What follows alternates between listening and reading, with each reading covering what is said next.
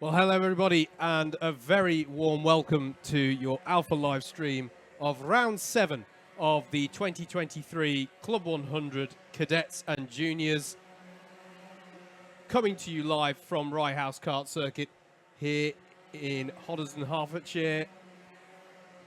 We are looking ahead to our super lightweight categories in the Cadets and Juniors respectively.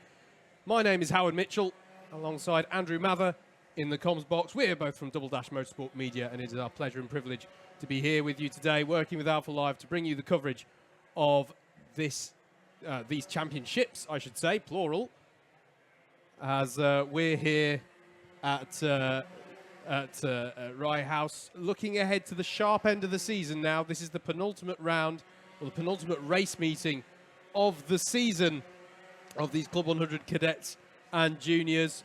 Weather-wise, it's a little, I think it's a little more positive than I'm seeing on that graphic there, to be honest with you. At the moment at the track, we couldn't hope for a better day of karting in late September in England.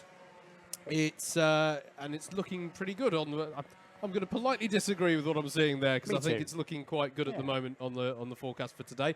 But now that we've said that, it will of course absolutely deluge us in a few hours' time, I'm sure. But yeah, we're getting to that business end of the season. It's a good time for me to bring in my friend and colleague in the comms box today, Andrew Mather. Andrew, how are you looking forward to this one? I'm really looking forward to this one today. It's the business end of the season, as you say. It's squeaky bomb time because... I didn't think you were going to get that deep that early. Well, there we go. It's not the last round of the season, but it's... And I appreciate for anyone who tuned in for the British Kart Championships last weekend at Borden Loy, it's going to be like, oh goodness, he's repeating himself then.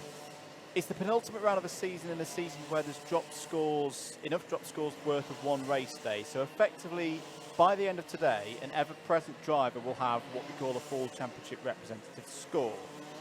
Yes, there's another round to go after this at Buckmore Park, but that'll be like, right, trying to improve your score from what you've got at the moment. So why is that important? Well, on a day like today, you want to maximise your opportunities and leave yourself with as little to do later in the season as possible. That is very much easier said than done, though, particularly around a circuit such as Rye House.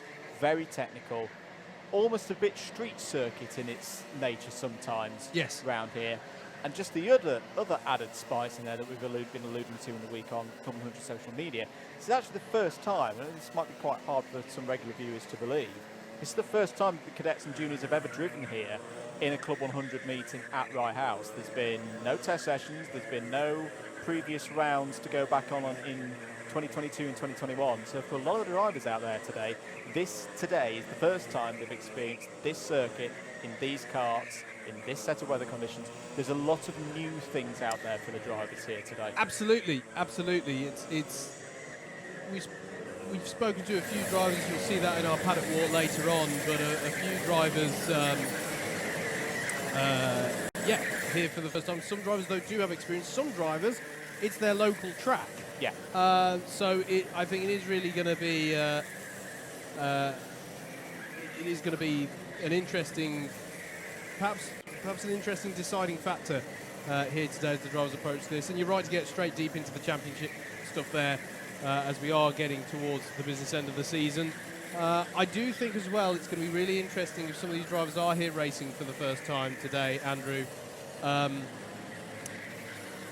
to be going into a racing situation at this track. It's one thing to be doing what they're doing now, which is hot laps, qualifying laps, having done practice sessions earlier, possibly the test session as well, kicking off the day's running. But when you have umpteen cart barreling towards the corner where we just were, hairpin one, that could be interesting in a race scenario. Can indeed. Don't worry, you're not missing anything in a competitive sense at the moment. This is the last group practice session going on the track right now. This is Junior Super Lightweight Group C. It's got about 35 seconds remaining on it. You've got the second tablet, phone, electronic device that's connected to the internet. Good resource for you to have aside the Alpha Live and Double Dash Motorsport Media commentated stream today. live.alphatiming.co.uk/Club100. That will give you all the facts and figures that we get here in the box. And just to note as well, it's the cadet and junior super lightweights today. We've got the lightweight categories tomorrow, a bumper weekend of action here on Alpha Live for Club 100 here at Rye House. I think what we'll do is we'll give the rundown of the cadet super lightweight scores whilst we're filling for a bit of time. This is one of the championships that probably most likely, depending on results, will roll on to Buckmore Park at the end of the season. But right now, applying one set of drop scores, there's different ways you can cut the cake, I always say at this stage of the season. But let's keep it as it is published on the web so we don't confuse anybody.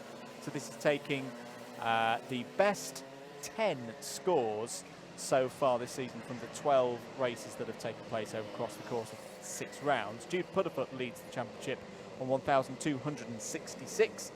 5 points is the advantage he has over Rory Hamilton and Ellis Cox, who took a win last weekend at Clay Pigeon. That's another interesting aspect of today. Back-to-back race weekends for the Club 100 and juniors. Luka Batuev is in 4th place. Aidan Hammond in 5th place. That's 1-2-4-9 for Batuev. 1-2-2-4 for Hammond. That's the top 5. Let's stop padding though, because it's time to talk about some serious on-track action as the qualifying session for Group A for the Cadet Super Lightweights is up next.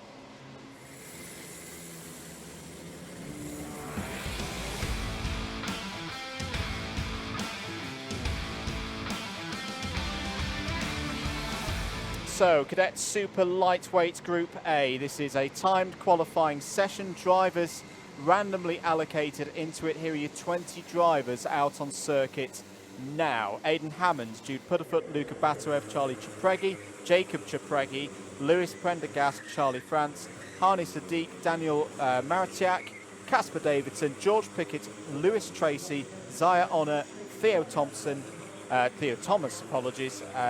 McAllister, Joseph Starkey, Jake Matthews, Caelan Keith, James Malcolm and Freddie Powell. If you are following a particular driver who I did not just name, don't worry, they'll be in another group that's later on this, nearly morning, 6 minutes of it remaining, and then into the early part of the afternoon. Or outside chance, they're a lightweight, not a super lightweight, in which case, come back tomorrow. In fact, don't come back tomorrow, stay with us. But the driver you're thinking of will be here tomorrow. So 11-minute qualifying session. Forgive me, I was just checking something, mate, so stop me if I start off on something that you'd already covered. But an 11-minute qualifying session, and we will take the super set of all of the times set across these 3 sessions to determine the grid. So there was, for anyone who's been following the season, there was, I think, a couple of streams ago, there was a little bit of confusion from our side on stream about this. It is the fastest times across all of the sessions form the grid. So if you're the fastest driver in any of the sessions, you'll be on pole. If you're the second fastest of any of the times set across any of the sessions, you will be second on the grid, and so on and so forth. Unless it absolutely tips it down with rain, but it's not going to today, so we won't get into all of that. We won't. So drivers, and I'll talk about this a little. We're looking through the latter part of the lap here at Rye House. And now here we are looking at the exit from the stadium section. So I don't want to spoil the paddock walk that you're going to see later on in the broadcast, but I was talking a little bit about this circuit, Andrew, and how for me I think it can be deceptive in how simple it can look. And yet there's a lot of technical aspects here as the drivers go through complex Nouvelle, which they're going through a section now, and there's someone else that we do talk about later on about where they've reproven a lot of the curbs through this section. Which has really changed, I think it's really changed the nature of it and how you can attack it, this final sector. And then they head into stadium. But somewhere like here, stadium, you look at it on a map and it's just a big parabolic corner. It's nice and easy. Picking your line through there is actually one of the most prominent overtaking spots on the circuit as well into stadium. If you've got the overspeed on a driver on the start-finish straight, there's a real knack to getting a great lap. I'd say there's a real knack to between a good solid lap and a great lap around this Rye House circuit. I'll do a bit of a name drop for a good friend of ours, Chris Grange. He was one of those drivers who just, with this circuit, he was just on it. He had the knack with this track. And, for me, it's always been that kind of circuit. Provides great racing as well, though. There's plenty of overtaking spots. Particularly, I think, for these cadets here as well. They're a much smaller kart, of course. They shouldn't have as much of the tight and twisty constraints, shall we say, that the seniors have sometimes when we see them race here in the past. Other part of the weather report, but there's no water coming out of the sky, everyone will be glad to hear, but regular viewers and those who visited Rye House before will probably not be surprised to hear me say, if you venture off circuit, Howard, and go into the grassy bits, there be dampness in those parts of the world, so drivers have got to be careful with that, because we have seen sometimes that Rye House can catch a couple of drivers out in that regard. Yeah, and if particularly if you're dialing in, excuse me, if you're tuning in, sorry, John, as well. I was just probably that, didn't we? just if you're tuning in from abroad, then you may have seen that you know, the UK has been barraged by Storm Agnes this week. It's been the start of the sort of new storm season here in the UK, so there has been some adverse weather. So you're absolutely right, mate. It's nice and dry on track, but if you do go off track, you've got to be careful, because you may suddenly find it's quite boggy out there. And another aspect of that is always what might be dragged on by a driver that goes off, and how that could affect other competitors. So yes, that's all a factor. The driver number 93, Harley Sadiq, was off to driver's right at pylon a few months ago. That kart's now been recovered back onto track, as there's 5.5 minutes for these drivers to improve their times in this first qualifying group of the 3 that we'll see in the super lightweight cadets, and of course we'll have the same 3 corresponding groups for the super lightweight juniors. Luka Batuev, the early pace setter at the moment, a 43.463, the gauntlet that's been thrown down for the others to beat. Yeah, Luka Batuev, a constant presence in the A races, the pre and Trophy A finals that we'll see later on today. So far was 3rd last week, Clay Pigeon in the pre-final, then fell back a little bit in the Trophy final. He's had a bit, in that regard, a bit of an up and down season. Has been in the top 5, kind of around 10th place for a lot of the seasons. There's a good start for Luka Batuev to hopefully have the strongest day of his season so far. Jude Pudderfoot, championship leader. Yep. There is Luka Batuev, the number 28 current pole sitter. So Pudderfoot currently 2nd. And it was a bit of a building weekend for Pudderfoot last weekend. 2nd in the pre, 5th in the trophy. Also, we should mention that since we were last streaming with the cadets and the juniors, we had a round at PF International as well. That was a very good day for Jude Pudderfoot, because he took a win in the 2nd place and 2 point scoring opportunities across that day. Yeah, absolutely. I've got to say, I've probably said it already this season once before, Luca's helmet giving me a Giancarlo Fisichella vibe. Yes. You'll forgive us, folks. We're always doing a little bit of F1 helmet livery twitching. We'll a little bit of that later on today. Indeed. As there was a yellow flag out at Pylon and Complex Nouvelle for the last few minutes, Andrew. That's now gone in, so going to be interesting to see if times come down. And I say that because, not just because drivers should back off a little bit under a yellow, but because of the blind nature of Pylon. I don't know about you, but whenever there was a yellow at Pylon, I always backed off more significantly, because you know that there's an incident somewhere in that area. It was just the driver who'd spun. But because of the blind nature of that corner, and it's the only other circuit, I'm just thinking, there's a yellow out at hairpin 1. Good spot there out the window, mate, for a driver who's gone well off there at hairpin 1. And this is what we're talking about. They'll have to be careful when they recover back onto the circuit. We're looking now on screen at the Pylon and Complex Nouvelle. You can just see the blind nature of that left-hander at Pylon, and indeed the tyres on the Apex and Complex Nouvelle, mean that is a fairly blind part of the lap. And that's the thing. Another thing about Rye, you look at Rye House, you go, oh, it's a flat track. So you don't automatically think of other circuits we go to with undulating heights, like Buckmore Park, like Glanny Gorge. But it does share that, as drivers are backing off for the yellows quite a bit there into the hairpin. And I think they're all trying to work themselves out there as to who was in what order in the yellow. So that's going to upset the laps of these drivers as they all work that one out. Still time, just under 2.5 minutes left on the clock, so they can still all work this all out. As Aidan Hammond there in the number 100 kart It's following them through. I don't know if this is helping or hindering them, Andrew, to be running around in a pack of this nature. I would say hindering. Rye House, when I've qualified round here, is often a circuit where you just want to get a clear bit of track and get your rhythm. Yes. You can very easily lose the rhythm round here at Rye House. Should note, though, for Aidan Hammond, there is going to be one slight problem. He's already on our race control messages in front of us here in the box. You can see that he's got a speeding under yellow penalty.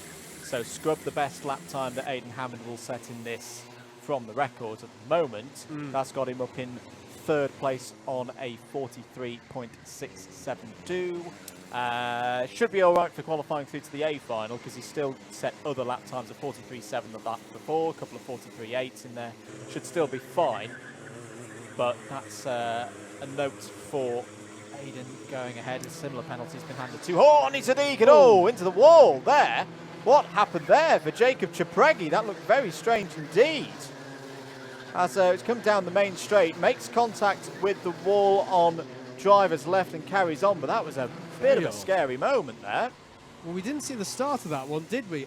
I'm trying to think what could have happened there, because I suppose if you're that, I don't want to call it necessarily for Charlie as such, but if there was in any way maybe his attention was caught by something off to driver's left, or maybe something to do with pit exit. If anyone was coming out the pit lane, it is a slightly, I find it a slightly challenging pit exit here, because you come out basically into the conventional racing line out of the pits here. It is a slight black spot for incidents potentially. So I don't know if someone's exiting the pit lane then or what, but it's very unusual to see a driver go off to driver's left on the main straight there. 15 seconds to go in this first session of 3. So anyone crossing the line now, they'll get one more lap in before the checkered flag comes out. Jude Pudderfoot has taken the fastest lap time out there on circuit, 43.623. He's also backed it up with a 43.4. Checkered flag is now out. Can anybody beat the lap time of Pudderfoot or Batuev? Across the line comes this group. And, Aidan Hammond's improved to a 43.385. Now, that will be deleted as his best lap time due to the penalty from earlier in the session. That very much secures himself in that top 5, top 6 region that we talk about as probably going through into the A final, unless something quite extraordinary happens in groups B and C. It's a good response there from Aidan Hammond. But provisionally, on those timings, it's Jude Pudderfoot fastest on a 43.263. About a tenth quicker than Aidan Hammond. Luca Batuev 2/10 down. Jacob Cipregi, despite that moment down the pit straight, was 4th. Charlie France and Charlie Cipregi, your top 6. If everything's kind of even and consistent through the qualifying sessions for groups B and C, we'll see all of those drivers through into the A final. Let's move on though, because next group out on circuit, junior super lightweight group A qualifying.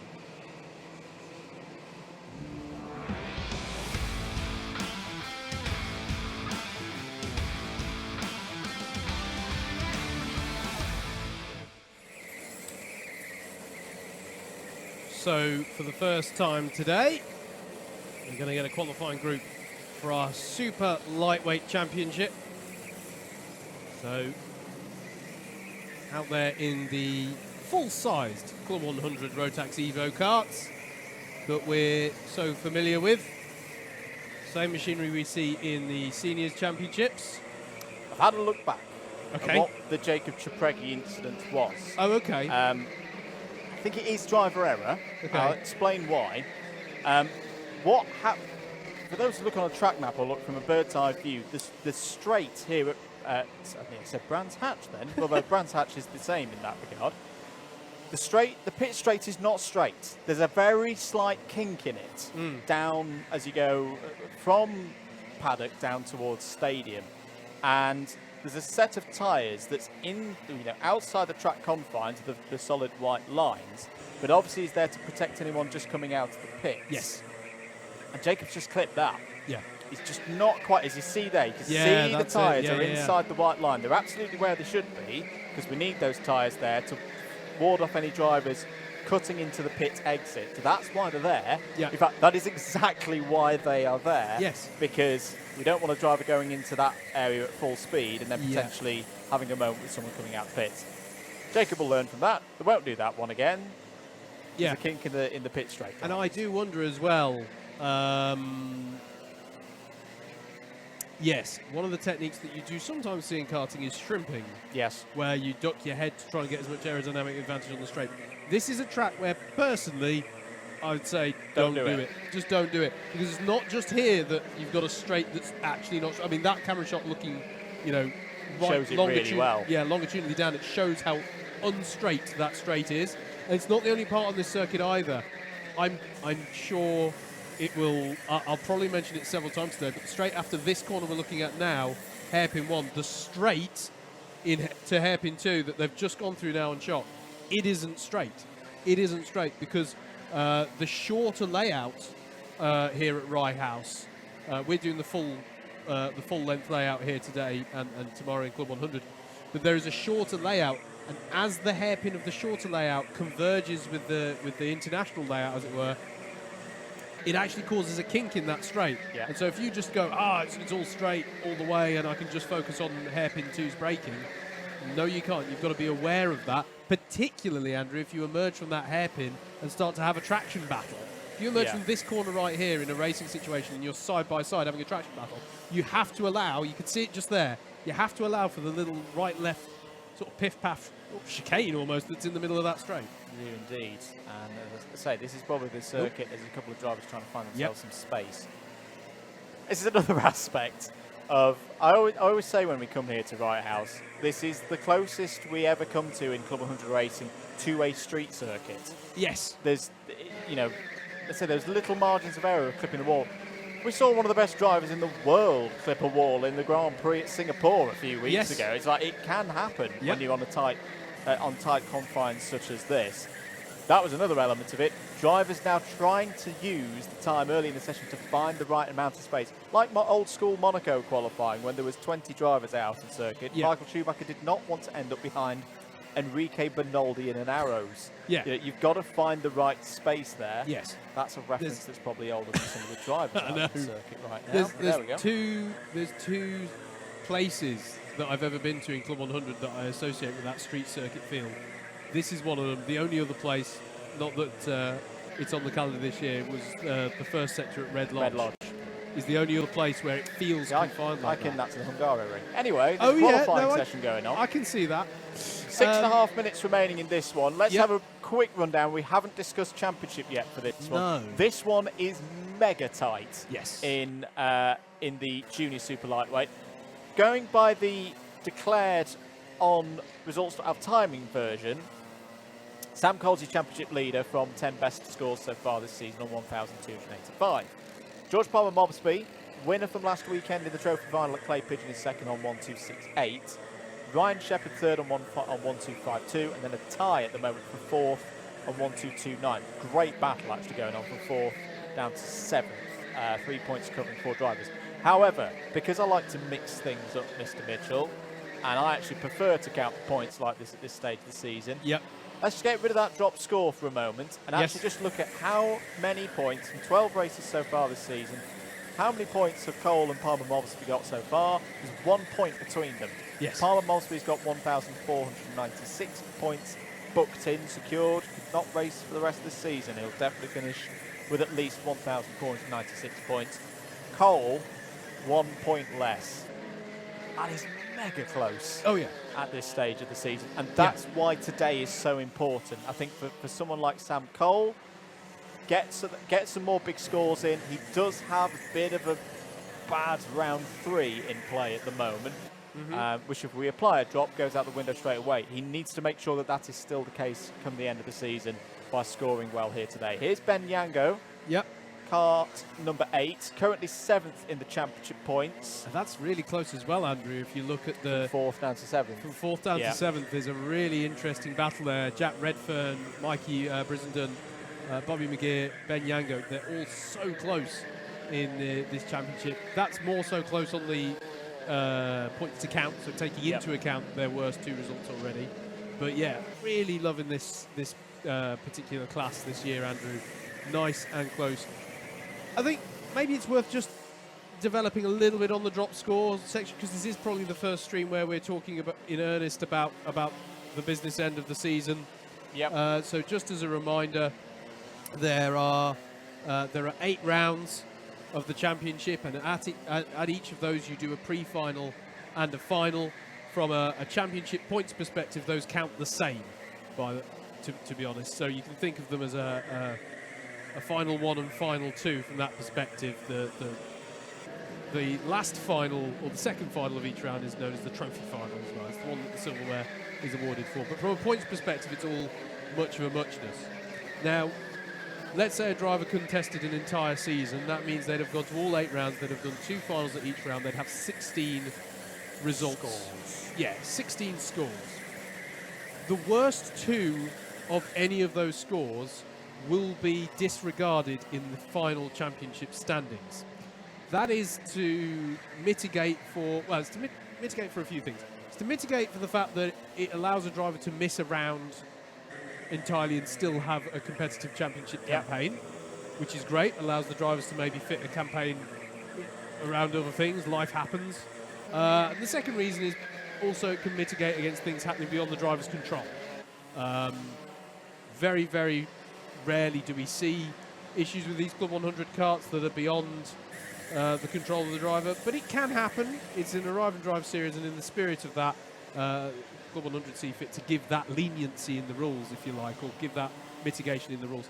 Now, the thing to stress is it's the worst 2 of the 16 final results. It is not the worst 2 final rounds. pairing of the round. So if you had a terrible pre-final in a round, but a brilliant final, only the pre-final gets dropped. It is not that, well, that on average is your worst round, so that gets dropped. Hopefully that's clear, but it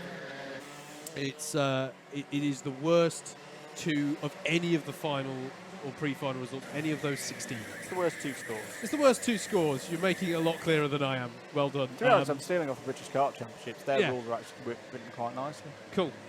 Anyway, qualifying session going on. 2 minutes of it to go. George Palmer Molesley currently the fastest driver out on circuit by a whopping 0.3 of a second. 41.563 currently the fastest lap time. Nathan James Boyle currently outside the top 10 in the championship based on all scores. He's second at the moment. Max Sheldon Haywood in third.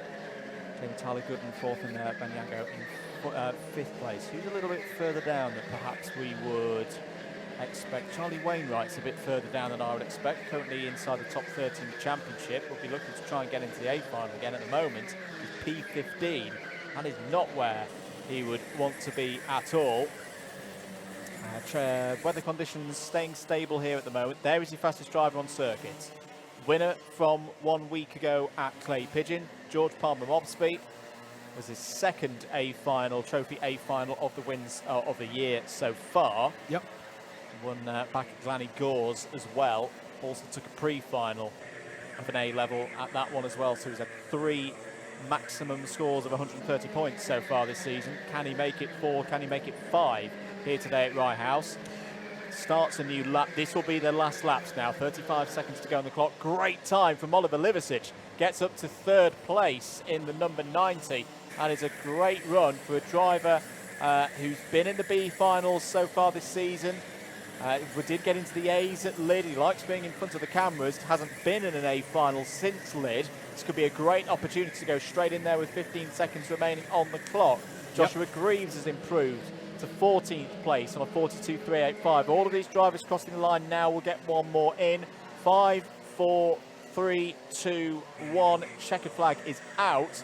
Can anyone improve right at the end? Kira Boylan has improved, but it's only 15th. Oliver Livicic comes over the line, still 3rd. Jamie Tylee Gooden goes over the line, is up to 3rd place. That should be good enough for a pre-A final. Is anyone going to be coming over the line? Ben Yango's a little bit on the cusp. Will be comfortably in provisionally at the moment, but considering there's still another 2 groups to come, he's going to stay 6th. Okay, that's going to be right on the bubble, perhaps on a 41.989. But George Palmer Mobsby continuing the good form from last week. There's other drivers coming over the line. Caden Ward has just improved to 8th place. Don't think that's quite going to be enough for a pre-A final, but will be well positioned in the pre-B. George Palmer Mobsby on provisional pole position, continuing that good form that we saw last weekend at Clay Pigeon. That is where you want to be if you want to be leading the championship at the end of the here today. Yeah, was that a further improvement at the end from Jamie Tully? It was, yeah, right at the as end. well. To So get good stuff, and Kira Boylan as well posting a PB. Already then, Group B is coming out for our cadets for qualifying.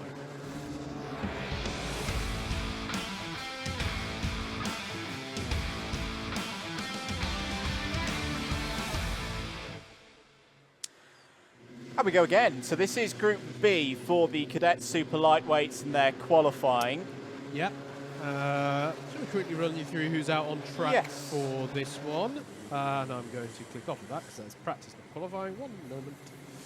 Out in this group then, Group B is going to be Ellis Cox, Ewan Farrelly, Jack Horton, Jack Beasley, James Vout, Soren Chambers, Tom Gruar, Platten Sultan, Oliver Yango, Ben Hunt, Elliot Griggs, Adam Telford, Matthew So, Felix Thode, Jacob Kent, Jensen Barnard, Ethan Hall, Tate Hart, Ethan Biddle and Sam Morse. Those are the drivers out on track, 20 of them in this session.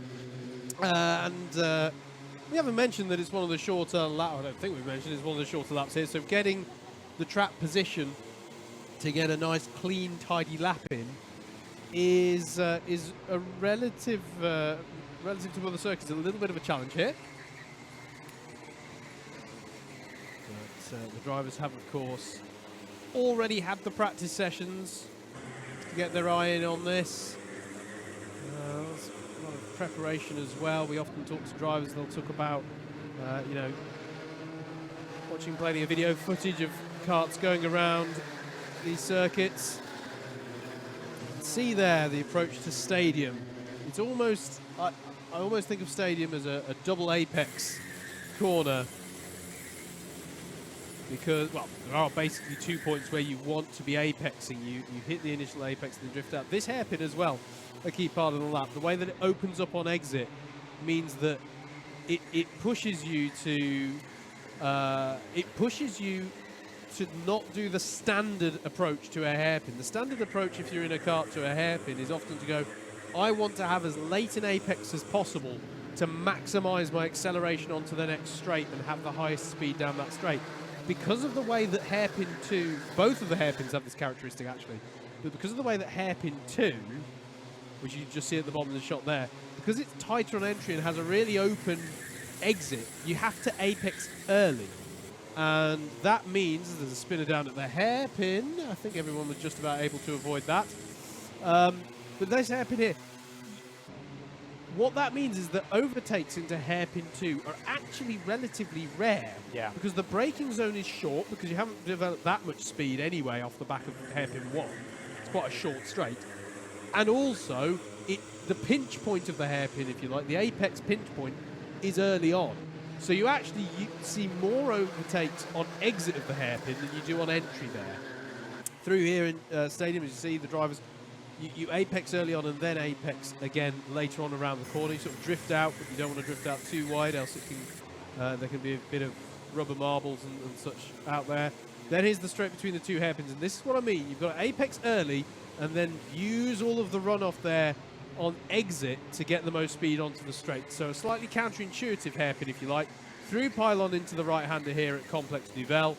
Then it's over to the right to sling it into this left-hander, but stay on the left-hand side to open up paddock corner that they're going through now, and onto the start-finish straight.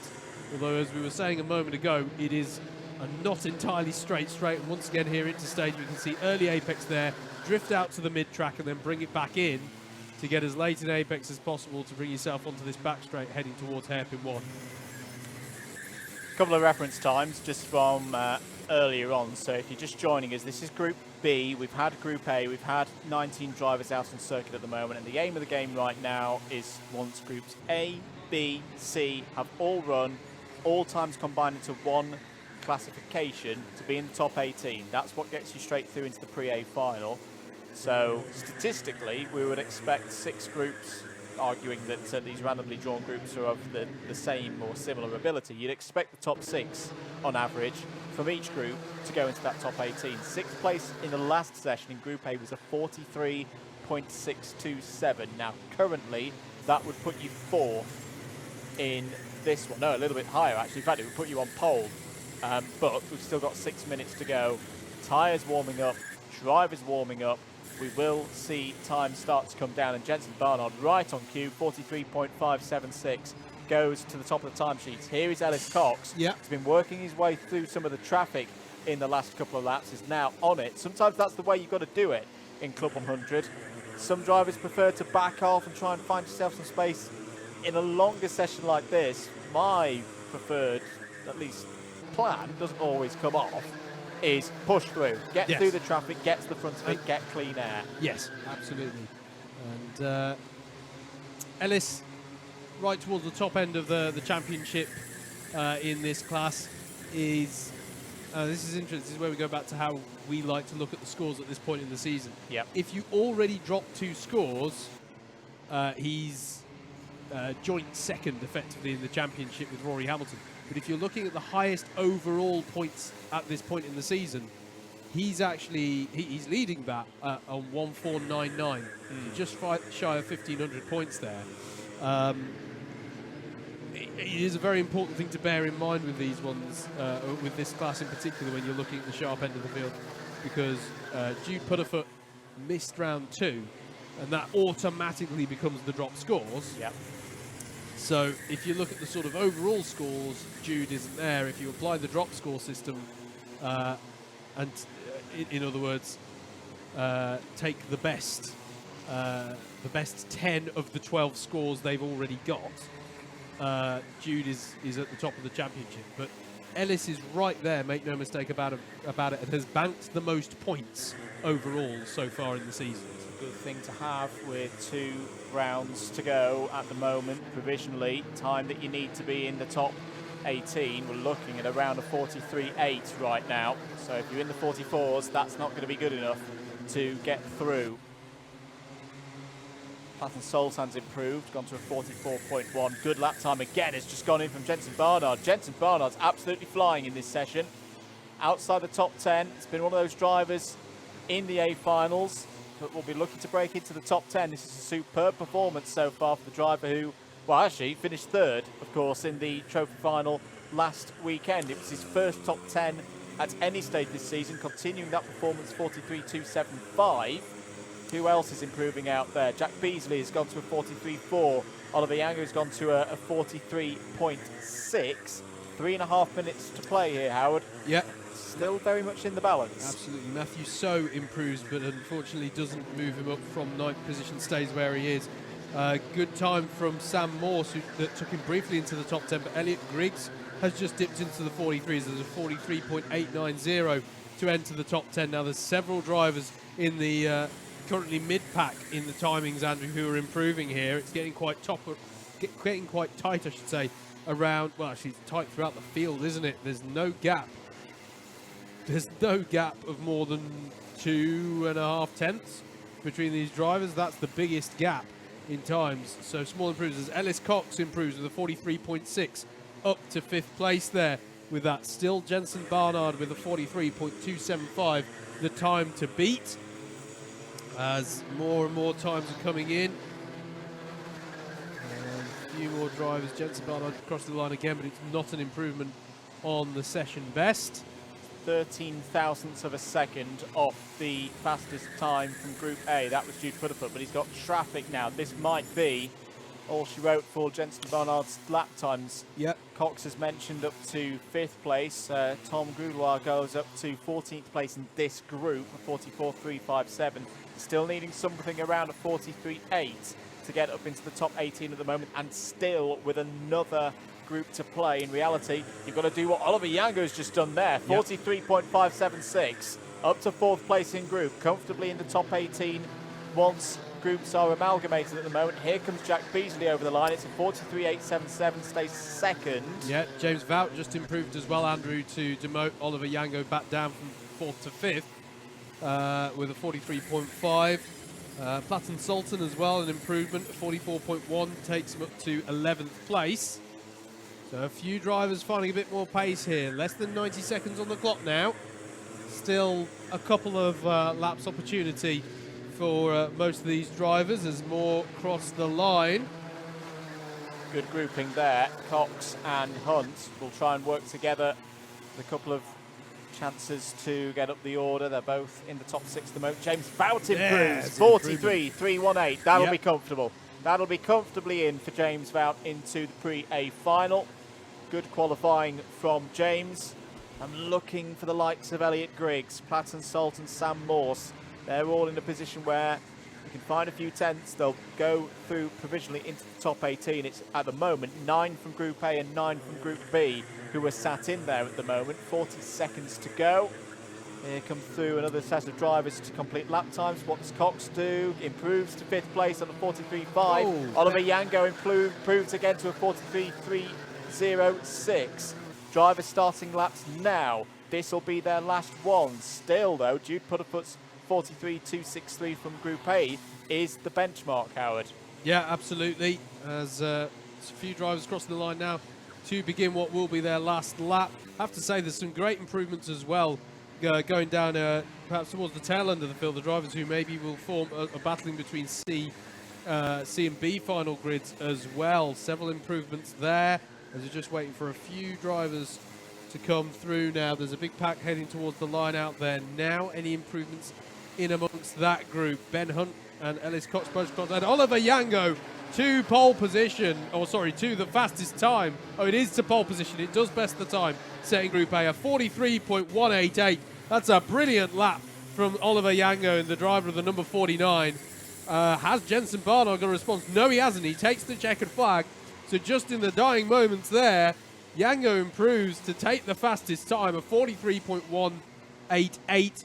Puts him on provisional pole within the super lightweight cadets for the pre-finals. And all of the drivers, as Ewan Farrelly crosses the line, have taken the checkered flag. That was exactly how you want to structure a qualifying session from Oliver Yango. And for a driver who hasn't been on the podium since Wilton Mill, the second round, that is what you want. Will be at least guaranteed a front row start. Let's move on though. Next group heading out on circuit. It's Junior Super Lightweight Group B.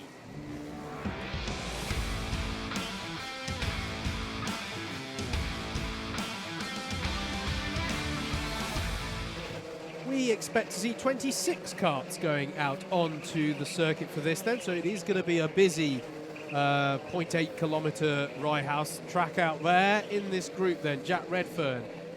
This is in numerical order of kart number for anyone interested. Jack Redfern, Daniel Campbell, Ian James, Finn Chambers, Daniel Archibald, Benji Hamilton, Imogen Owen, Zane El Topshi, Frederick Navarro, Tommy Edelston, Henry Barrington, Ollie Clegg, Thomas Northcott, Keogh Derrick, Bobby McGear, Jaden Gerard Shepherd, Jensen Blakesley, Rory Hinkley, Henry Jones, Henry Pomeranz Dorr, Richard Winchcombe, Dominic Balasaitis, Ethan Pritchard, Freddie Coleman Evans, Voyden Kajayan, and Harvey Newton are your 26 drivers out on track at the moment, putting in their first few lap times, and indeed we've already got some of the opening times. Benji Hamilton, the early pace setter, with a 43.429 off the back of that opening salvo. One of the things that we haven't mentioned so much so far is the fact that the drivers, we've had back-to-back weekends of Club 100 Junior and Cadets. They were at Clay Pigeon last weekend and now here at Rye House. And I think there is something to that they've got that rhythm effectively. You know, it's a very good time in the season to have some momentum.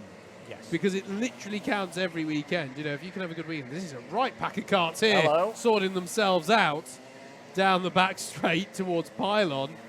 I think they may have been watching the F1 qualifying at Monza a bit much. I think they all want to back off and find some space, and they just end up holding each other up. This, for me, Andrew, I know some drivers feel, you know, I get a bit of slipstream, I get a bit of drag. For me, I wouldn't want to be a part of this pack. Nope.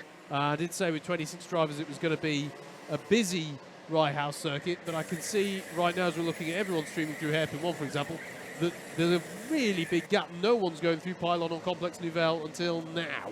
For probably a bit of a negative reason, from experience round here, because there's not much margin for error. If you have a bit of an off, or someone else has a bit of an off right in front of you and you're part of a big group, you then are in the wrong place at the wrong time, have a bit of damage, you're going to lose a lot of time. It takes quite a while for engines to get up to temperature around here, I find. And I'm saying from experience on this one a few years ago, in a 10-minute qualifying session, had an incident. You have incidents, that's all the rest of it. But if there's one place you didn't want to have it, it's here. You then got to go back, change the carts, go get one that's ready to go. But your engine's cold, and you only get a lap or two right at the end of the session, and there's nothing you can do at that point. So you've got to run things calmly round here, get your own space, get into a rhythm.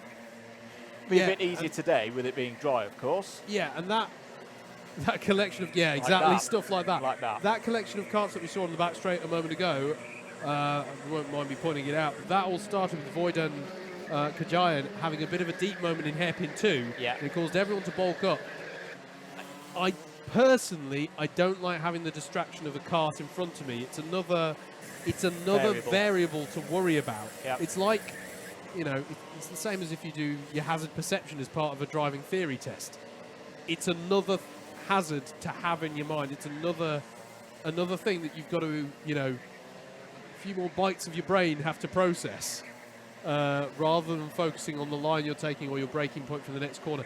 Sometimes if you're learning a track, it's good to have a reference driver because you learn how they're doing something quicker than you.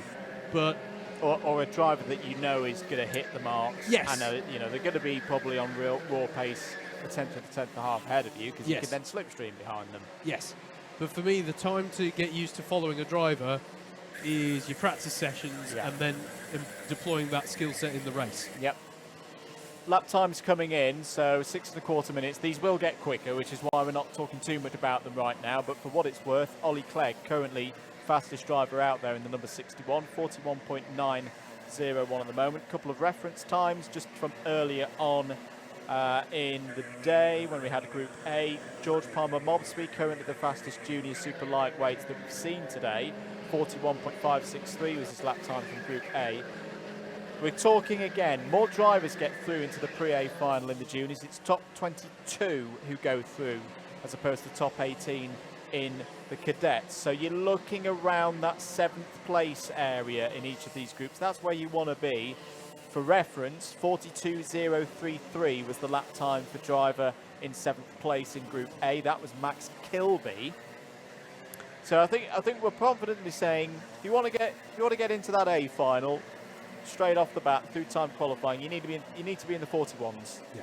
Get in the 41s and you're looking pretty good. Yeah. And just to be clear, the reason why the bandings are different for who gets into what session is because the overall entry is slightly bigger for juniors.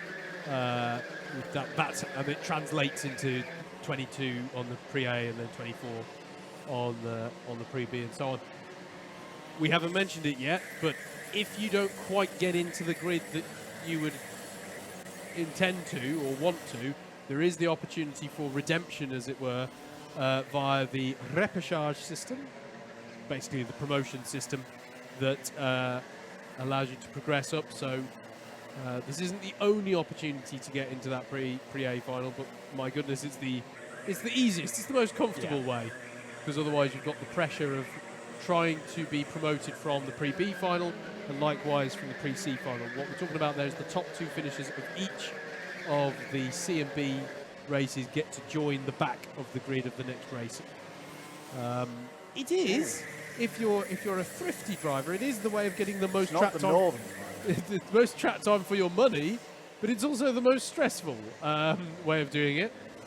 Certainly. Driver off, couldn't quite identify which one. Apologies, through the exit of stadium. Just keeping a track of these times. 4 minutes to go. Times are improving. Good moves from Rory Hinckley up to a 42.1. So it's now 7th. Henry Barrington 42.1. They need to go on to find another couple of tenths, but they're getting there. That's what they need for less than 4 minutes to go now in this one. very busy track out there right now, Howard. This is classic Rye House. Yep, absolutely. This is the challenge of this circuit. Slightly shorter layout. 41.9, the current benchmark in this group, but it's a 41.563 of George Palmer Mobsby that is the ultimate pole time at the moment. And yeah, you can see here, Andrew, you know, if this was a race situation, you and I would be loving it, because there's plenty to comment on.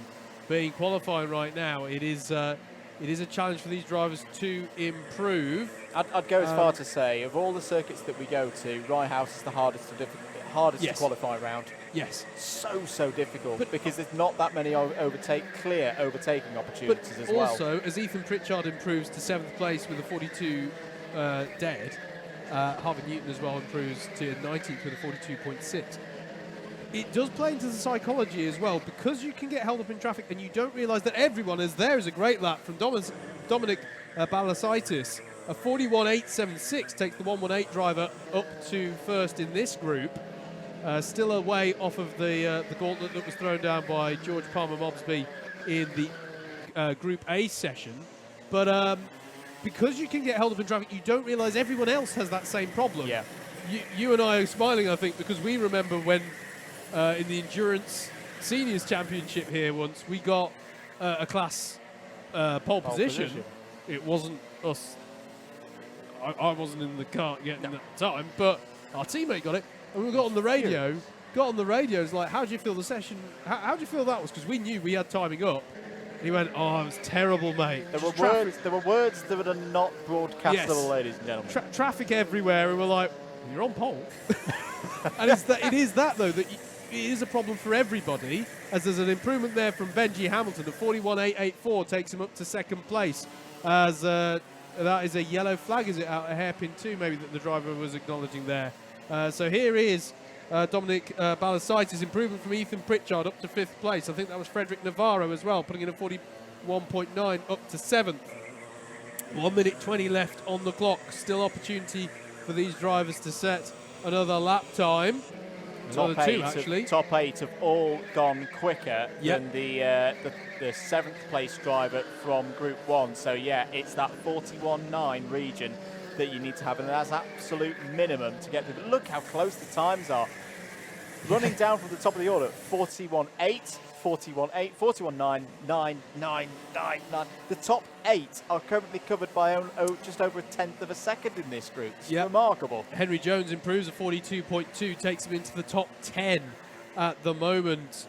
There's a few drivers who are, Jaden Gerard Shepherd just improved a 42.4, but it wasn't enough to move up from 15th place. Toby Edelston with a good lap, 42.317, jumps up 5 places to 12th place. Currently, before Group C come into play, it's a 42.2 that gets you into the top 22. So that's going to be 11 from this group, 11 from the first group. As I say, we've still got another 20-odd drivers to come out in Group number C. This is Balasaitis trying to find a bit more time. Can he get himself onto the front row of the grid overall? Checkered flag, and there's Thomas Northcott. Oh, that is right at the death there. He just missed taking the checkered flag. He actually gets another chance. But what a lap from Northcott, 41.813, straight to the head of the field. Not enough to beat that Palmer Mobsby lap time from Group A, but a great lap. And Balasaitis has taken the checkered flag, Andrew. He can't improve. Yeah, I think he only lost a little bit of time out of hairpin 2, but it was time enough. Misses out by less than a tenth of a second. Can anybody else improve? Jaden Gerard Shepherd improves, but it's only 15th within this group. Jensen Blakesley has also improved. Will be in the top 22 after Group B, but right on the cusp. Henry Barrington goes in with a 42.046. It's 9th in this group, but if you get a not so quick Group C, he might be okay with that. It's going to be right on the edge of the Pre-A final. Good qualifying there from Group B in the Junior Super Lightweights. We've got to move on though, because next out on circuit, it's the 3rd and final qualifying group for the Cadet Super Lightweights.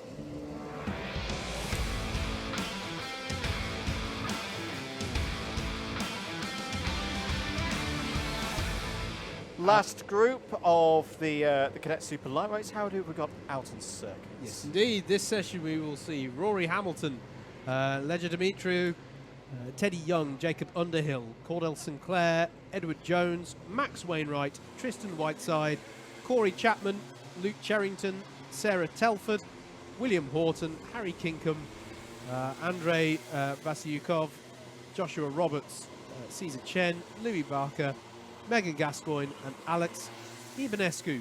Those are the 19 drivers out in this session. Once again with the cadet slightly smaller field because of the slightly smaller overall entry size that's allowed for the round. Some interesting ones to look out for. Spoke to Corey Chapman on our grid walk, as you will see later on.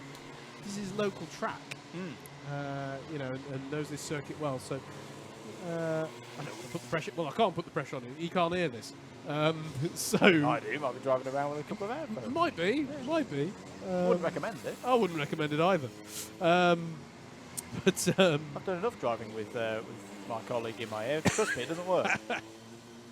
It's funny because it's true. And indeed, I have to say, I know he's vindicated me immediately by setting the early pace there. Corey Chapman, 44.503. He's actually the fastest driver of the opening salvo. Here he is in the number 50 kart.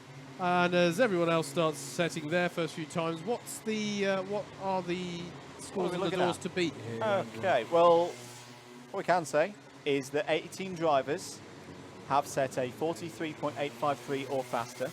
Right, yep. So you've definitely got to get 43.8 or quicker to be in that pre-A final top 18. Yep. Group B was quite quick. The top 8 did a 43.611 or faster.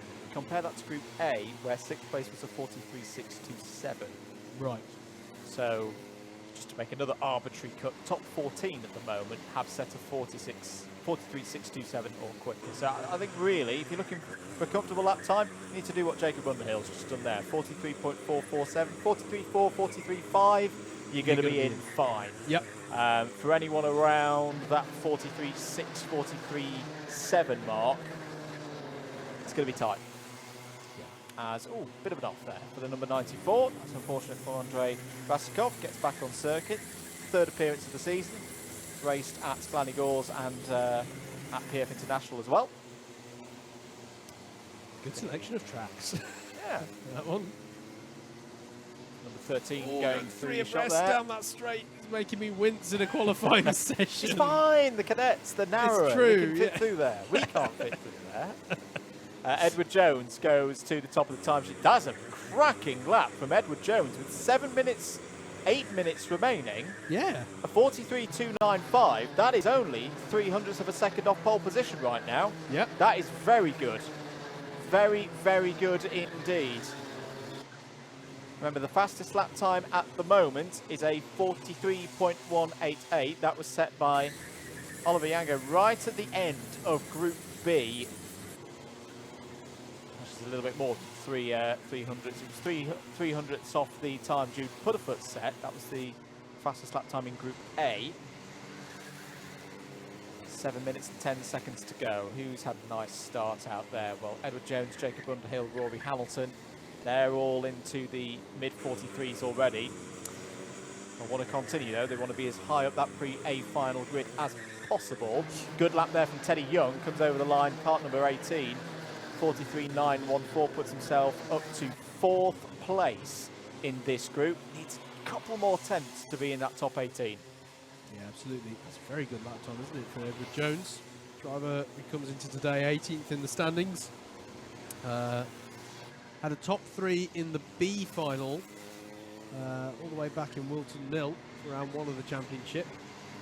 But with lap times like that, at the moment I feel like the pre-A final is calling. So that would be a really good result there for the driver of the number 43. Plenty of time to go though in this session. 6 1/4 minutes left on the clock.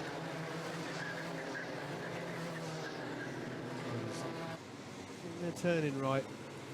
One of the big risk factors, we've spoken a little bit already about perhaps water and bogginess off the track, Andrew. One of the real flashpoints for me is if there's anything on the track that's been kicked off from drivers left at the turning point for Stadium, because it's a point of big commitment here at Rye House. Probably more than anywhere around the circuit, you are relying on the grip of your kart. Yep. And if anything is there to compromise the grip of the kart, drivers really do need to be very savvy to that. Be eyes up with their driving. Yet another reason why I do not recommend shrimping around Rye House is to be heads up about that. And there's not that much runoff at Stadium for the speed. The ratio of speed of the corner to amount of runoff is one of the least favourable to mistakes of anywhere that we see around the calendar. Again, reinforcing what you've spoken about already, the slight street circuit feel of this track. Reappeared in the Jimmy Broadbent video a few years ago. Anyway, moving on. We did, yes. New fastest lap in this session, 43.207 for Edward Jones. Not quite as quick as Yango at the moment, but that's pretty good. Rory Hamilton has improved as well to a 43.437. There's the number 13 of Leisure Dimitri going through your shot. Good lap by Megan Gascoigne, 43.926. Puts Megan up to 6th place in this group. Now, I think that's just going to be outside the top 18 at the moment, but there's still time to play. 4.5 minutes to go. This the first time, if I'm reading my tables correctly, first time we've seen Megan. Yes, this season. Yeah. Yep, same likewise for Louis Barker and Alex Ivanescu out there on circuit. Welcome to the Club 100 Cadets Championship for 2023. Yeah, very good lap time there from Megan. 4 minutes left on the clock then. It's interesting. I always find it interesting. You tend to get these waves of improvement in qualifying. Just dies down for a second. Everyone trying to improve again, and then in a moment's time, I'm sure we'll have cause. One thing that I'm noting here is that the top 3 are running very close together on the circuit at the moment. So they're just a fast pack of karts.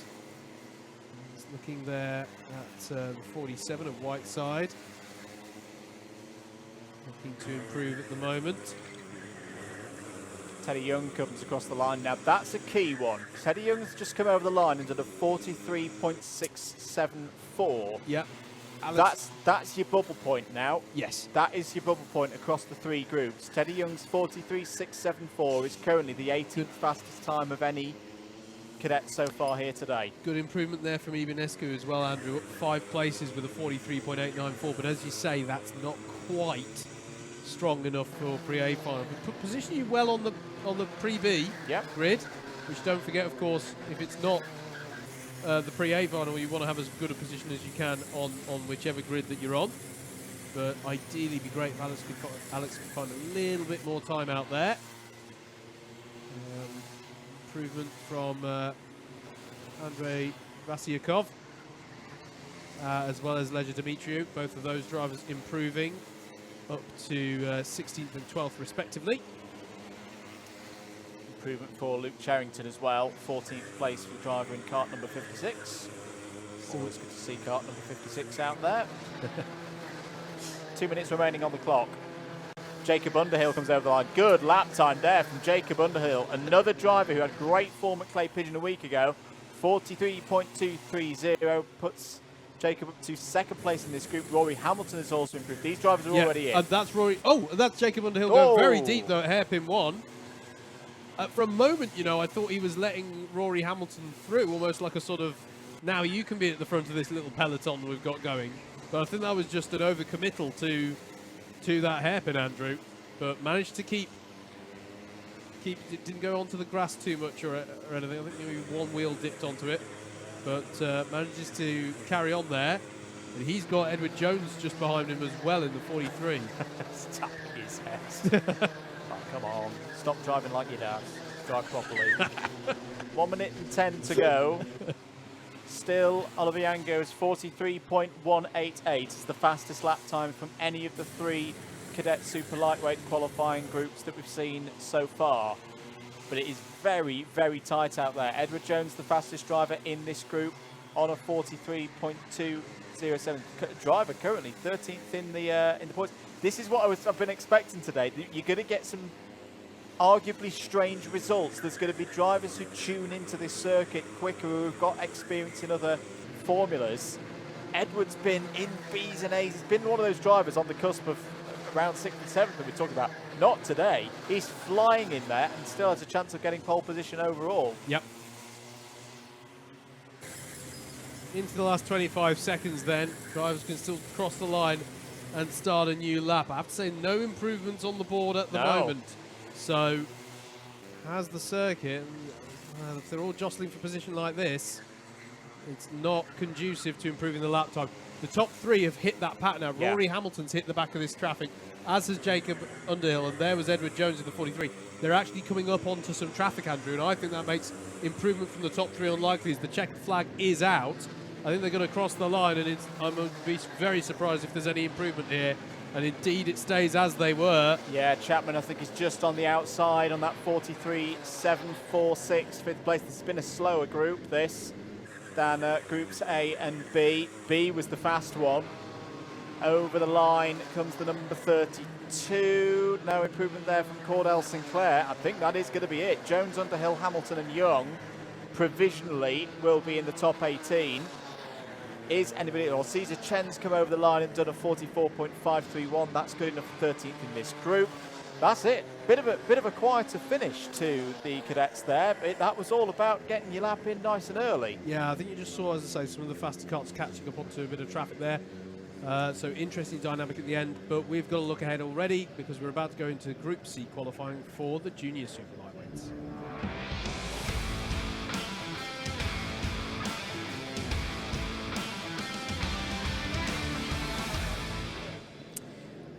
Let's have a look then. As always ready, we're going into the last of the qualifying groups. It's gone by quickly, hasn't it? Out in this group then, we've got Sam Cole, Mikey Brissenden, Ryan Shepherd, Jensen Davis, Daniel Lengyel, Elena Gabrielli, Declan Luff, Henry Wilkes, Curtis Duane, Zachary Watson, Thomas Hughes, Max Davies, Henry Ryan, Max Cooper, Finley Jones, Flynn Perry, Alex Campbell, Thomas Wordley, Taylor England, Elliot Goddard, Jasmine Richardson, Jack Steele, Philip Babulal, Noah Rogerson, Kwam Kabaldeen, and Zachariah Saeed. That rounds up the 26 karts that are out on circuit for this, the final group of qualifying, as some drivers are doing a bit of weaving there, get some heat in the tyres in these Club 100 Rotax Evo karts. Andrew, have you got the scores on the doors for what they need to be looking to beat? Scores on the doors are currently the top 22 drivers across Group A and B combined times together, 42.211 or faster. That's what you definitely need to be in top 22. Okay. In all likelihood, top 7 from Group A were 42.033 or quicker. Top 9 from Group B were 42.046. You're going to be needing 41.8, I think, or quicker to be inside the cut-off point for the Junior Pre-A final. Driver off is number Thomas Wordley. Thomas Wordley, 96. What's the benchmark for pole, mate? Pole at the moment, still George Palmer Mosley, that astonishing 41. He's still on pole overall by at least a quarter of a second round Rye House. That really was. I may be proven wrong in the next 9 minutes, but I think that was I think we're going to look back at the end of this, and that was a mega special lap from George Palmer Mosley. Yeah, agreed. Taking one out of the Verstappen textbook there. Impressive qualifying margin you've seen in Formula One last weekend in Japan. Similar, as you say, around a lap this short. It's only 800 metres this Rye House lap. That is a very impressive margin to have in hand over the field. We have got drivers already dipping into the 41s though. Zachary Watson opens up the bidding with a 41.980 in this Group C qualifying session for the Junior Super Lightweights in their 7th round of 8 of this 2023 championship. Do hope you're enjoying the coverage. coming to you courtesy of Alpha Live with commentary from Double Dash Motorsport Media. We're here both today and tomorrow to bring you all of the action in the various classes we have. Cadets and juniors, super lightweights and lightweights. Yep. Back-to-back weekends for the cadets here this weekend and last weekend at Clay. Yep. Back-to-back weekends for us because next weekend, Sunday, will be at Ella Park. We are, yes. For the next stream for the seniors. Yes. Looking forward to that. Always a great circuit to go to Yep. Ella Park. Worth the long trip. So we'll be there for all of the racing on Sunday for the senior sprints. 7.5 minutes remaining in this one. Zachary Watson has put the opening bid on the table. I was about to say a 41.9, but he's just improved it to a 41.816. Great lap time there from Watson in the number 62. Jensen Davies goes to a 42.11. This one's not quite got going yet. I think you'll start seeing the main lap times coming in around 3 minutes or so. Max Cooper improves to third place, 42.125. There's 2 spinners off at hairpin 1, just to note, so there's not going to be any quick lap times for anyone starting their lap now, because that's going to take a little bit of time. The number 45 is one of the drivers involved, and I'm looking through it. I don't think we've got a 45, so it might be the 46 of Eleanor Gabrielli, who's had a problem there. Zachary Watson comes into today 8th in the championship if you're applying the drop score system. Interesting season in some ways. Had podiums in both the trophy final back at Gleneagles for round 3, and then finished third in both the Pre-A and the Trophy A finals at round 4 at Lid the last time we were streaming. Since then, though, has had a bit of a mixed bag, at least relative to those podiums. 17th, 15th, 15th, 14th, the position scoreline there for Zachary as they've gone to PFI and Club Clay Pigeons since we last streamed. But interesting to see such strong pace from him here in this qualifying session. Could be a return to some of the form that he had mid-season. Indeed, goes over the line and sets another new fastest lap of this session, 41.804. Yep. I'm speculating here that maybe the track has got a touch slower. I don't think it's got slower to the extent that it would trigger the alternative grid formation. No. The temperature raised by a couple of degrees out there on circuit. Max Davies has improved to a 42.186, 7th at the moment. Looking at the flags out the window visually, mate, in case there are any other ways for me to look other than visually, the flags, I think, just waving a bit more in the breeze. I wonder if the crosswind has maybe picked up a little, perhaps destabilising a little. What a crosswind of that nature would do would destabilise the kart slightly just as you're trying to get turned in through stadium. Yeah. Is how that. So these drivers we're following now, they'll just get a tailwind now that could unsettle the car, but it all looks fairly normal and in control. I don't think we've seen any major incidents that would bring detritus back onto the circuit. But yeah, I agree with you that generally, as that's a tidy time from Zachary Watson. That is. A 41.682, and with no disrespect intended to Group B, from what I remember, Andrew, that's the first time I've seen at this point in the session where I wonder if Palmer Mobsby can be caught. Yeah, that's front row at the moment for Zachary Watson. And now the lap times are coming in. I think there was maybe a little bit of detritus or wetness out there on circuit that's now been cleared. Now we're starting to see some lap times come in. Ryan Shepherd's gone to P2 in this group, 41.921. Jensen Davies, Max Cooper, Sam Cole are all quicker. Sam Cole does need to crack on with things here, though. Championship contender, winner from Wilton Mill. I think he's on the bubble at the moment, and he's got 4 minutes to find. The timesheets are lighting up blue here. Nice little improvement from Noah Rogerson. Jumps himself up to 15th place with a 42.666. Ryan Shepherd as well with a 41.921 takes himself up to second place.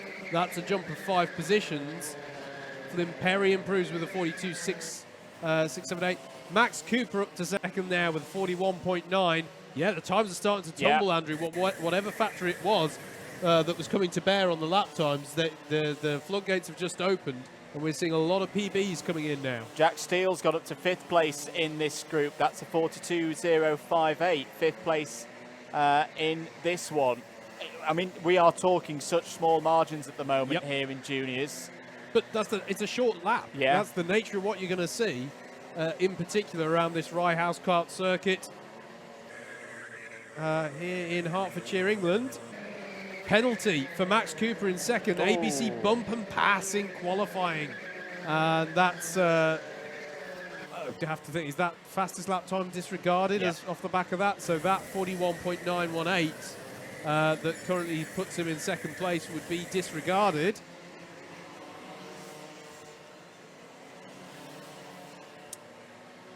And once again, there's just a little bit of calming on the timing screens. This is what I was saying earlier. These improvements do seem to come in waves. As we look there from the balcony, great to see so many people out and about here at the track to support.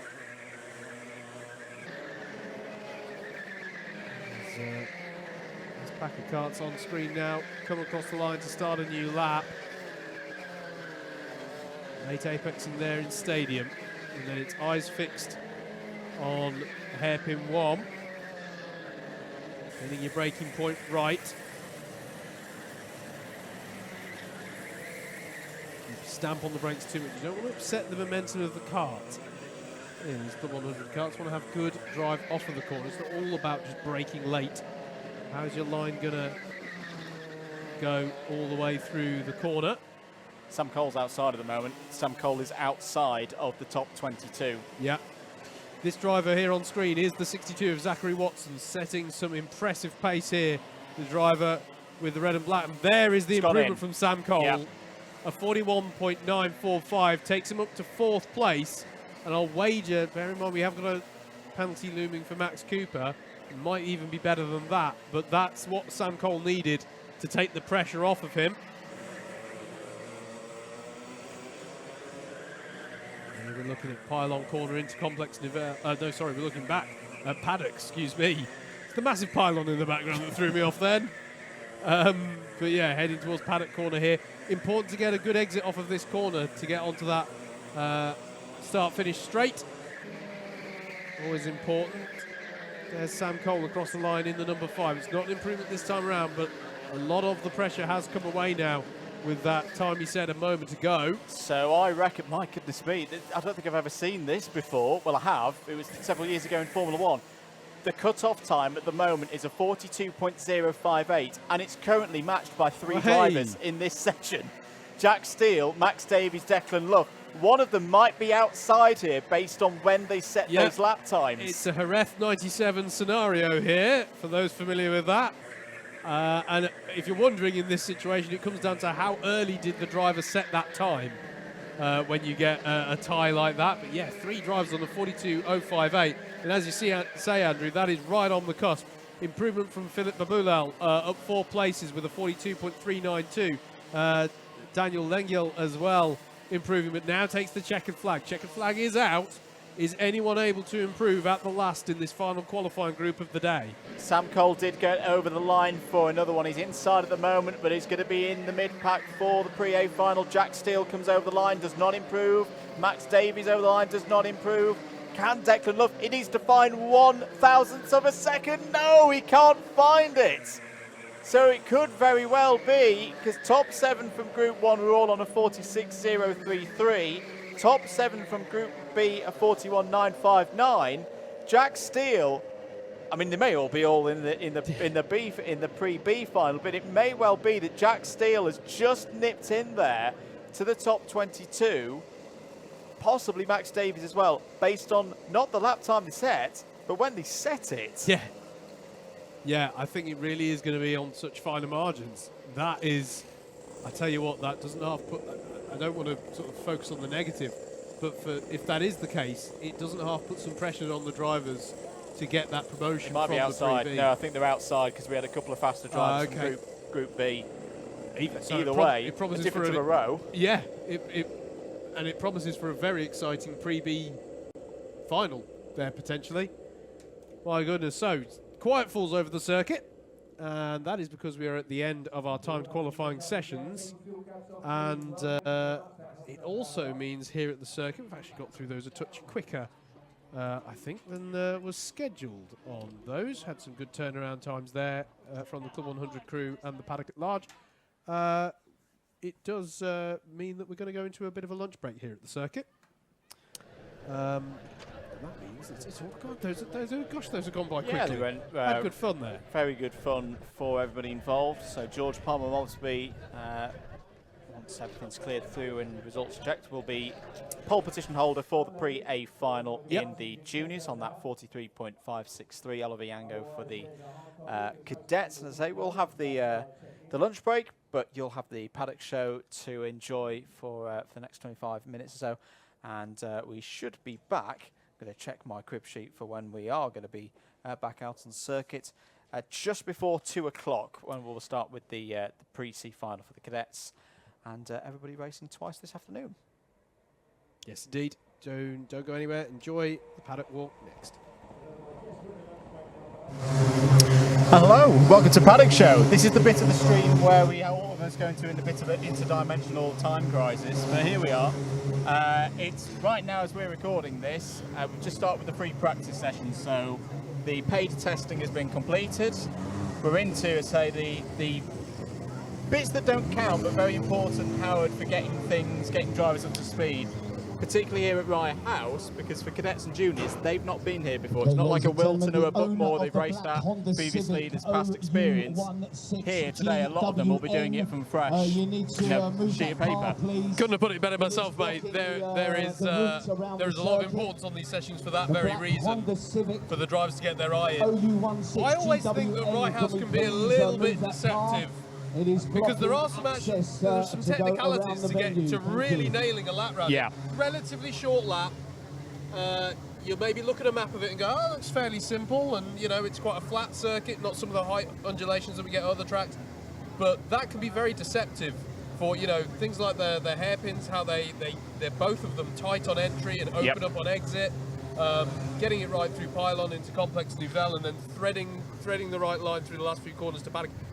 And of course getting the right line through stadium. It's actually quite technical in places, and it'll be very important for these young drivers to get their eye in on that as much as possible before they, you know, then have to do it whilst also thinking about all the cars around them in a race situation. So these sessions definitely are very important today. And the other aspects of it as well, still a relatively new track service here at Rye House that was done a year or so ago. And as I've been out there this morning doing some bits for Club 100 socials, yes, it's a lovely day. I don't think you could get better weather conditions here in September, but there's always a little bit of dampness in the grass and a bit of bogginess out there. So drivers, I've already seen a couple of times, drivers go out wide, pull some moisture onto the circuit. That can add quite literally a bit of spice out there on circuit. Yeah, it really can, and it's not just yourself that could affect. If somebody's maybe dipped the right-hand side of the car coming out of the stadium section heading towards that first hairpin, if there is any mud, grass or water on the run up to that hairpin, particularly as you approach the braking zone, the drivers behind that incident need to be savvy to that and factor that into how they approach that corner. And you're absolutely right, it can get really quite boggy at this time of year on the circuit. So definitely a risk factor there that the drivers, they need to have their wits about them today around this circuit. They do indeed. Shall we talk to some drivers? Let's do it. Let's do it. Give you victim number one over here. We're going to be opportunistic. Hello, how are you? I'm going to sit down. I don't usually get onto this step of the podium. How are you? Who are we talking to here, mate? Joshua Roberts. Cool. And how's your season been going, Joshua? Tell us about your Club 100 journey so far. Not very good so far. What's been your best point in the season? Probably getting not last in the last race I did. Was that at Clay last weekend? Yep. Okay, so that's some progress, and you've got.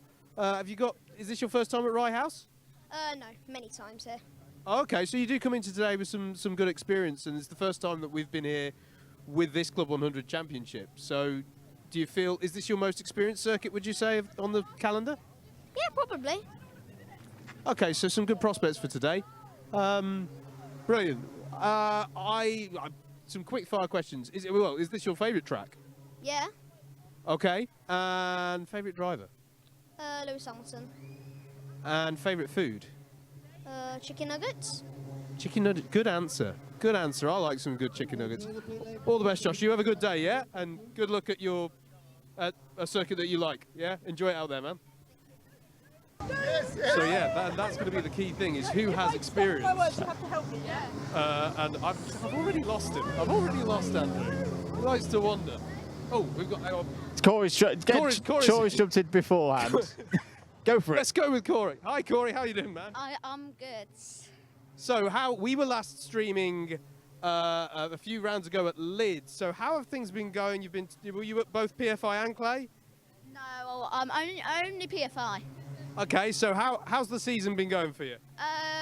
Pretty good, but PFI was not as good as much. But I had a good qualifying, but low races I was just unlucky. And then I got punted off. I'm in the final. Okay. Right House. Have you been here before? Yeah, so it's my local track.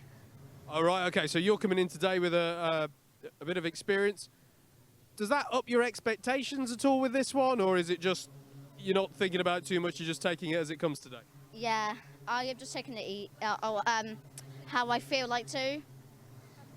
Brilliant stuff. And what's been your best result this season, actually, mate? So far, it is GYG and the second Whittermill so far. Pretty good, pretty good. Are you hoping to equal that or even better it today? Yeah, I'm hoping for top 5 while I'm in A group, hopefully. Brilliant. Right, quick fire questions. Favourite track? GYG. That figures. Makes sense. Favourite driver? Favourite driver, Lewis Hamilton. Cool. Favourite food? Nuggets. Look, everyone's going chicken nuggets today. No worries. You have a good day, Corey. It's appropriate. We're in Lewis Hamilton Heartland here at Rye House, and the answers are. Are we consistent. talking about food already? Yeah. Oh, okay. Chicken nuggets winning the poll so far, mate. Okay. We're here with Henry. Henry, good to see you. How are we doing today? I'm good, yeah. Really excited for today. Club 100. How did you first get involved?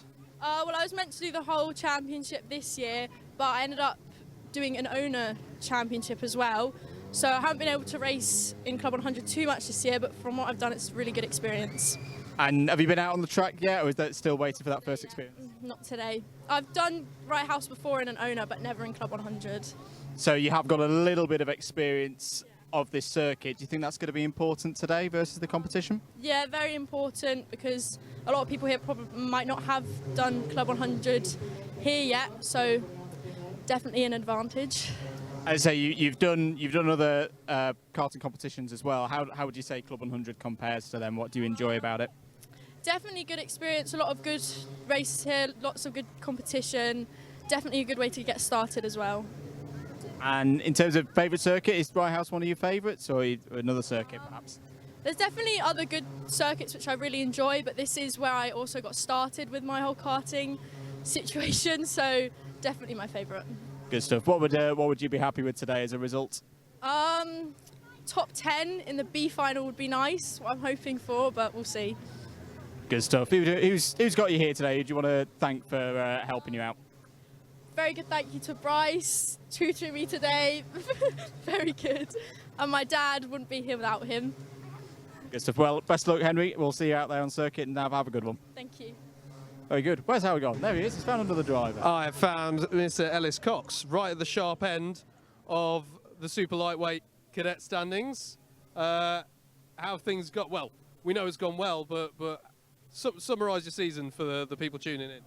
It's been good. At the second round I won, which was good, but then some rounds I didn't do that great. Like GYG, I got a penalty, which I don't think I should have got, but then yeah, it was all right.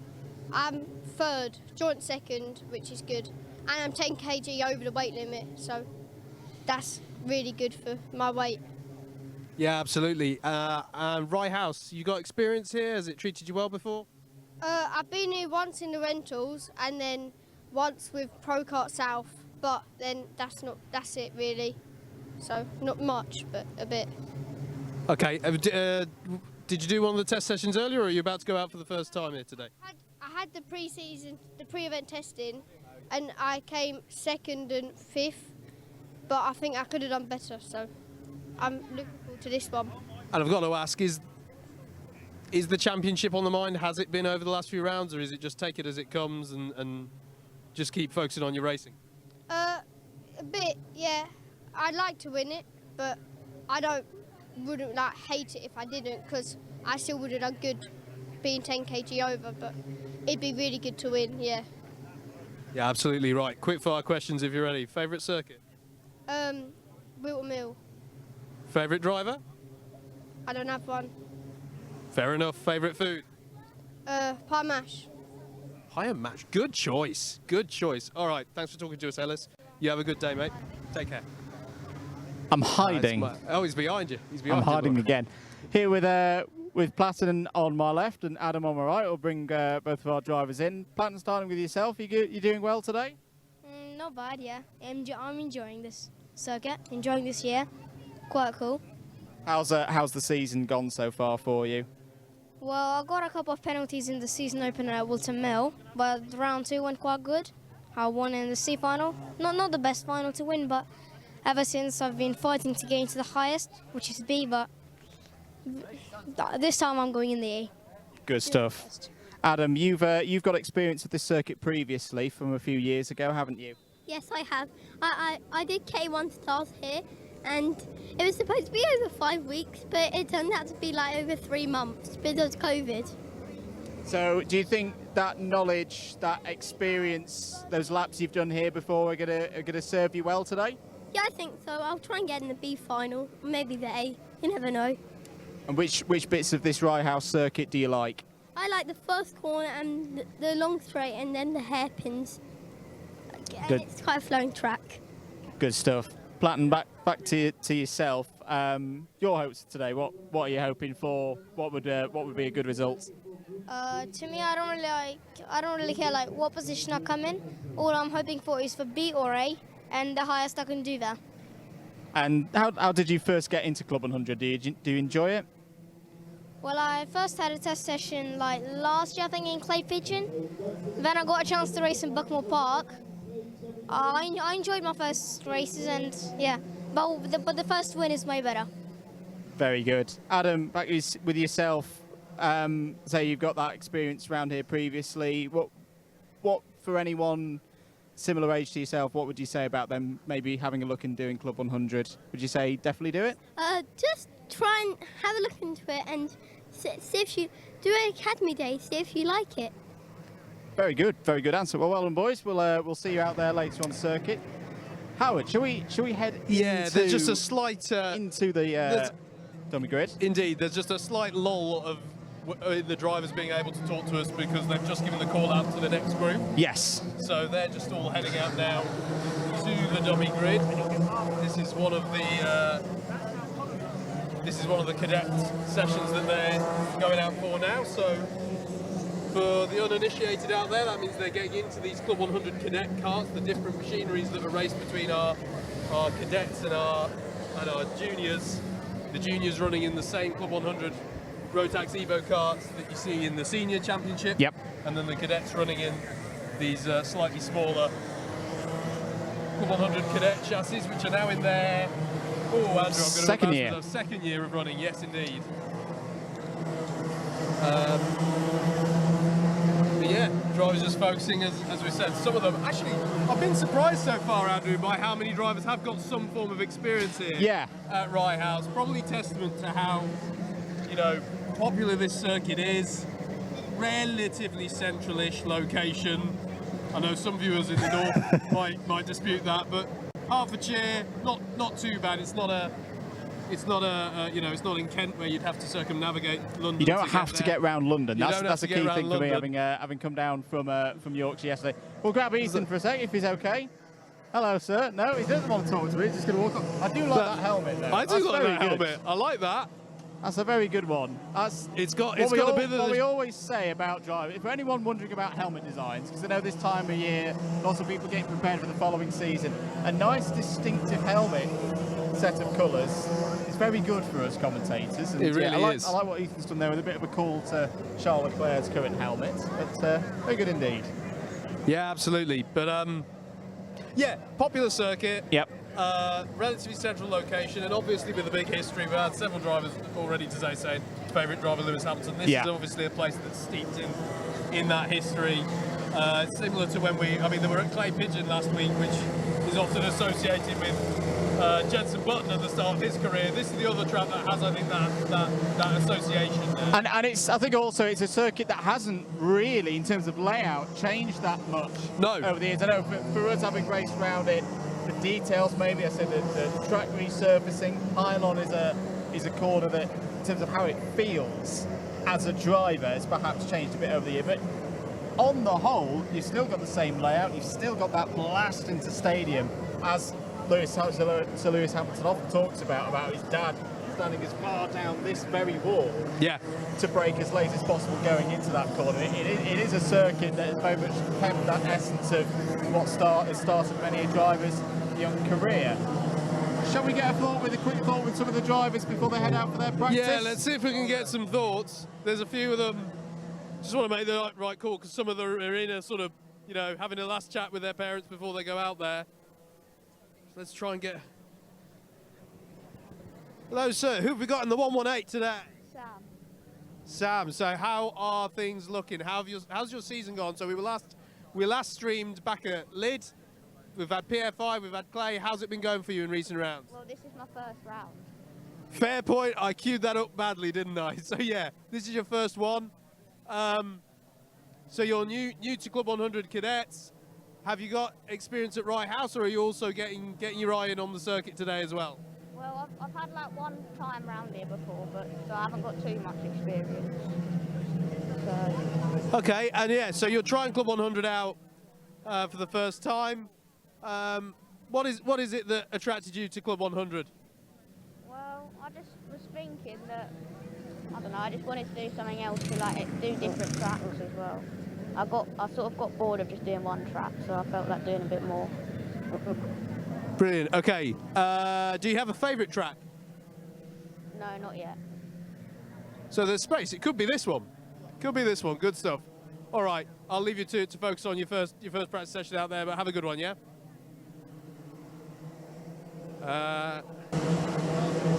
Andrew, how are we doing? I keep wandering off. Sorry. So yeah, there is a driver trying out for the first time there. Yes. Which is always great to see. Great to see drivers giving this a go.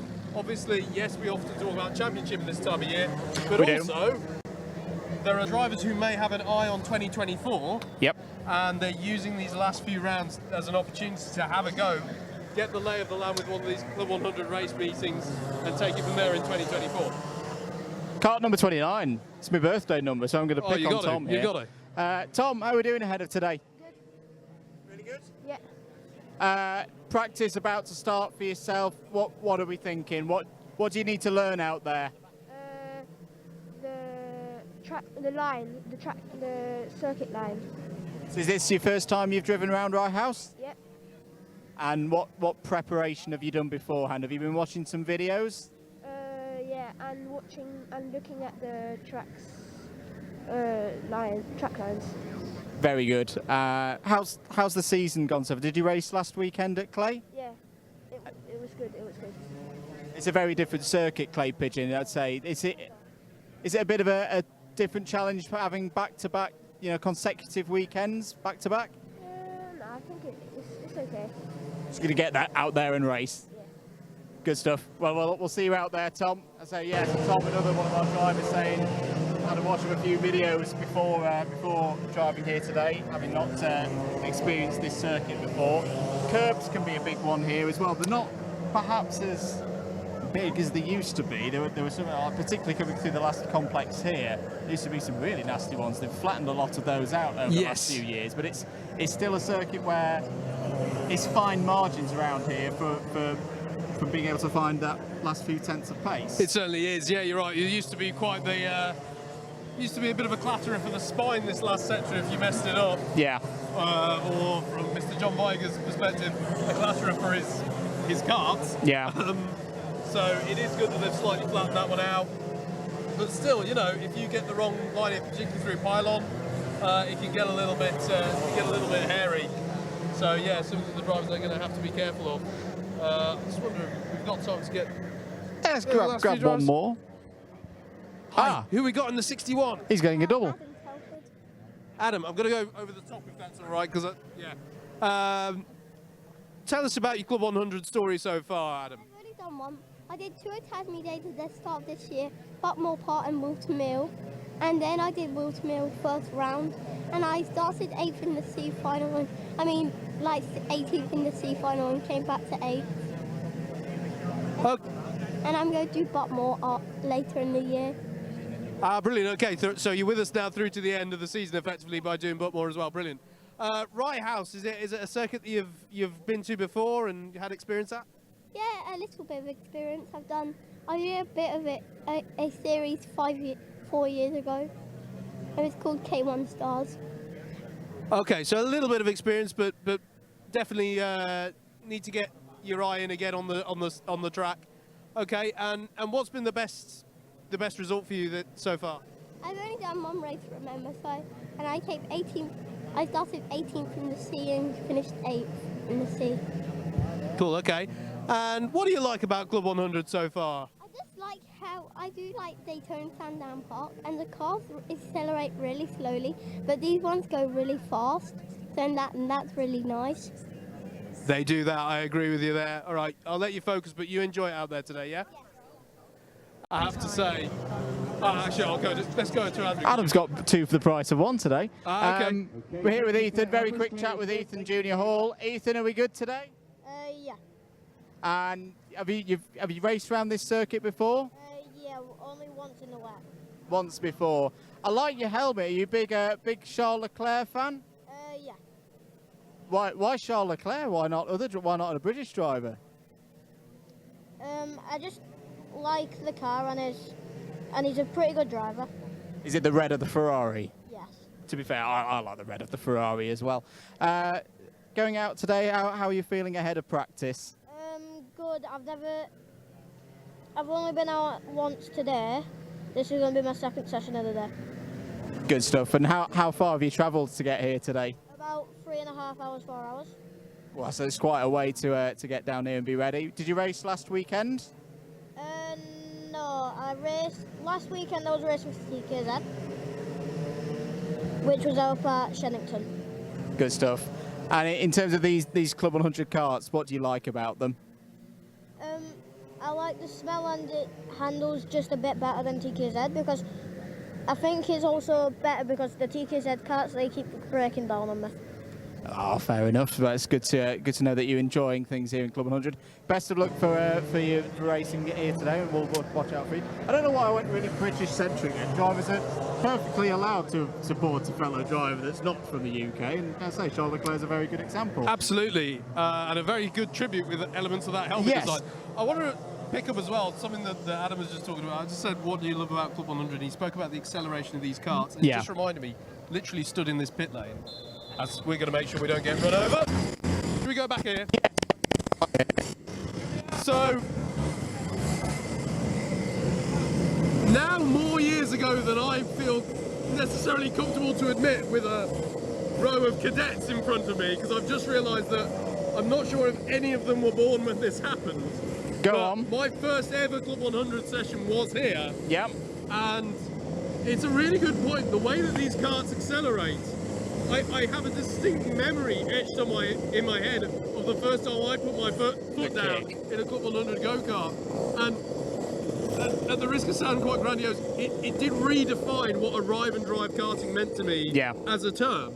Because it just put a massive smile on my face the first time I did that, and that was here. So that's a you did well there, bringing back a special memory for me there, and it is a point. It is one of the things about these Club 100 karts. If you've not tried them, and what I'm about to say is in no way to take away from rental karts, but if one has, if one has so far done rental karts, maybe at a local track, and you are interested in a step up, Club 100 is my go-to answer for that in spades, because it is just that step up.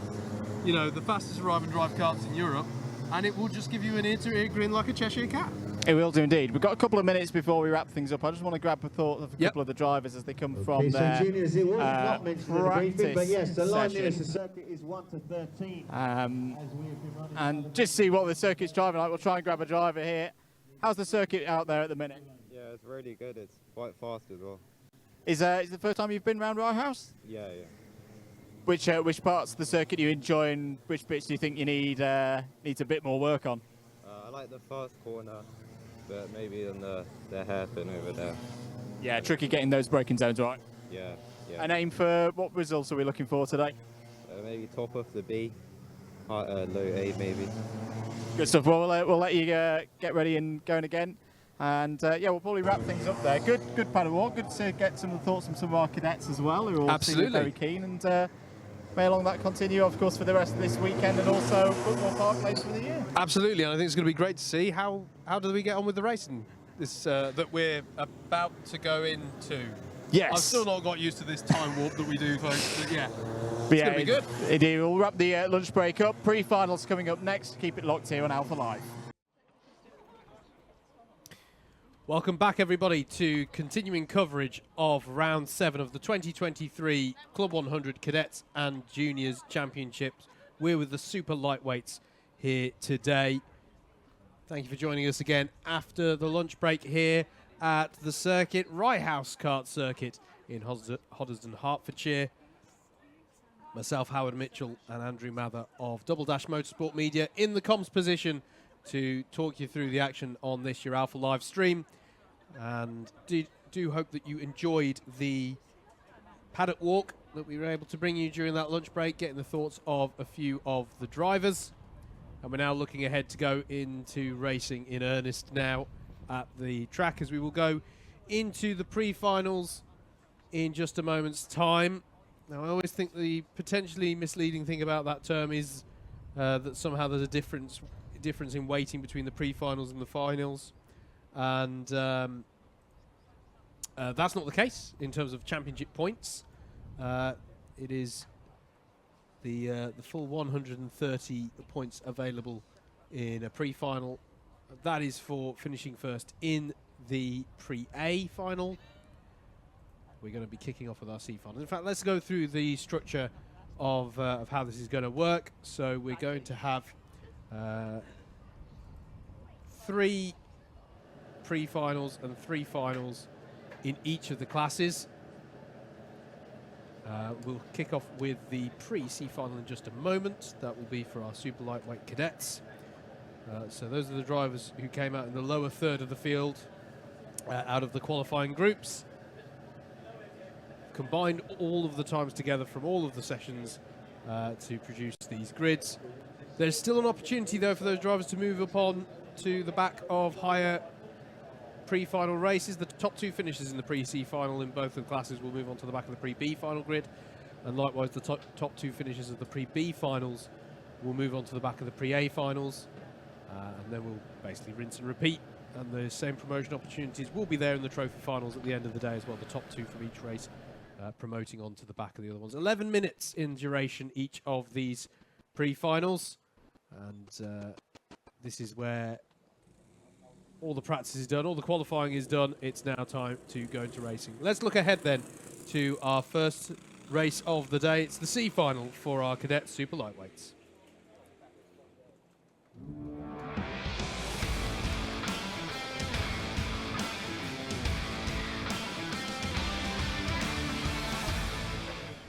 So I'm going to talk you through the grid then for this one. I don't believe we've got graphics ready to go on the grid, so apologies for that, but I'll take you through in audio nonetheless. Pole position for this pre-C final in your cadet super lightweights for round 7 will be Zaya Honor, and Lewis Tracy will be alongside on the front row. Tom Gruar and Jack Horton will be on row 2. Casper Davidson and Caesar Chen are row 3. Sarah Telford and Luke Cherrington make up row 4. And then the top 10 is rounded out by Adam Telford and Ethan Biddle, to round out your top 10. I was testing here in the box. Harry Kinkham and Ewan Farrelly come up next on row 6. Andrew Vasayikov and Daniel Marutiak are row 7. Tristan Whiteside and Freddie Powell are row 8. Then it's Joseph Starkey and Soren Chambers on row 9, with Joshua Roberts rounding out the 19-cart field that will take to the circuit in a moment's time. They're just getting ready into their carts in the dummy grid that's in pit lane here at Rye House Kart Circuit. They'll take to the track, ready to go for the first of our races.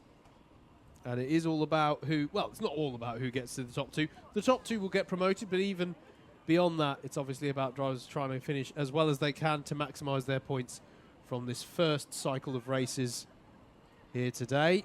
We'll see them again, even if they don't get promotion, we'll of course see them again later in the C final, as opposed to the C pre-final that we're having now.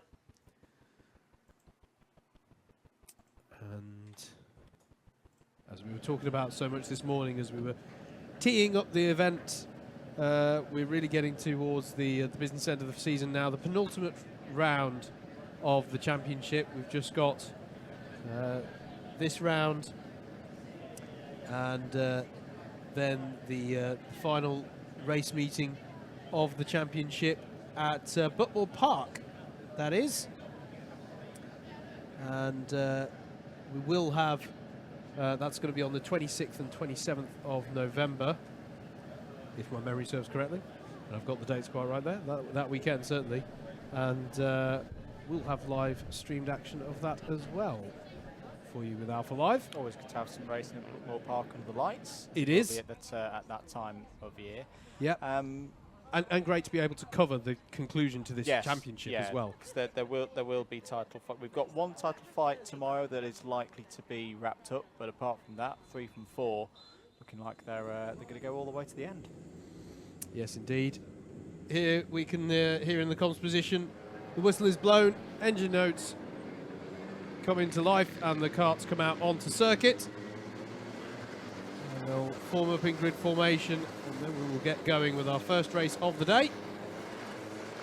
I like these races, Andrew. It does give us an opportunity, as they'll take the cut through here on the warm-up laps. These races give us an opportunity to focus on some of the drivers who are maybe up and coming, cutting their teeth a bit more, give a bit of a focus on them as they work on improving their pace, their racecraft, you know, and look to improve. Maybe some of these drivers are here for their first round. Yep. Maybe have an eye on mounting a full campaign in 2024, who knows. So I always enjoy this race, just to look at some of the up-and-coming talent.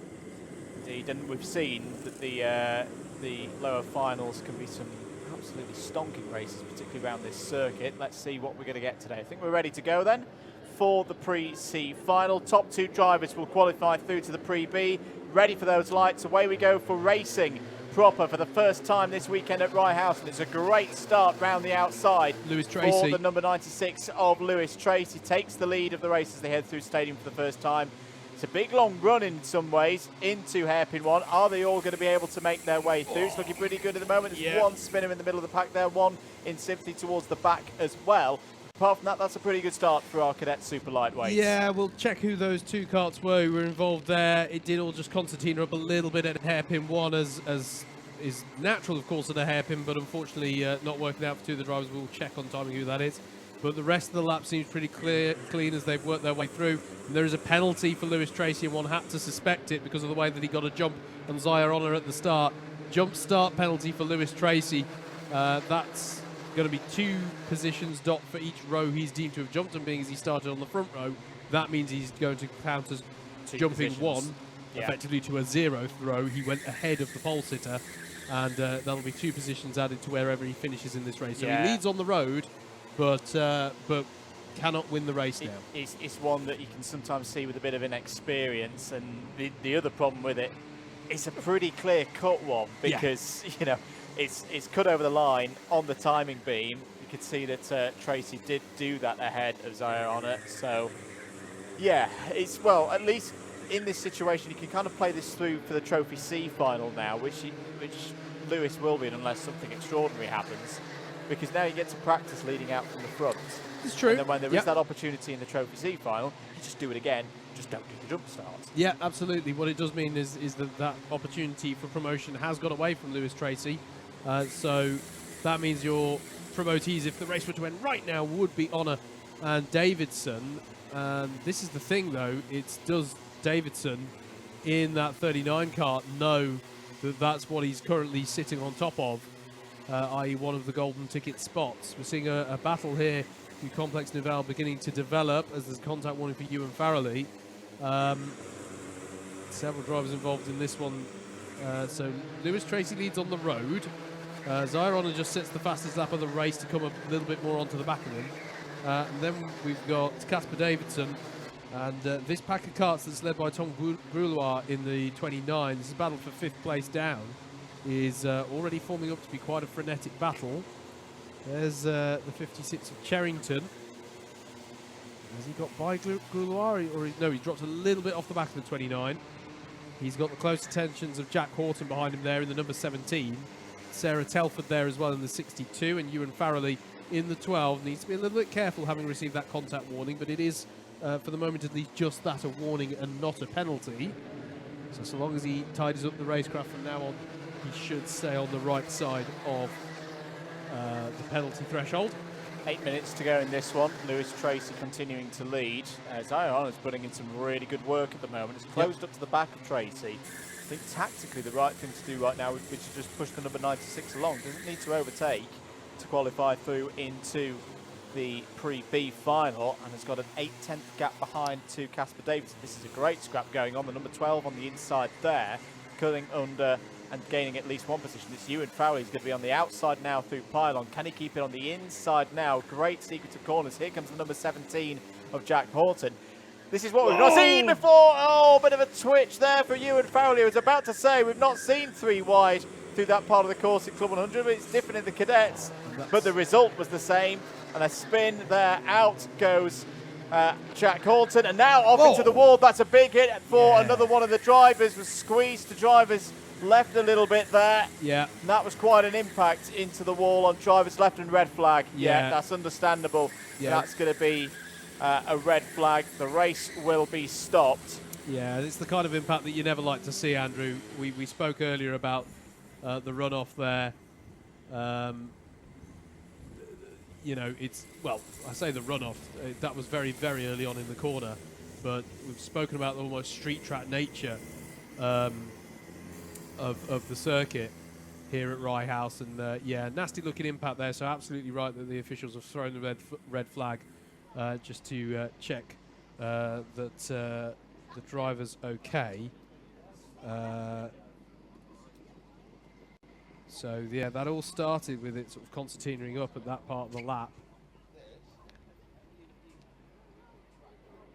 So the drivers have been given the red flag, and that means that they've all lined up where indicated.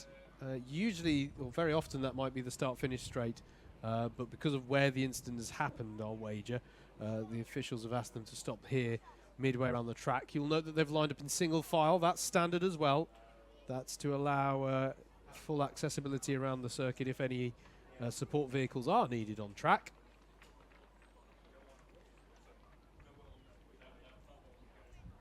And absolutely right call to just put a pause on things just to make sure that everyone's okay after that incident down at Stadium.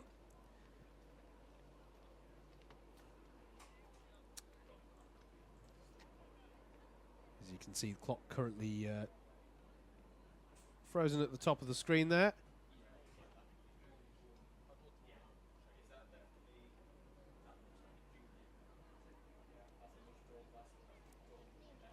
So just waiting for all the officials just to make sure that everything's okay, and also of course make sure that the barrier, well, obviously the main focus is going to be on the driver, but also just make sure, assuming that's okay, that the barrier is also safe to go back to racing.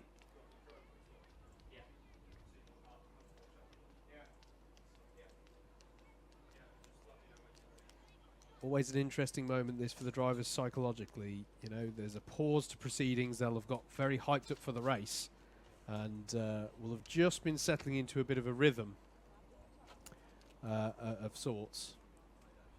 And yeah, always important for them to keep their focus.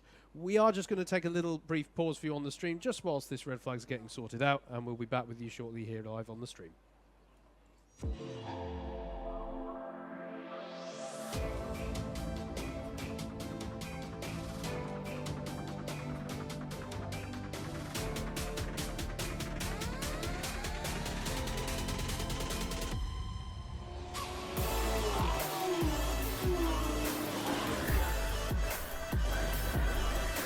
Side by side, who's going to be the bigger man?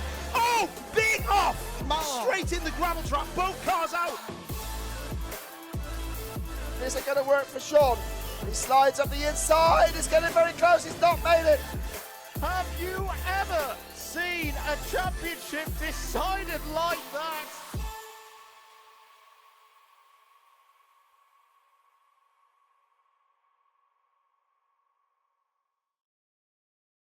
Welcome to Alpha Live, the live streaming service where you can be part of the action from home. You can watch via your smart TV, phone, tablet, or even your gaming console. We've got you covered. Just head to the YouTube app on any of your devices and search for Alpha Live. Here you can watch all of the events as they unfold, or you could choose from our vast library for those lazy days in, all in beautiful HD. Be sure to hit that subscribe button and click on that notification bell so you don't miss out on any future videos.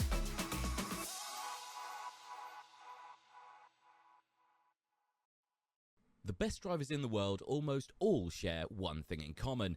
They started their motorsport career in karting. It's the most accessible way to get into racing, and it's only getting more popular. We've found 3 different ways to start karting at 3 different price points, so let's see which is best for you.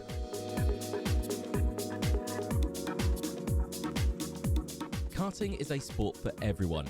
There are even classes for drivers aged as young as 6 years old. However, if you don't know anyone already involved in karting, it can be quite hard to find a way in. That's why we've compiled 3 different entry points into karting at 3 different price points. This way you can see which one works best for you and your budget. So, where will you get involved? Well, assuming you've already tried out a couple of corporate karting sessions, you've got to answer 2 key questions. What is your budget, and how prepared are you? Your answers to these 2 questions will ultimately decide where is best for you to get onto the karting ladder. So let's start off by taking the cheapest way to get into the competitive karting scene, the BIKC. The British Indoor Karting Championship, or BIKC, takes the fastest drivers from team sport karting centres that are all around the UK. It's likely the cheapest way to get into national karting, as a full season could cost you as little as £350. To get involved, you need to get yourself a grid membership at your local team sport venue. From there, you just need to come to 3 different sessions and set the fastest lap times.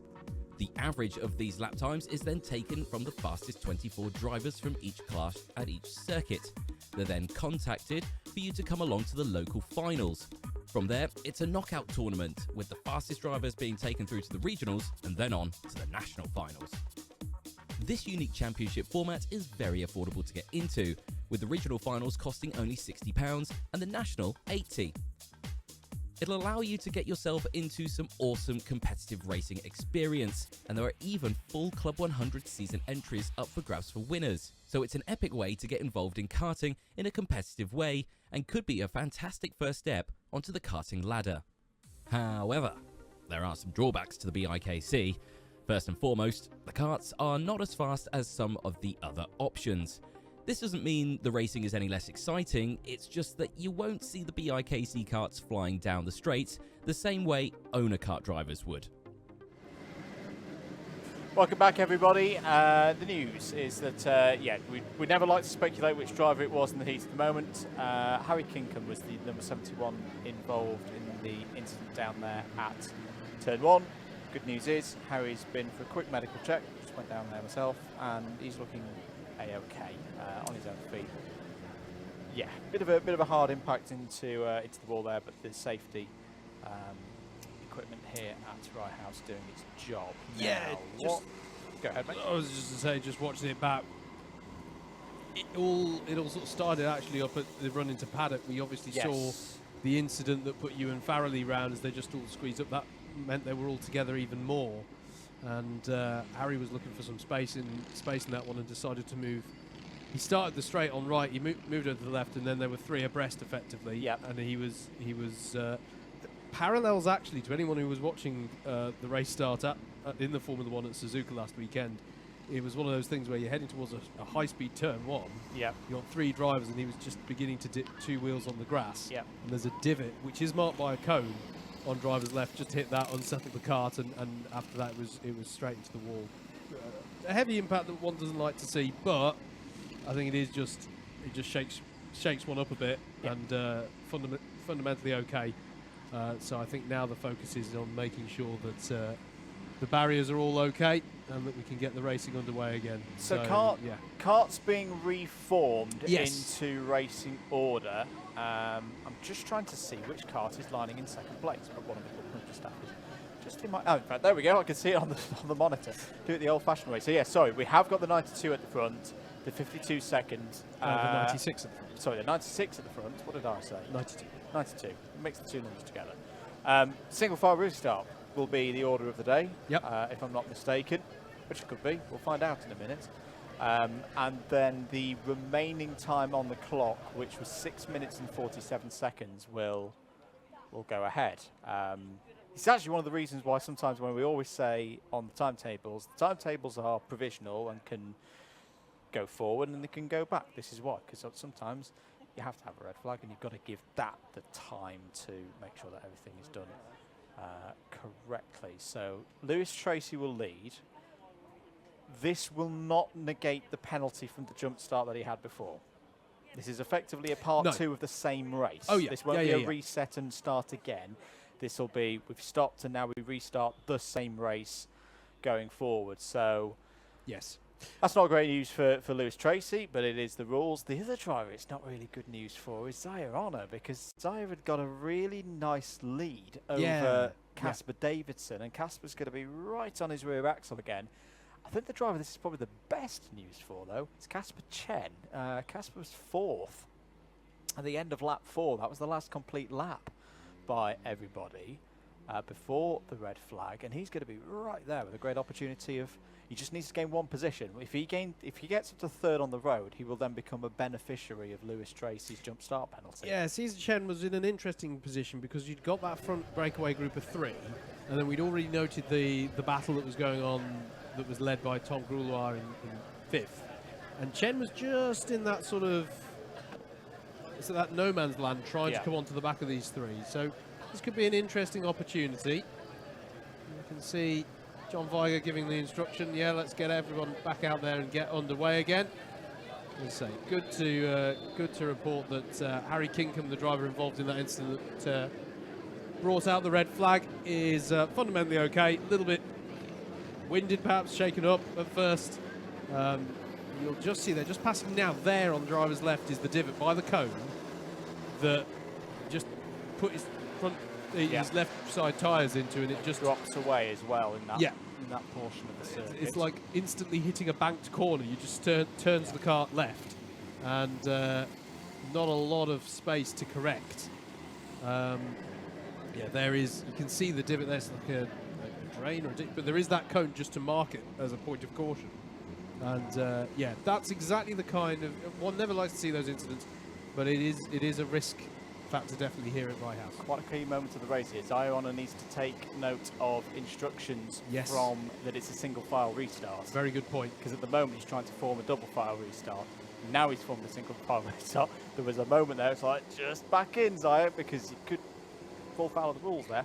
But he's done that now. We will be started. Yes, we're going to go back to green then. Ready to go racing once again. It's still the same story. Top 2 after the full results will go up into the pre-C final. Lewis Tracy leads from the front of the order, but remember, has a jump start penalty from the first phase of this race. Second place is Zaya Honor. Casper Davidson and Cesar Chen fighting over 3rd place as well. Need to be careful into hairpin 1. This is where we're going to see quite a bit of action across the course of the racing afternoon. Harry Kinkham, just to confirm, has not taken the restart. I hope to see Harry back out again later on this afternoon. Into paddock for the first time. And through, there was number 62 of Sarah Telford there. Absolutely. So, at the end of the first lap, back to racing. And there's a move from Chen on Davidson, up to third place. So, 4 minutes left on the clock of this one. As a contact warning for Luke Cherrington, needs to be careful of that. As we're back underway racing, and I spoke briefly just before we cut away to some adverts of the need for re-engaging the focus now with these drivers. There's been that pause. They need to just get back into the groove of things. Tom Gruloir has been able to pull out a little bit of a gap there. There is a recovering Ewan Farrelly in the 12 there. Obviously had an incident of his own just before the red flag incident, but was able to dust himself off and continue. Zaire Honor now on the back of Lewis Tracy. Once again, a sort of breakaway group of 4 as they stream through stadium.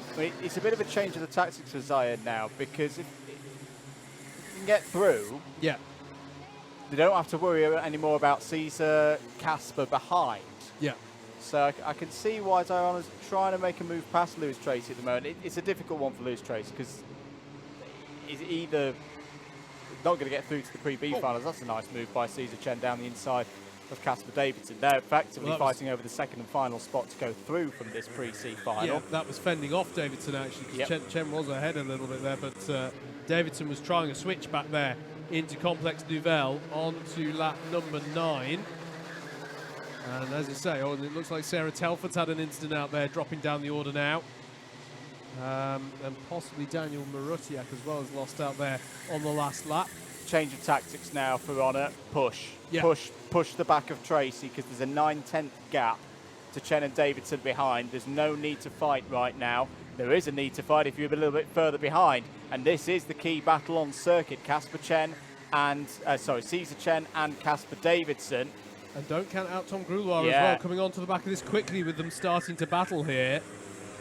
Tom driving really nicely at the moment. 2 minutes remaining on the clock, over to start a new lap. Now, interestingly, that time around, Chen quicker than Honor and Tracy ahead. So maybe it's not done yet for Casper Chen. Change for 14th place. Vasikov ahead of Biddle. Remember, the finishing positions from this race, for those who don't qualify through to the pre-B final, will set the grid for the Trophy C final later on this afternoon. Indeed. Strikes me that Casper Davidson's strong in this part of the circuit, Andrew, from hairpin 2 down to Pylon and Complex Nouvelle, but a little bit wide there through Complex Nouvelle. Gives a little bit of breathing space to Caesar Chen as he comes onto the start-finish straight. Nice little battle there. Just swept through shots. So who was battling there as they come across the line? I think it was Luke Cherrington and Jack Horton having a good little battle through paddock. We're looking at this though, the battle for third on the road.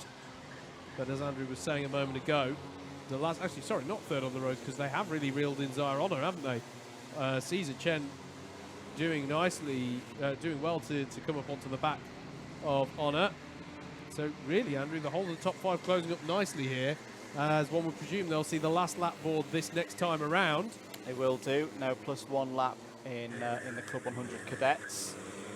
So this simply time runs out, and the next time over the finish line is the checkered flag. 30 seconds on the clock. Tracy, it's a real shame in a way that Lewis Tracy has got that jump start penalty, because it's the only thing that Lewis has got wrong in this whole race. Zaire Honor versus Caesar Chen out of Stadium Corner, and they don't want to do too much battling in a way, because it might give an opportunity for Casper Davidson. This could change at the last here.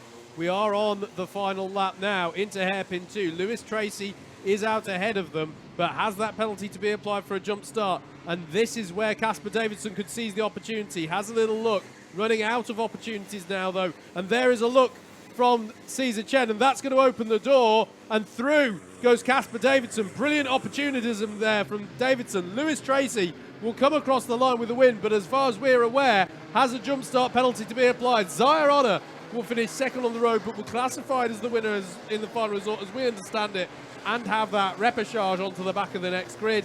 Casper Davidson at the last steals it from Caesar Chen. Davidson in third on the road, Chen in fourth, Gruloir in fifth, Horton in sixth. Then it was Luke Cherrington, Ewan Farrelly, Tristan Whiteside, Adam Telford to round out the top 10. Sarah Telford, Daniel Marutiak, Joseph Starkey, Andrei Vasiakov, Ethan Biddle, Freddie Powell, Soren Chambers, Joshua Roberts, and Harry Kinkham, of course, didn't finish off the back of that incident, but is okay after that incident. We're delighted to report. That was it then for the C pre-final. Now we look to the equivalent race in the super lightweight juniors.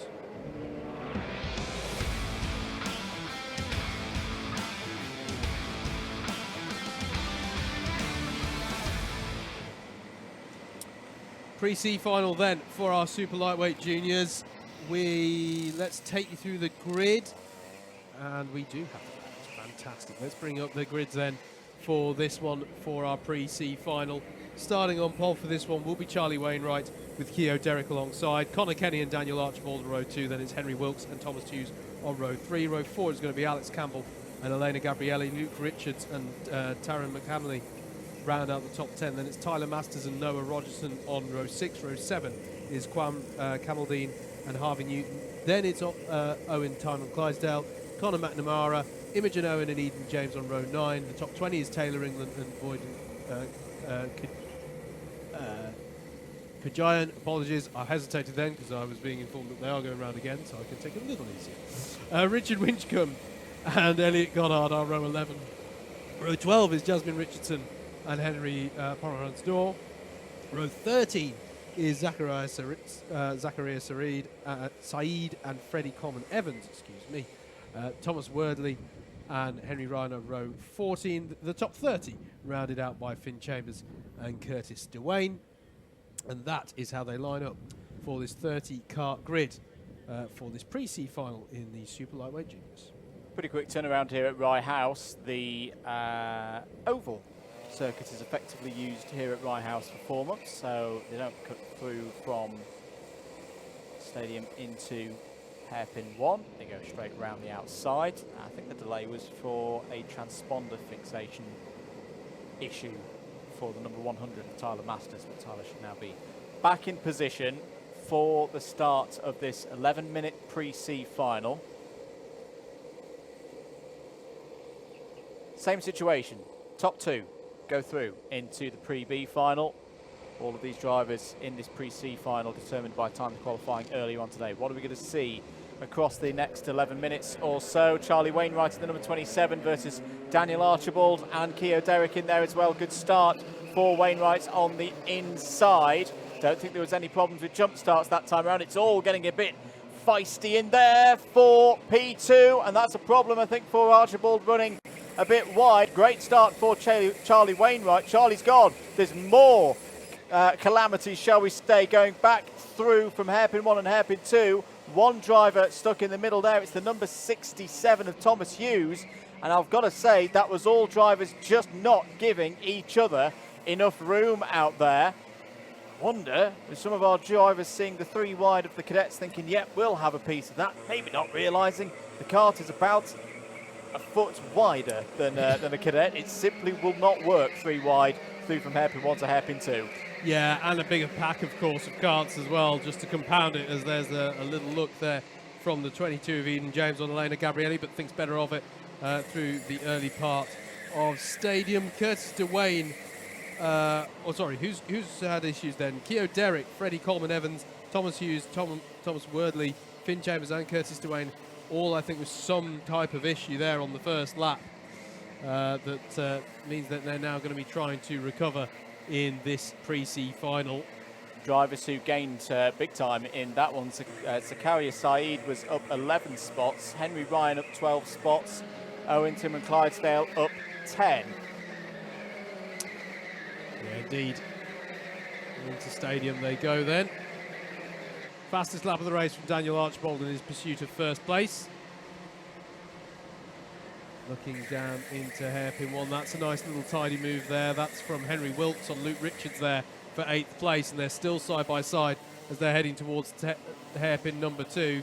The 68 of Richards versus that 50 of Henry Wilkes, but I think Wilkes has secured the place. Yes, indeed, the 50 now ahead of that 68 and holding there. So nice little move that began at hairpin 1 for Henry Wilkes to take him up into 8th place. That was really nicely finished by Henry there. He's picked up very quickly on how to get a move done through hairpin 2.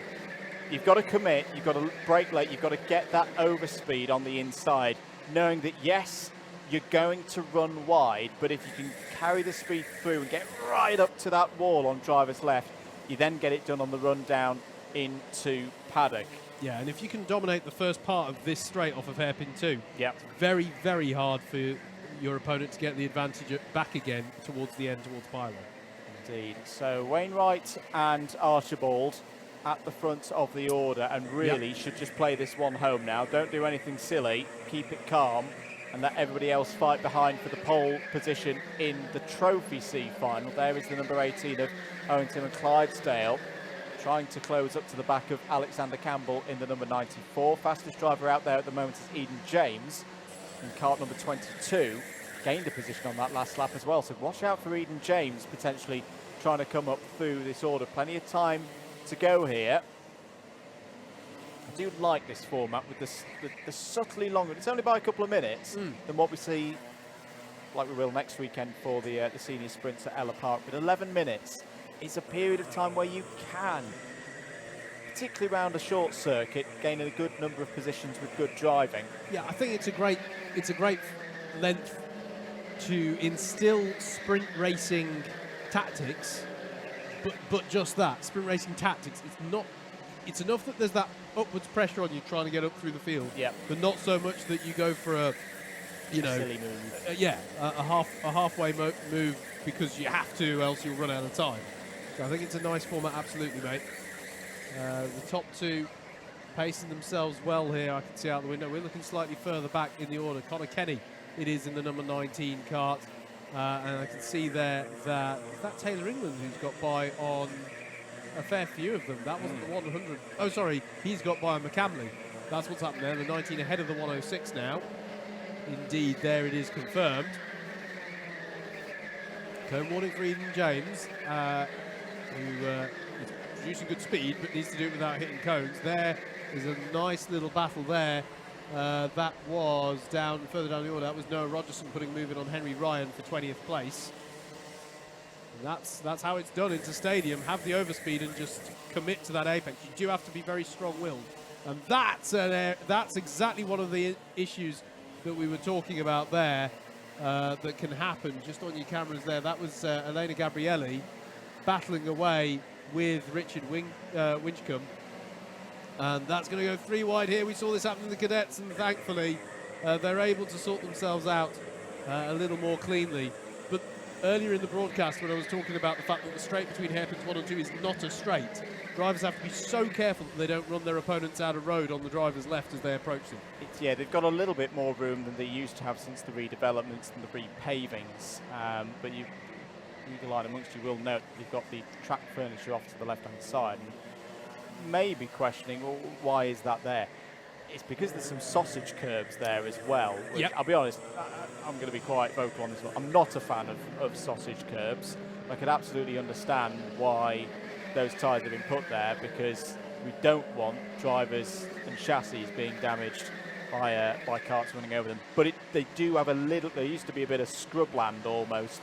Yes. Another one of those divots at that part of the circuit before, so it is better than that. Drivers do need to be aware. They need to give each other racing room as they head to hairpin 2. Yeah, and there are sausage curbs actually all the way down. That's why you've got a sequence of tyres. But yeah, good prudent placing of tyres there to dissuade drivers from going anywhere near those. Here are your top two, just through the shot there, the 27 and the 25 of Wainwright and Archibald respectively. On to a new lap.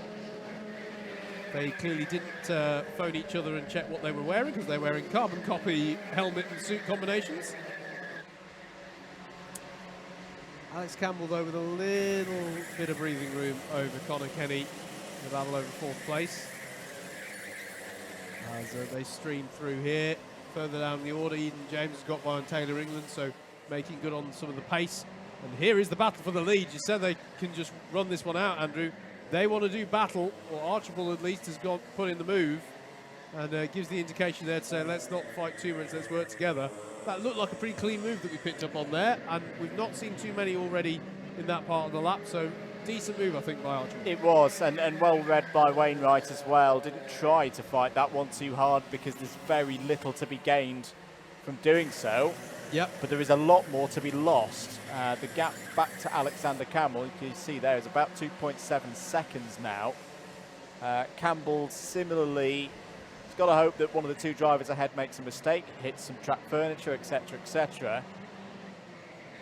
But apart from that, secure that pole position for the Trophy C final. That's the aim of the game right now. Noah Rogerson's going along quite nicely. Howard, new fastest lap of the race, 42.402. He's up to 18th place. Yep. Zakaria Saeed has got one on Taylor England as well. That was for 12th place a moment ago. These top two have swapped around. Then it's a little bit further back to Alexander Campbell, who's just keeping at arm's length. Actually, I say that. Yeah, he's got a second in hand over Connor Kenny. Connor's still got very close attention. You can just see them go through shot there. We're looking here at Taryn McCamley, who's still got very close attentions from Tyler Masters and Henry Wilkes.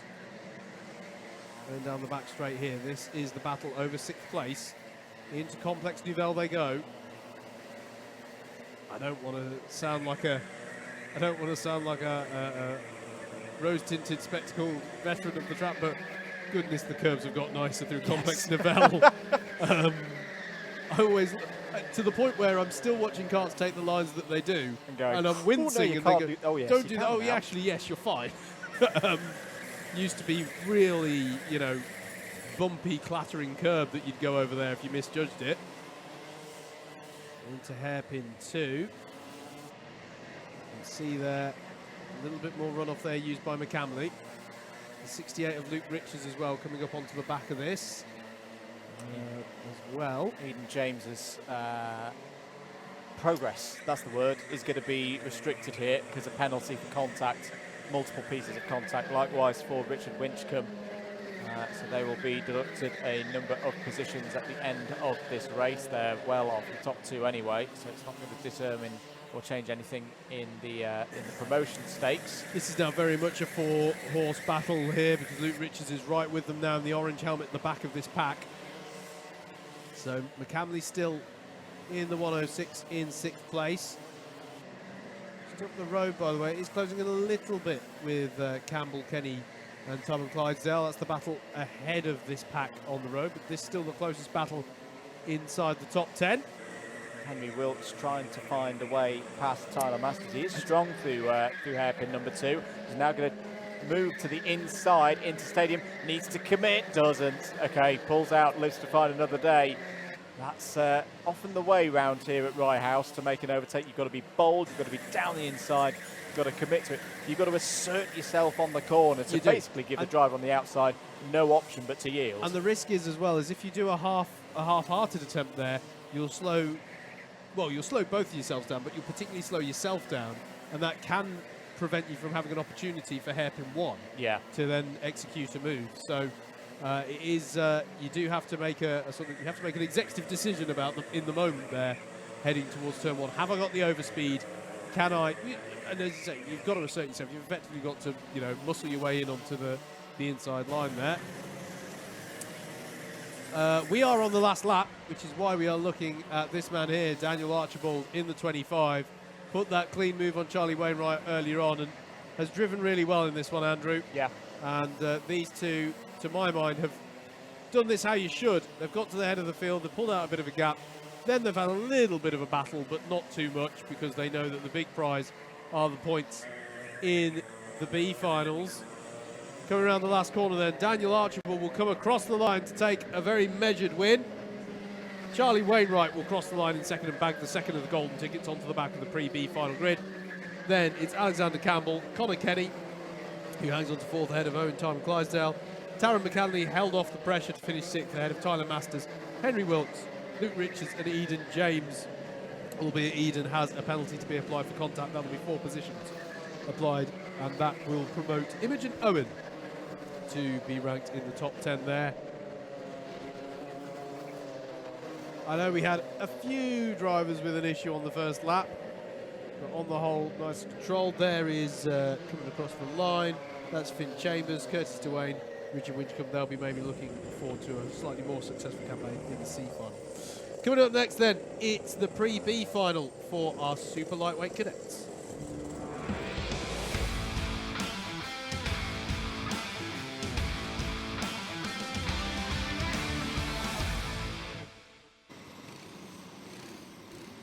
Let's take you through a grid then for this one. It'll be Corey Chapman on pole position for this one, ahead of James Malcolm. There we go. Caelan Keith and Jake Matthews, row 2.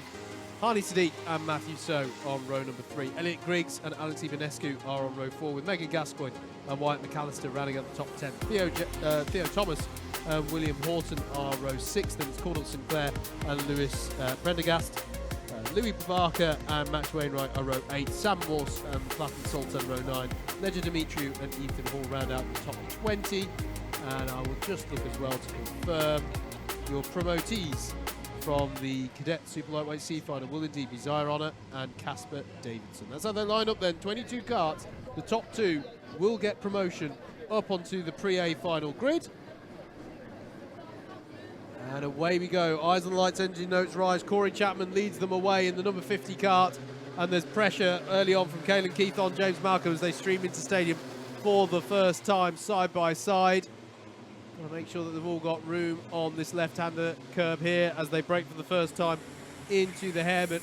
I can see it's still Corey Chapman who's at the head of the field. We've got a few drivers out wide, and that's got a little bit messy as the second half of the field arrives on just a few drivers who were getting a bit out of shape there. I don't think that's going to be significant enough for any form of false start to be thrown, though, as they come through, or the main pack come through the last sector for the first time. We'll double check on timing who which drivers were involved in those incidents. Obviously yellow flags out at the hairpin at the moment as some of those cars who went quite far off the track get recovered. Corey Chapman leads then ahead of Caelan Keith and James Malcolm. Drivers who had some form of issue at the hairpin are Casper Davidson. And sorry mate, was that a move there? Yeah, move for second place, so okay. Keith getting it back ahead of Malcolm. Indeed. So it's these 4 at the front of the order looking to race through into the Pre-A final. Of course, I was very impressed with the start from Corey Chapman, that he just got on with it. He just bolted straight off the front of the order and has got himself a good 0.2 of a second gap. He needs to work hard over these next couple of tours of the circuit, because those 3 behind aren't going to let him gallop away with this. It's just checking over the shoulder, driver from the Norfolk and Suffolk area.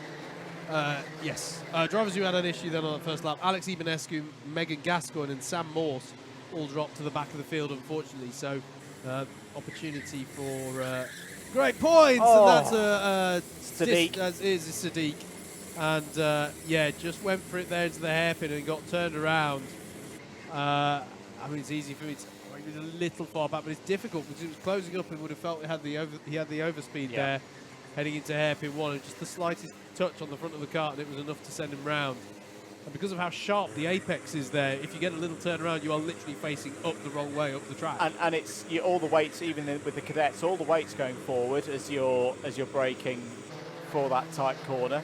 Yep. Yeah, it's very easy to spin. Fastest lap of the race, Corey Chapman 44.114. There's also been a penalty for James Malcolm, the number 41, for speeding under yellow. Really good attempt there by Max Wainwright on Cordell Sinclair and Lewis Prendergast through stadium, but they stayed as they were. This is Elliot Griggs ahead in the 60, ahead of the 64 of Matthew So, who's under pressure from Wyatt McAllister. McAllister's got a nose in front, and if he can just stamp home his authority into pylon, which he can, he'll have the inside line for Complex Nouvelle. A lovely little move there by Wyatt McAllister to move himself into the top 5. Yeah, that's more like it from Wyatt McAllister. Good to have Wyatt back racing once again.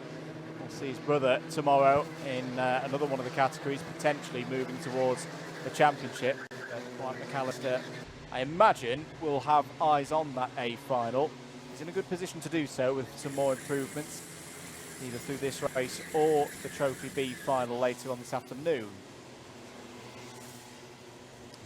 Fastest lap of the race from Cordell Sinclair will help him out with the pressure from behind from Lewis Prendergast and maybe get himself onto terms with Jake Matthews.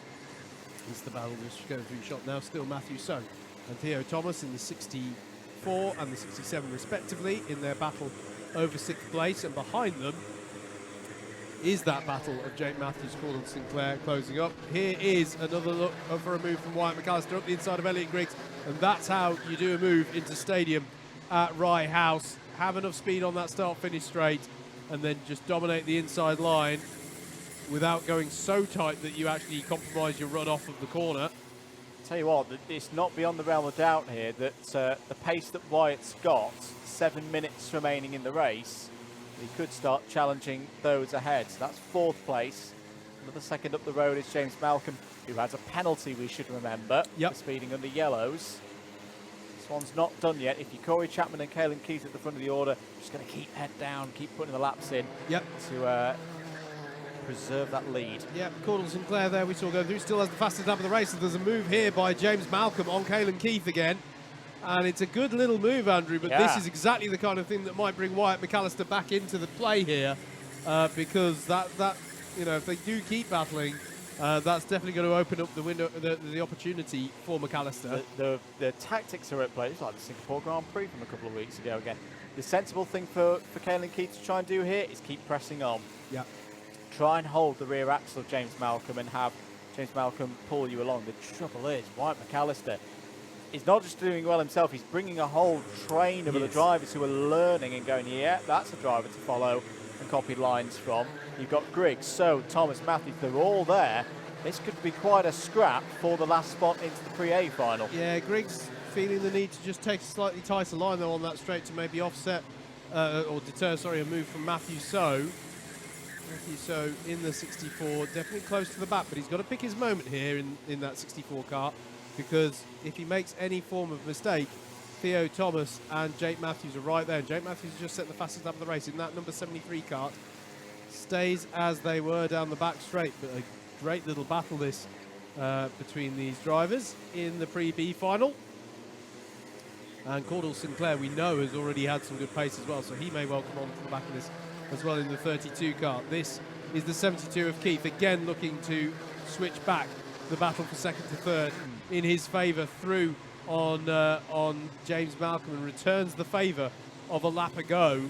So they're switching each lap, and it's not a move that loses them too much time, to be fair, but it's still less optimal than the line that Wyatt McAllister is taking. And as you say, Andrew, regardless of what line they're taking, McAllister has good pace.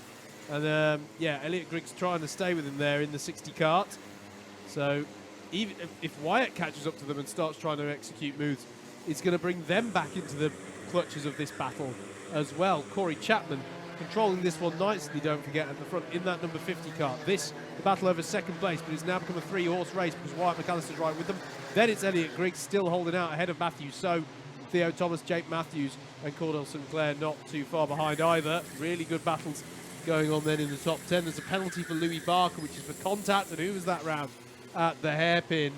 Have to check that on timing. I feel like that was that Elliot Griggs? No, it wasn't. He's still there. Battle for second place, and McAllister has caught up to them now. Keith going round the outside. Malcolm, who remember was the winner at PF International earlier on in the summer. Wouldn't expect him to be in this B-level race, but here he is to the inside now as they head towards stadium. Keith's got to leave some room on the inside, you would think. Wyatt McAllister is playing this very wisely right now, Howard. He's just waiting for that opportunity. 3.5 minutes remaining on the clock.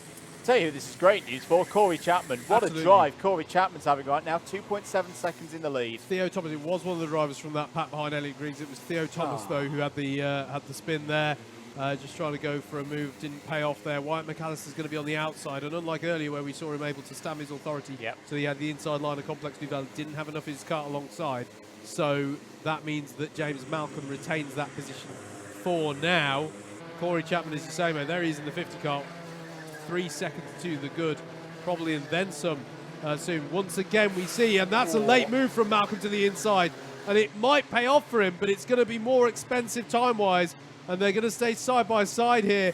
It's Keith versus Malcolm into hairpin number 1. Is there an opportunity for those behind them? They're still side by side at the apex. They're still side by side on the exit. This is brilliant stuff. They're both going to go tight though into hairpin 2, and it's going to throw them both out wide and give the opportunity to Wyatt McAllister. And it was just it was too much commitment from those two drivers to that one moment, that one move, and it's hampered them both down, throwing them right back into the clutches of everyone else. And that again, I'm going to praise him again. Wyatt McAllister just held back. There was a slight little nudge, but I don't think it was any malice involved there. There's still all sorts going on in this battle from like fourth downwards. Greatly read by Sinclair there. He's been brilliant there to get himself up into third place. Matthew So as well gets by on Elliot Griggs there as now Malcolm tries to pick up the pieces of that move, battling away there with Elliot Griggs. As, that was such a costly moment for them there. But Cordell Sinclair, we saw him have good pace earlier on, had the fastest lap of the race in the early proceedings. Read that beautifully, Andrew. So shout out to him as well to get up into third place, carrying a topical helmet for this circuit. A Lewis Hamilton tribute helmet is Sinclair, and running really well there up in third place. Caelan Keith did a good response down the inside into hairpin 1. That last lap has got back up another position. He's now going to have another go at the number 41 of James Malcolm. These two have been going at it for the last 4 or 5 laps. It's now roles reversed as Malcolm's on the outside. We'll have the inside line for hairpin number 1. And they're determined to battle, aren't they? It's just not over second place this time. But yeah, there by James Malcolm takes the position through hairpin number 1. Good. I'm going to say as well, just want to apologise. I think that was one of the mind commentator curses for. I'll drive that off. It's fallen down the order now, and I can't remember. I'll come back to that. Okay, Matthew So has read this one well over the last few laps as well. He and Elliot Griggs, in spite of everyone sort of bunching up, they are working together really nicely. We're on the last lap though. This young man here, Corey Chapman, who spoke to in the paddock show, has some experience around this Rye House circuit. Comes from Norfolk, but likes this Rye House track and has driven really nicely here to control this one. Theo Thomas. I cursed Theo Thomas in my mind because I was going to say he hasn't made it to an A final so far this year, and he's in a chance of doing so. But Matthew So and Elliot Griggs have caught up onto the back there of Cordell Sinclair. But coming through the last corner now to take the win in the super lightweight pre-B final for round 7 in the cadets. Corey Chapman with a really nice drive, controlled drive there. And Wyatt McAllister, what a drive to second place, back to the promotion spot across the line. He may well fist bump the air. That was well held there by Cordell Sinclair to cling on to third place. Has that pole position now in the B final when we come to that later on. Matthew So in 4th. Nice battling there. Elliot Griggs in 5th. Caelan Keith in 6th place ahead of Jake Matthews. James Malcolm in 8th ahead of Lewis Prendergast and Max Wainwright to round out the top 10. That was a lot of fun, that one, mate. I enjoyed that one. We've got more pre-B final action next, coming right up now, in fact, with the super lightweight juniors.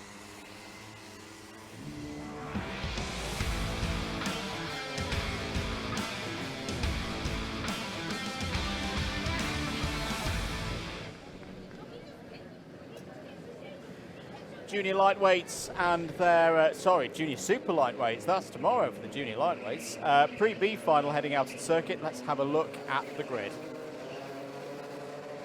Jack Steele has pole position for this pre-B final. Max Davies joins him on the front row. If they can hold those positions, they'll go through to the pre-A. Trying to break into that top 2, Declan Luff and Mikey Brissenden from row 2. Jensen Blakesley and Caden Ward will form up the 3rd row of the grid. Adam Sims and Jack Hayo start on row 4. Jack Stewart and Henry Jones complete the top 10. Jacob McQuill and Toby Edelston start on row number 6. Bobby McGurr has work to do from row 7 alongside Daniel Campbell. Jensen Jarrett and Jaden Gerard Shepherd go from row 8. Ethan Waters and Joshua Greaves go from row 9. Philip Babalal and Kira Boylan go from row 10. Daniel Lengel and Zane Elatoshi go from row 11. Flynn Perry and Tom Sands complete the 24 automatic entries through to the pre-B final. The grid is completed by Daniel Archibald and Charlie Wainwright. 26 runners here in the super lightweight pre-B final for the juniors here at Rye House.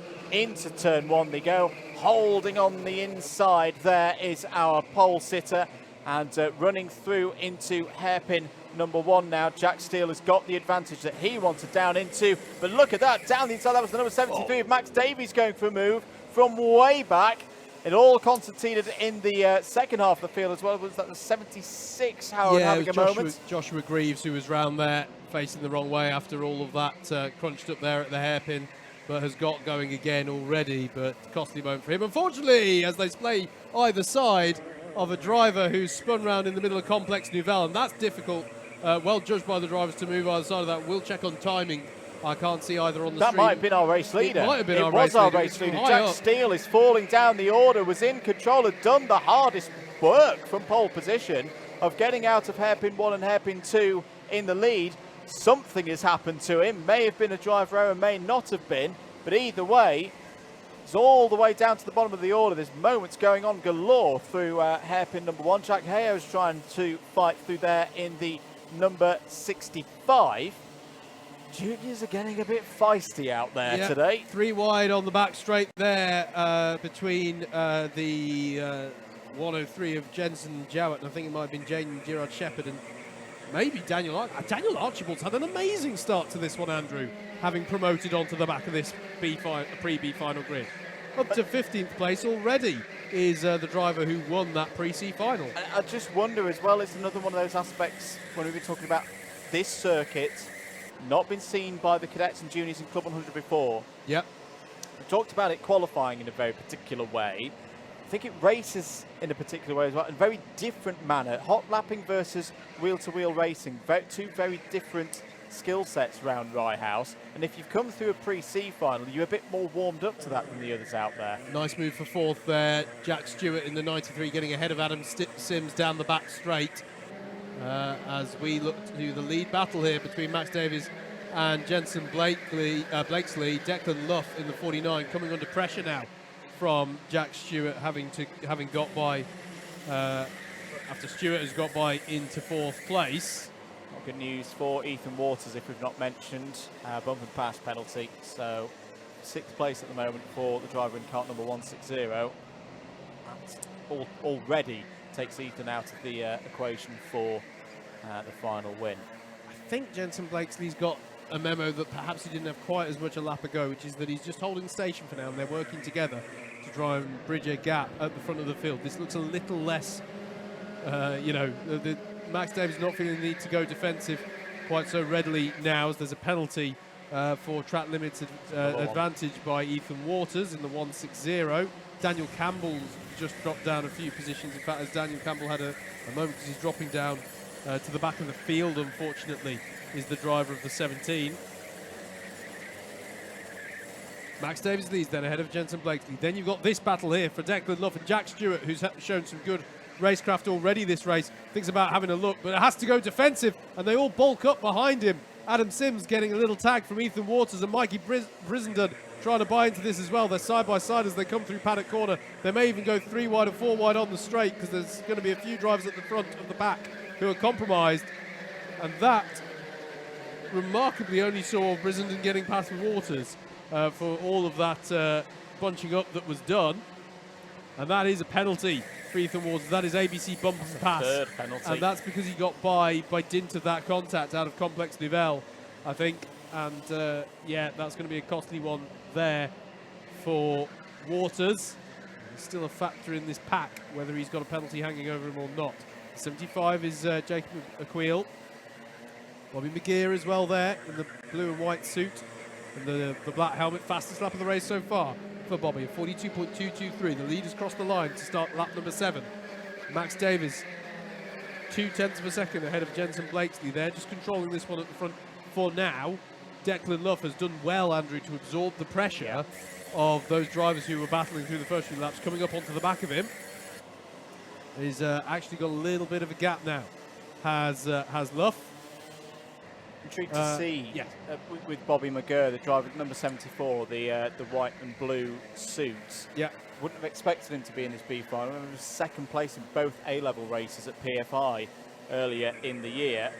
He's definitely getting to grips with this circuit, moving his way up through the order, side by side for the race lead. Here comes Blakesley down the inside of Max Davies. These two drivers in these positions already going through to the Pre-A final, but Blakesley wants to lead this one. He doesn't want to be on the bubble. Back comes Max Davies perhaps into hairpin number 1. No thinks better of it. They're going to be side by side as they come off of hairpin number 1. This is all great news for Declan Love because they're going to be closing in now, still side by side as they come off of hairpin number 2. And now Max Davies saying, no, just get ahead of me. If you're going to overtake Jensen Blakesley, get on with it. I can absolutely understand Max Davies' frustrations with all of that, because all of that back and forth, it's great fun to watch for us in the comments box, but they've probably lost about a second with all of that. Ethan Waters needs to tidy up the racing here, mate. That's another bump and pass penalty, I'm afraid to say. And Jacob Aquil is dropping down the order. It was a bump and pass advantage. I don't think it was a bump and pass takeout, so I don't think that's related. You're talking about drivers who you wouldn't expect to see in this final. Another one, Andrew, is Mikey Brissenden in this B final as well. Comes into today 5th in championship if you account for drop scores already. Yep. Another driver who, you know, we've seen some great things of this season. Had a strong campaign and would expect as well to get up the order here. So both he and Bobby McGeer definitely be interesting to see if they can do something about turning this around in the remaining 4.5 minutes. There's your race leader then, Blakesley. And there is a look from Adam Sims on Declan Luff, who has been able to withstand so much pressure already in this race. Jack Stewart has got by on him though in the last few laps. And it is Stewart who is now beginning to apply some pressure to Max Davies. And as you say, mate, you could see from Max's body language that he was aware of the time loss that was occurring in that battle with Jensen. Here is Bobby McGeer ahead of Ethan Waters and Mikey Brissenden. And Amber Boulal as well is with them as well. Nice little battle there. But I think they're doing the sensible thing of saying, let's try and work together just for another minute or so. See if we can catch up to the back of them, but at some point the gloves will come off in that one as well. This is Declan Luff in the 49, ahead of Adam Sims in the blue and white suit with the blue helmet. Fastest lap of the race from Jack Stewart as he starts to turn the screws on Max Davies in second place. That final promotion spot in this pre-B final for the super lightweights for round 7. Here it is, the battle for second. This is for the last of the promotion spots onto the pre-A final grid. Will of course be an opportunity to get from the Trophy B final to the Trophy A final, but you really want to try and get that golden ticket now. Interesting to see how Jack Stewart plays this. Got time to work with Max Davies and push up to Jensen Blakesley. Not 3 minutes remaining. Not if Jensen keeps showing pace like that. New fastest lap of the race, 42.013. And what that might do is if Jensen does get this steal on them with good pace, it then becomes less about their gap to him and more about their gap to Declan and Adam Sims behind. Because when can they start to battle? 2.5 minutes left on the clock. And there's also a question of, do Declan Luff and Adam Sims start to see that opportunity? Side by side then for second place. On the inside is Davies, who's defending. Takes a slightly shallower defensive line there into Stadium. Is there an opportunity into the hairpin? There is a look there from Stewart, but the door gets closed as Davies takes the regular racing line. Into hairpin 2, no opportunity there. We have seen Jack Stewart be strong in this part of the lap. He's got good traction off the corner, and immediately the 73 of Max Davies has to go across to driver's right just to deter any move there into pylon. The eyes of Declan Luff and Adam Sims will be wide open right now because they'll be able to see this and go on, fight a little bit more because their opportunity to get through to the Pre-A final depends on how these two race over the next minute. So Max Davies is, well, if he had mirrors, he'd be racing on them side by side as they go through Stadium. A little bit of a pod-to-pod rub there. Davies will have to have the inside. There's a bit of a hand there. I don't think Jack Stewart did too much wrong. He was on the inside. There was just a bit of rubbings racing. I think that, if anything, I think it's more... needs to be careful with that. Yeah, he squeezes to the driver's left. He's clearly not happy with this. I didn't think it was too bad, to be honest, mate. I've seen plenty of moves in that section of Stadium. That's Davies stamping his authority there. They can have a little bit of a conversation if they want, but it's going to bring Luff and Sims into this if they're not careful. Still, to be fair, Max Davies is positioning his car very well for the rest of that lap to deter the move. There's nothing wrong in my mind if you can swoop at the inside of the latter half of Stadium. I thought that was fair game. There was a bit of pod to pod, I'll admit that, but I think it was okay. The last lap board hasn't gone out, by the way. They just about called this as 2 more laps to go. So I think someone just dropped down the order on the timing screen. I'll double check that one in a second. This is what it's all about, though. I have to say as well, look out for Declan Luff and Adam Sims going, okay, this is as good as it gets, and starting to battle behind them. There's going to be one more lap after this one that they're coming in to finish now. There is your race leader then. Jensen Blakesley has gone up the road and will control this one for the last lap. The last lap board has been shown. Here's Declan Luff versus Adam Sims. They now need the 2 ahead of them to start battling, and they might start battling. How are they looking into the hairpin? Stewart is too far back from Davies at the moment to have a look. As Blakesley has a look over his shoulder, and he's like, well, there's nothing doing. I'll just drop my head a little bit, get as fast as I can on this straight. What about behind them? Behind them, though, I can see into Complex Nouvelle. There's a move there. There is a move for second. And I think Max Davies has been able to hold it off. Yes, he has. He somehow managed to deter that move. But there was an earnest attempt there from Jack Stewart. Jensen Blakesley takes the win. Max Davies manages to cling on for the final promotion spot off of the pre-B final. It's Jack Stewart in third. Declan Luff holds off Adam Sims for fourth. Then it's Bobby McGeer, Ethan Waters in seventh, but with at least 2 penalties hanging over him for that one. Philip Babulel did well, getting up to 8th ahead of Mikey Brissenden. Caden Ward rounds out your top 10 in that one, and thoroughly entertained there by the action at the front of the field. I thought that was really good, but we haven't got too much time to reflect because we're already looking ahead to the pre-A final for Super Lightweight Cadets.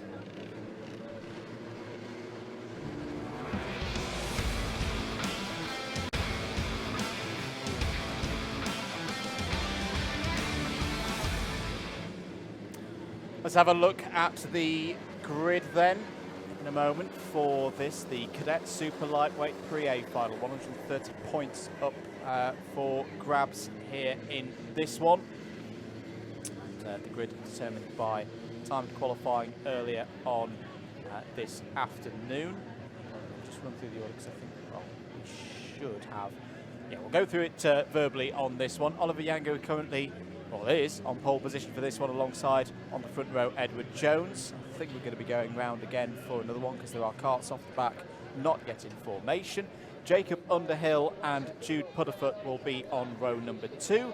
Jensen Barnard and James Vout will form up row number 3. Rory Hamilton and Jack Beasley starts from the 4th row of the grid. Ben Hunt and Aidan Hammond complete the top 5. Aidan Hammond lost 2 positions as a result of his penalty earlier on. Luca Batuev and Jacob Chapregi will be on row 6. Jacob Kent and Ellis Fox row 7. Charlie France and Tate Haas row 8. Charlie Chapregi and Teddy Young on the 9th row of the grid. There we go, just to confirm your run through the order. The back of the grid will have our runners from the pre-B final on it. Corey Chapman and Wyatt McAllister, the 2 qualifiers from that one, 20 drivers on the grid. Yes, indeed. So now we stop talking about promotions for a moment, and it's just about who wants to bag 130 points for finishing at the top of the pre-A final. Not the last opportunity for these drivers to bag the points, of course. We'll have the trophy finals after this as well. But who is going to take this win? Oliver Yango then in the 49 is on pole. Edward Jones potentially looking at his best result this season here. Great opportunity for him as the pace car pulls to one side. Eyes on the lights, and away we go then into stadium section. Yango in the 49 leads them away. Immediate pressure on Jones from Jacob Underhill, who swoops through into second from third on the grid in the number 20 car. Nice and cleanly through the drivers that stay. I say that, sorry, one of the drivers is facing the wrong way. Can they also get through the hairpin cleanly? It looks a good run there through the hairpin from the drivers, but it is still your pole sitter, Oliver Yango at the head of the field. And Jacob Underhill in the 20 has done well. The 84 as well of Jensen Barnard has got up into third there. He's absorbing pressure there from Rory Hamilton in the 10. Hamilton still on the inside of the 10, and they're going to hold each other up and give an opportunity there for the number 58, I think that is, of Jude Putterfoot to buy into this as they come round to finish the last lap, but it's still Oliver Yango at the head of the field. Yango and Underhill now have an opportunity if they can work together. They both could be on for best results of the year so far. 10 minutes to go. The driver who was facing the wrong way out of stadium was Charlie Cipregi. Had a little bit of a drama earlier on as well in the qualifying session. Yep. So bit of a difficult day at the moment for him. Here's the front of the field though. Yango ahead of Underhill. Rory Hamilton in the 10 there, ahead of Jude Putterfoot in the 58. Jensen Barnard, who we've seen some good pace from already today, in the 84 to round out the top 5. Edward Jones has weathered the first few laps well. Andrew to still be there in 6th, very much in the hunt in that number 43. Rory Hamilton takes a slightly tighter line into stadium. Further back, this is Ellis Cox battling away with Jack Beasley and Ben Hunt. Interesting race scenario here in terms of how it plays into championship as well. First and second place on the road. Neither of them have had a race win so far this season. They have both had second places. For Hamilton though, and Putterfoot, 5 points, remember, separating them before racing here today. Is that 10th stage of the season where fine margins really can count. Definitely looks like we often see this in these sprint races, particularly round Wright House, where drivers who, in terms of the fuller picture, are probably your biggest rival, you want to work with them, and that's exactly what Hamilton and Putterfoot are doing right now to close that gap back up to Jacob Underhill there in second place. You say that, and they are gaining. I have to say, though, I'm surprised how defensive Hamilton was going into stadium that time around. Still felt the need to do a shallower line, but not to worry. It hasn't harmed their pursuit of them. In fact, it's closed up quite nicely now as there's a fastest lap of the race from Luka Batuev in the 28. Maybe Andrew, from a championship perspective, would look to get slightly further up in this field. But I was wrong to doubt Rory's strategy there at the start of the lap, because it is now all open at the front of the field, and Hamilton to the inside of Jacob Underhill and gets the job done. And Underhill's got to be careful because he's also being put under pressure by Putterfoot, who gets through in the latter half of the stadium as well. That's 2 positions lost in one long right-hander there for Jacob Underhill, but he's going to stay with them. And out of nowhere, Rory Hamilton is setting up here to try and take the lead of the race. The number 10 in the slipstream of the 49 of Oliver Yango. Yango looks over the shoulder as they head into Pylon and Complex Duvel. And it's wide on exit from Yango. He pushed too hard and just upset the car and bumped over onto the wide part of the circuit, and that has put Rory Hamilton to the front of the field, 3rd to 1st in 1 lap for the driver of the number 10. Brilliantly constructed pursuit of the lead of the race, and Rory Hamilton well deserved to get to the top of the field. And I think that's why his defences on Putterfoot earlier were important. He had to hold himself in that spot to be the beneficiary of any mistakes from the drivers ahead. Yep. He's got a long way now, 7 minutes to go, and just look how many drivers are in this front pack. You've got the top 10 covered by less than 3 seconds at the moment. It's Hamilton, Yango, Putterfoot, Underhill. Edward Jones is coming into this as well, having a really strong day. Fastest lap of the race so far for Edward Jones. Jensen Barnard, Bout, Kent, Beasley and Cox all in there as well. And Ellis Cox, we should say, at the back of this train. Yeah. You know, fresh off a win in one of these A-level races a week ago. Yeah, very interesting to see. 2nd, 3rd and 4th all taking what I would deem to be a slightly unconventionally shallow line into the stadium. Half in attack, half in defence. They want to keep in the same order and attack the leader if they can at all help it. Out of hairpin 1 they stream. Another look over the shoulder from Rory Hamilton, just getting a sense of where the field is at. Do I need to worry? Do I need to go on the defensive at all? Edward Jones still really nice, running nicely there in 5th place with the fastest lap of the race. Lest I out of 43.275. You know, bear in mind, this is a driver who I don't believe we've seen move for second place here. Putterfoot down the inside of Yango. Is he going to get it through? Yes, he is. Really good stuff. Underhill as well. And Underhill through into 3rd place, took the opportunity. Yango tried to turn back in to find the number 20 there. Edward Jones as well is going to seize the opportunity, Andrew, down the inside.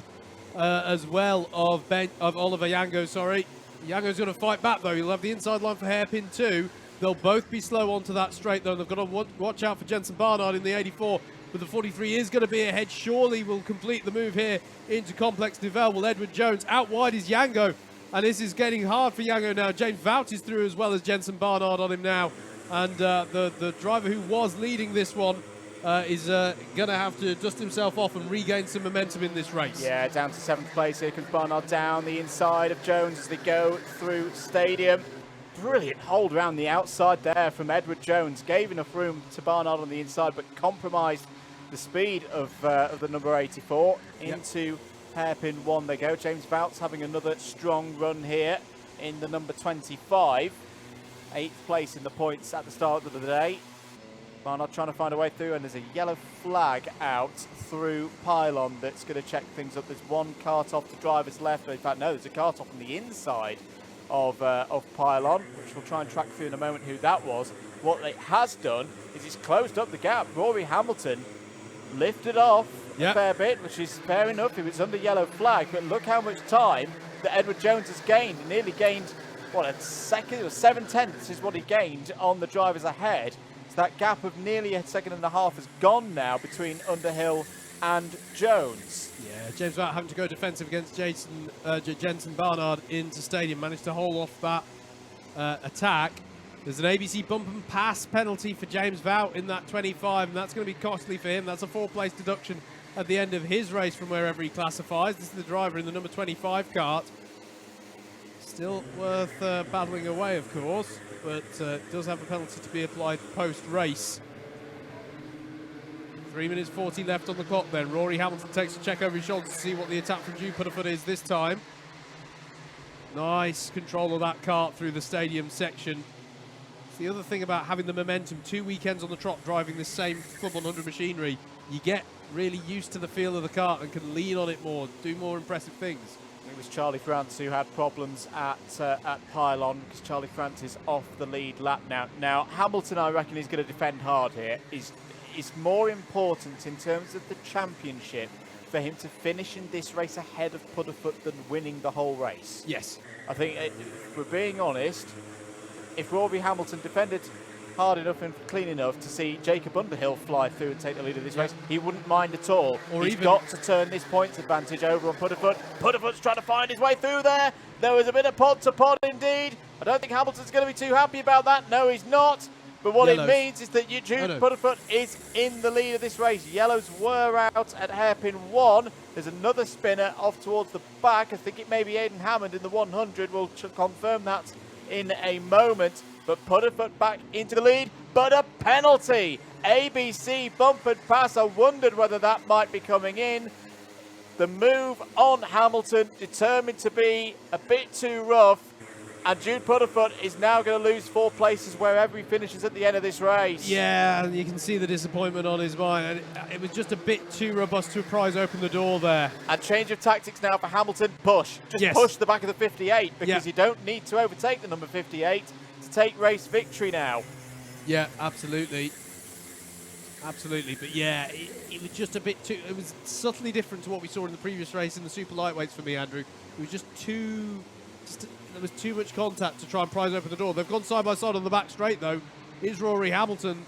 I mean, I agree with you, mate. Pushing him along would help, but only if Putterfoot's got enough pace. And I think Rory might be feeling the pressure here from Jacob Underhill and Edward Jones and James Vought behind. This is why we like streaming at this time of the season, because different tactics come into play. The best thing for Putterfoot right now is to defend hard, to try and push Rory Hamilton back in this field. Yes. Yeah, absolutely. This is... we mentioned the Singapore Grand Prix a few moments ago. You've got to play it tactically here. Try and back the Rory Hamilton into the field in order to... Well, actually, I suppose it's not going to work because Rory Hamilton's got the traction off the corner, and Jude Putterfoot seems to be relatively compliant with that one. I think Putterfoot was saying, maybe protesting a bit. I didn't see any real contact there between Putterfoot and Hamilton. Hamilton just holding an inside line. Either way, Hamilton back into the lead on the road. The penalty doesn't matter for him anymore. What it is now going to say is for Putterfoot will be another position further back. It's still going to be a +4 penalty, just applied from second now. But what it's done, Andrew, is it's closed up everybody. The top 10 are separated by 1.8 seconds now as we're on the last lap. So what moves are there going to be in the closing moments of this one? James Vout has is all over the back of Jacob Underhill as they come onto the back straight. Further back as well, I think Ellis Cox is maybe trying to battle away with Jack Beasley as they come through Complex Nouvelle for the final time in this one. Jacob Underhill just tapping his head there, saying to James Vout, think about this, don't go for me. He's definitely learned that one off of his dad. And, oh, time is up. The checkered flag's going to be out here. Yeah. There it is. Hamilton takes it. Thought we were going to get another lap in there, but Hamilton sees the checkered flag after 15 laps. Put up at P2.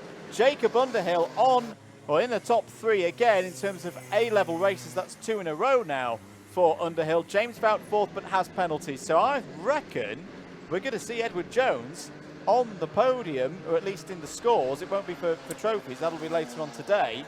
That is a first top 3 A-level result for Edward Jones this year. Yep. Only the top 3 in ways there was a pre-B final earlier in the year, so that is a huge result there for the driver of the number 43. Really fun race, that one, in the super lightweight cadets. Coming up next is the pre-A final for junior super lightweights.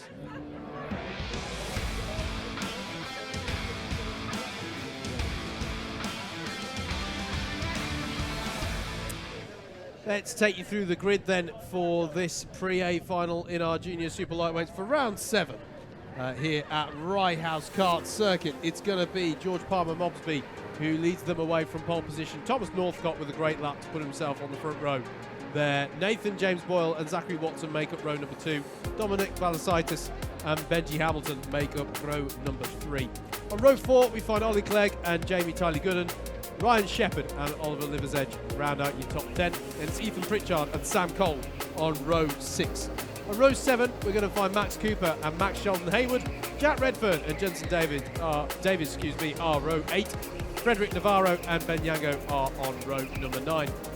Row 10 is Rory Hinkley and Finley Jones. Max Kilby and Henry Barrington are on row 11. And on row 12, not on the graphic because they've been promoted up from the pre-B final, it will be the 101 of Jensen Blakesley and the 73 of Max Davis. And a very quick hello as well to Zach Burney, our photographer here this weekend. John Patterson's got a weekend off. Yep. He'll be back next weekend at Ella Park for seniors. But Zach Burney's stepping up to the plate. Has photographed a lot of events here at Rye House to have. So great to have Zach on board with the team here this weekend. Getting ready then, pre-A final for the junior super lightweights. 130 points up for grabs in this one. Can George Palmer Mobsby assert himself at the front of the order in this race and in the championship? Heading down to turn 1 to go. Thomas Northcott on the outside. Very difficult starting P2 here at Rye House, and that's why he's going to get hung out to dry. Through come the likes of Nathan James Boyle. Zachary Watson was in there as well. Down into hairpin 1 they all go. That's a pretty good start. Yep. That's more like it from the pre-A finalists in this particular group of junior super lightweights, but that is just the start that George Palmer Mobsby wanted. Was fantastic in qualifying, had a great week last week at Clay Pigeon, and is looking good here on lap 1. You've got to feel sorry for Thomas North because they're going 3 wide there through the last part of the circuit to finish lap number 1. That involves Ollie Clegg in that battle.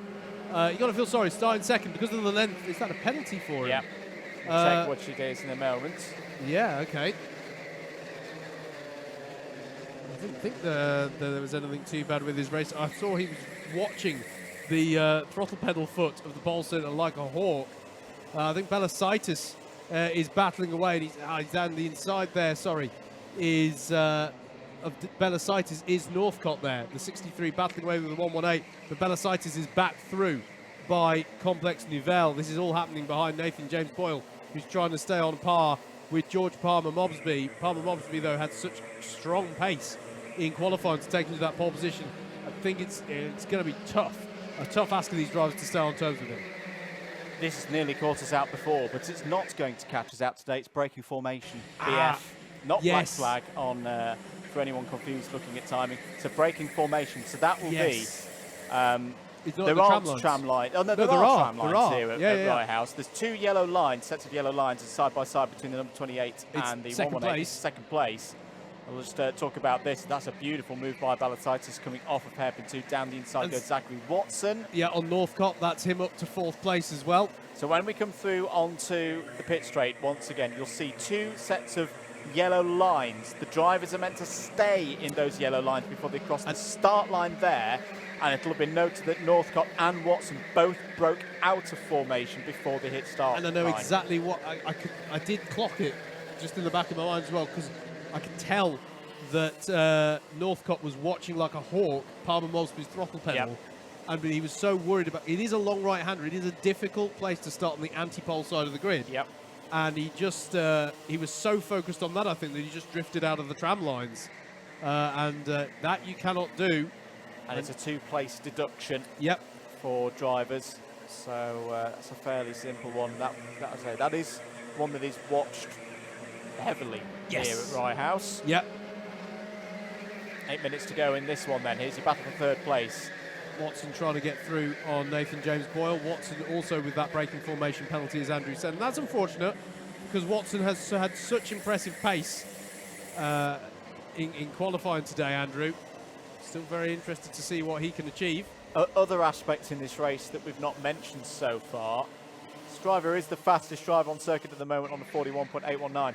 This is a proper damage limitation race for Sam Cole. Good point. Because that qualifying we were talking about, he might miss the A finals. Well, he didn't, but he's down in 17th place at the moment. That's not good news at all. And also talking about drop scores, we should remember that Cole has already got a 24th and a 26th from Glanny Gores on his scorecard. He hasn't really got drop scores to play with. Side by side between Watson and Nathan James Doyle, and Watson is through into 3rd place. That was borderline for me for ABC bump and pass, because there was a little touch, but I don't think it was enough to upset the motion of Nathan James Doyle's car to the point where that is the reason that Watson got through. Meanwhile, behind them, Ryan Shepherd, who's another driver who, okay, there it is. It was borderline. It was over the borderline. That's why it's not my call to make, folks. ABC bump and pass for Zachary Watson for prizing open the door a bit too forcefully there. Good move, though, from Ryan Shepherd up to 5th. Got by on Thomas Northcott there. And Ryan Shepherd, another driver who needs to, not so much damage limitation because he's up there now in the top 5, but needs to stay on a par with George Palmer Mobsby. It's worth saying in this category, no driver other than Palmer Mobsby, Ryan Shepherd and Sam Cole have actually won one of these A-level finals in this season, in this category. Yeah, Ryan Shepherd, it's been a curious summer. He was fantastic at Lyd last time in front of the Alpha Live cameras. Took a double A final victory, that one. But since then, 14th and 7th at PF International, 10th and 4th last week at Clay Pigeon. So moving back in the right direction, but really needs to start hitting some top 3s. He's going to be able to wrestle his way back into this title fight, particularly with this driver, George Palmer Mobsby, leading at the front of the order. Sorry, mate, the driver in the pound seat, though, to try and be a new winner for this season, other than those 3 who have already done it, is Dominic Balasitis. And he's putting a lot of pressure here, Andrew, to be fair, on George Palmer Mobsby. He, from a championship perspective, has not nearly as much to lose here. And we're going to mention our favourite word in championship situations. If regular viewers will be like, welcome to 2023, this is disruptor time. Because Balasitis has already missed 2 rounds. He's used up more than his drop scores. That's a mistake for Palmer Mobsby. Back end of the cart, steps out and through goes Balasitis. But he runs deep off of Stadium Corner into hairpin 1 now. And Palmer Mobsby's got to be aware of down the inside, the number 62 of Zachary Watson. That's very good driving. Very good driving from Palmer Mobsby, who strikes back, tries to retake the lead of the race. 3 wide off of hairpin 2, heading towards pylon now. Watson reads that very nicely, gets back through into 2nd place. Remember, has a penalty. Wow, what a sequence of corners. I'm intrigued by Balasitis there on the way to hairpin 2. He raised his hand as if to acknowledge a yellow, but then Palmer Mobsby went through, and I didn't see a yellow out there, so I'm not sure what that was. Zachary Watson has nothing to lose at this point. He knows he's carrying a penalty. He prizes that door open again. Now, my only hope is that time that one is seen as fair. Just to be absolutely clear, with Balasitis on Palmer Mobsby a lap ago, absolutely firm and fair. Oh, that's off! That's Balasitis into the tyres. He just stops, and he holds up Sam Cole as well, who's on that damage limitation drive. What a bizarre incident. And the man who started the lap, in the lead, just stopped at the tyres. And now Ryan Shepherd is all over the back of one of his championship rivals in the form of George Palmer-Mobsby. Zachary Watson leads, but has a penalty. He cannot win this. So once again, we have a battle between Palmer-Mobsby and Ryan Shepherd. And so they switch round. And that is Ryan Shepherd to the effective lead of the race. It is indeed. We said he needed good results here at Rye House today. Currently he's getting one, but there's 3.5 minutes to go. The other one I was a bit baffled with all of that was Sam Cole, the driver we've not seen much of in this race. We said he was doing a damage limitation job. I suspect he was taking a bit of a get-out-of-jail-free card of like, yep, you take that run round the outside, you take the warning for track limits when you feel you're going to get squeezed out there, which is arguably what Balasaitis should have done. Balasaitis didn't, and that blocked Sam Cole from making that run down the inside. George Palmer-Mobsby's pace just seems to have completely eluded him in the last few laps, because now he's dealing with Nathan James Boyle right behind. Still has to think about this in terms of championship scenarios. This is still very good for him. His title rival's down in 13th place at the moment. Does not want to get himself wrapped around the front of somebody else's cart. Is there a problem down through hairpin 1? There's a yellow flag out. Can't see what the cause is. It might be a replacement of tyres. Yeah. 2 minutes and 40 seconds to go. This junior super lightweight Pre-A final has absolutely come alive. Zachary Watson has got another penalty for track limit advantage. I wonder if that's the same one. Same one as before, but he had a braking formation one earlier in the race. Yeah, in fairness to him, he had an ABC bump and pass as well for prizing open the door on somebody through stadium as well, I'm pretty sure. Yes, he did, yep. In fairness to him, whilst he shouldn't be accruing all these penalties, he's doing as much as he can. There's a penalty for overtaking under yellows, which is Ollie Clegg. I'm going to say that's a lap ago. Yep. The reason the yellow was out, yes, tyres were being replaced. No one was actually doing the tyres at that time, but officials were out on the track is why the yellows were out. And so Ollie Clegg put in a move, one presumes, under those yellow flags. That's a penalty for him. An ABC bump and pass for Max Cooper as well. There's a fair few of these penalties now coming along, mate. Max Cooper in 14th place. That'll be costly for him. Zachary Watson is doing as much as he can. He liked the fact he's got penalties. Tom Northcott now up the inside of Nathan James Boyle and up into 4th place. But don't forget, he has a penalty for braking formation hanging over him as well in the number 63. So as far as we can tell, whilst keeping on top of penalties, Ryan Shepherd is your race leader. George Palmer-Mobsby is in a net second. And Nathan James Boyle would be third as it currently stands. And Ryan Shepherd is going to want Alpha Live cameras on every single race between now and the end of the season, because right now he's on to have a 3rd win from 3 in races that have been televised. Good news for him. That's exactly what he's getting between now and November. Yeah, we're happy to oblige. Fastest lap of the race from Ryan Shepherd. In his pursuit of Zachary Watson, I wonder if he knows, Andrew, that he doesn't need to execute the pass. Yeah.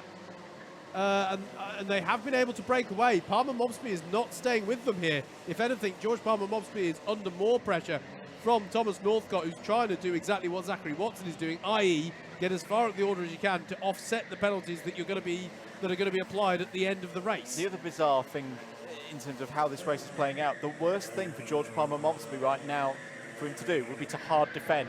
As here is a hard defence from Zachary Watson, trying to hold off Ryan Shepherd. Ryan Shepherd wants this one on the road. He does not want to rely on penalties. He's beautifully got it down the inside. That is fantastic from Ryan Shepherd. Juked Zachary Watson off the racing line. Knew there was going to be a lane down the inside. Clean as a whistle to the lead of this race. And it's the last lap as well, Andrew. So that was a beautifully timed move as well for Ryan Shepherd. He's just got to stave off a move from Watson for the remainder of this lap, and Ryan Shepherd will see a return to winning ways for the first time, as you said, since Lydd. Through the final corners, through paddock, it's going to be a beautiful win, is it? Zachary Watson's right with him, but Ryan Shepherd will hold him off to take the win in the Pre-A final for round 7 of the Super Lightweight Juniors in Club 100 in 2023. Zachary Watson second, but with penalties to be applied, which means George Palmer-Mobsby we expect to be classified. Look how close this pack is. It looks like a race start, not a race finish. That was a mad pack of cars that just came across the line. George Palmer-Mobsby, Thomas Northcott in 4th, but with a penalty to be applied. Matt Sheldon Haywood, he worked his way up well to finish in the top 5 there. Brilliant drive from him. Nathan James Boyle in 6th. Then it was Jamie Tyler Gooden Benji Hamilton in 8th, Max Kilby in 9th, Sam Cole rounding out the top 10 there, Jack Redfern in 11th. Then it was Dominic Belisaitis after that incident post the first hairpin. Ollie Clegg in 13th, Frederick Navarro in 14th, Ben Yango in 15th, Ethan Pritchard, Rory Hinkley, Max Cooper in 18th, 19th for Oliver Liversedge, Finley Jones in 20th, Jensen Davis in 21st, 22nd was Max Davis, Henry Barrington 23rd, and 24th for Jensen Blakesley. I think I spoke over a point you wanted to make, mate, there, but I'm just going to do the handover here because we're immediately going to go into the C final for our cadets.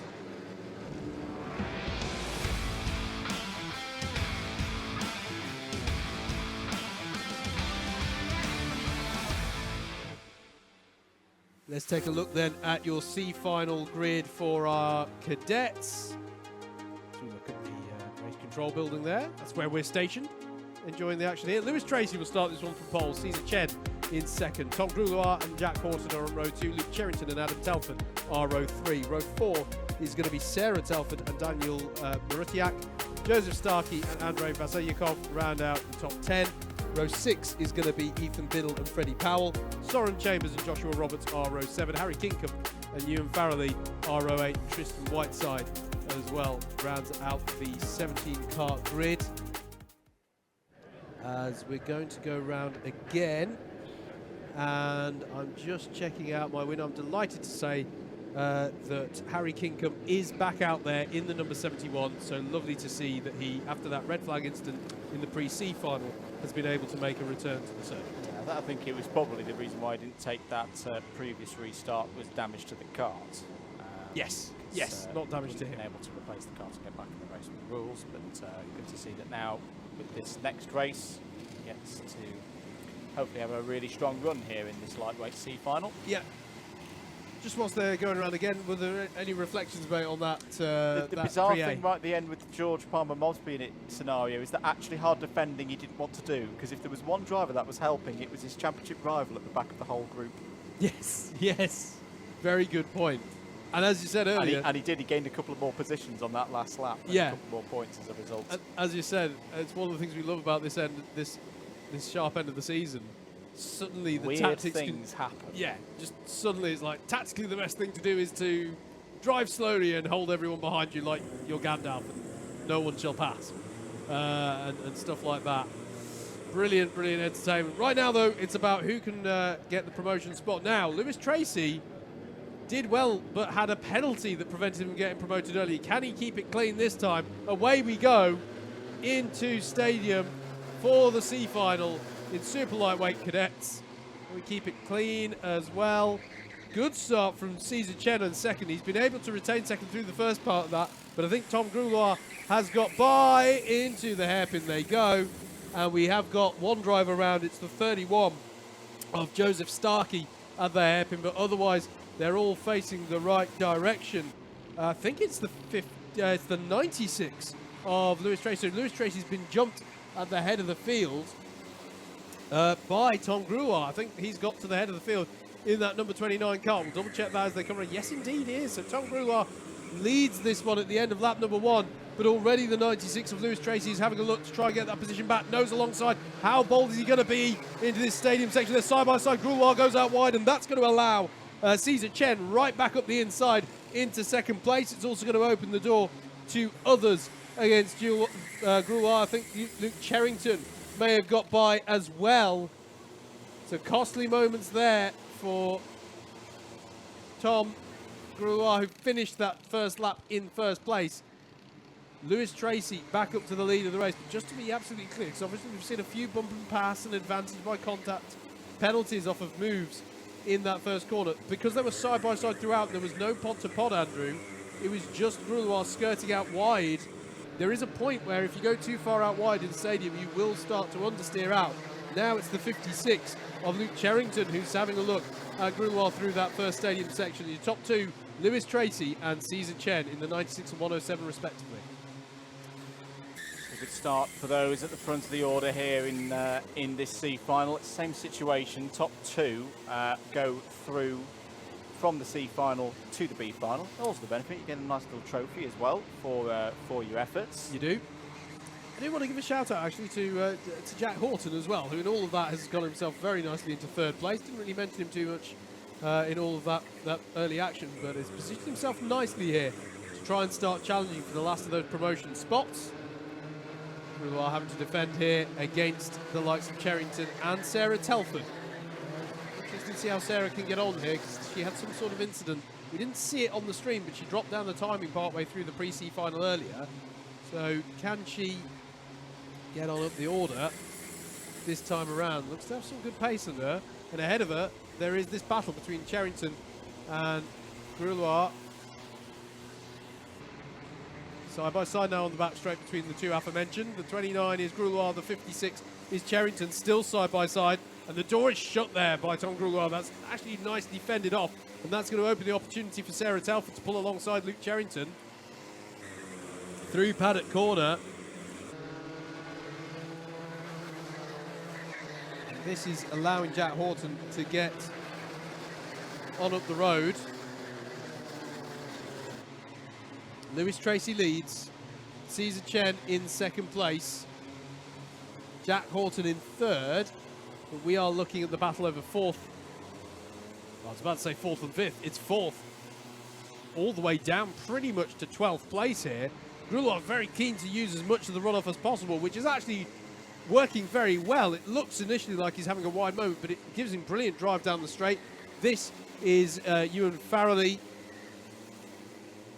fending off, I think that's fending off Adam Telford, if I'm not much mistaken. I will double check that one as they come across the line. It is fending off the 61 of Adam Telford, so that means that Farrelly has got through there.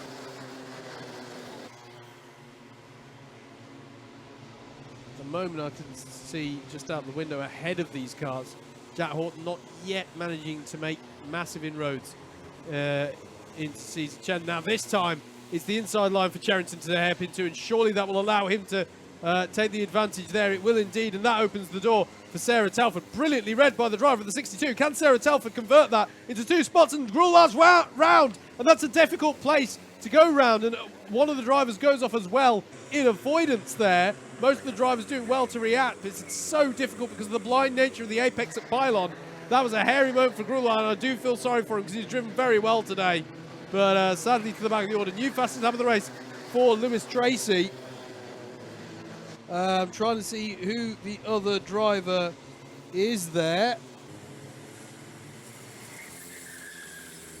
And through they go. Now the 12 of Ewan Farrelly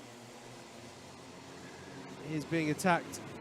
Having got past Cherrington at the start of the lap, Cherrington trying to buy back into it, but he's been held up there off the corner, and Adam Telford will now try and swoop around the outside of pylon, which he does indeed.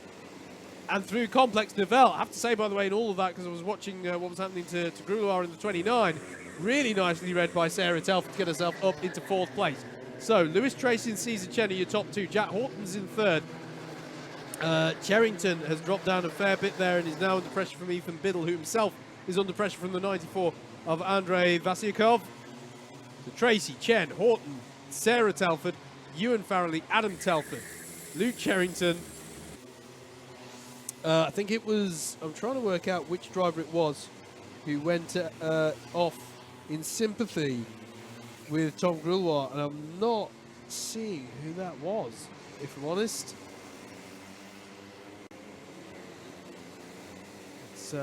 It's gone away from me on timing. They're the top two. Actually, no, there aren't the top two. That's the battle for second place.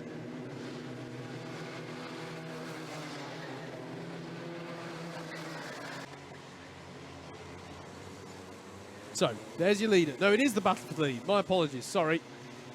There is the 96 of Lewis Tracy, just ahead of Caesar Chen. Then, just in the back of your shot was the white helmet of Jack Horton. There he is. And a few seconds back then is Sarah Telford. So this lead battle is closing up, and they may feel that they've got the cover. It's a little bit early for them to start battling. It'll feel like they've got loads of time to play around, and Caesar Chen has a little look to the inside and thinks better of it. They almost converged there on the exit, but that's not the opportunity there. They're both sort of flicked out a little bit wide on the exit corner there.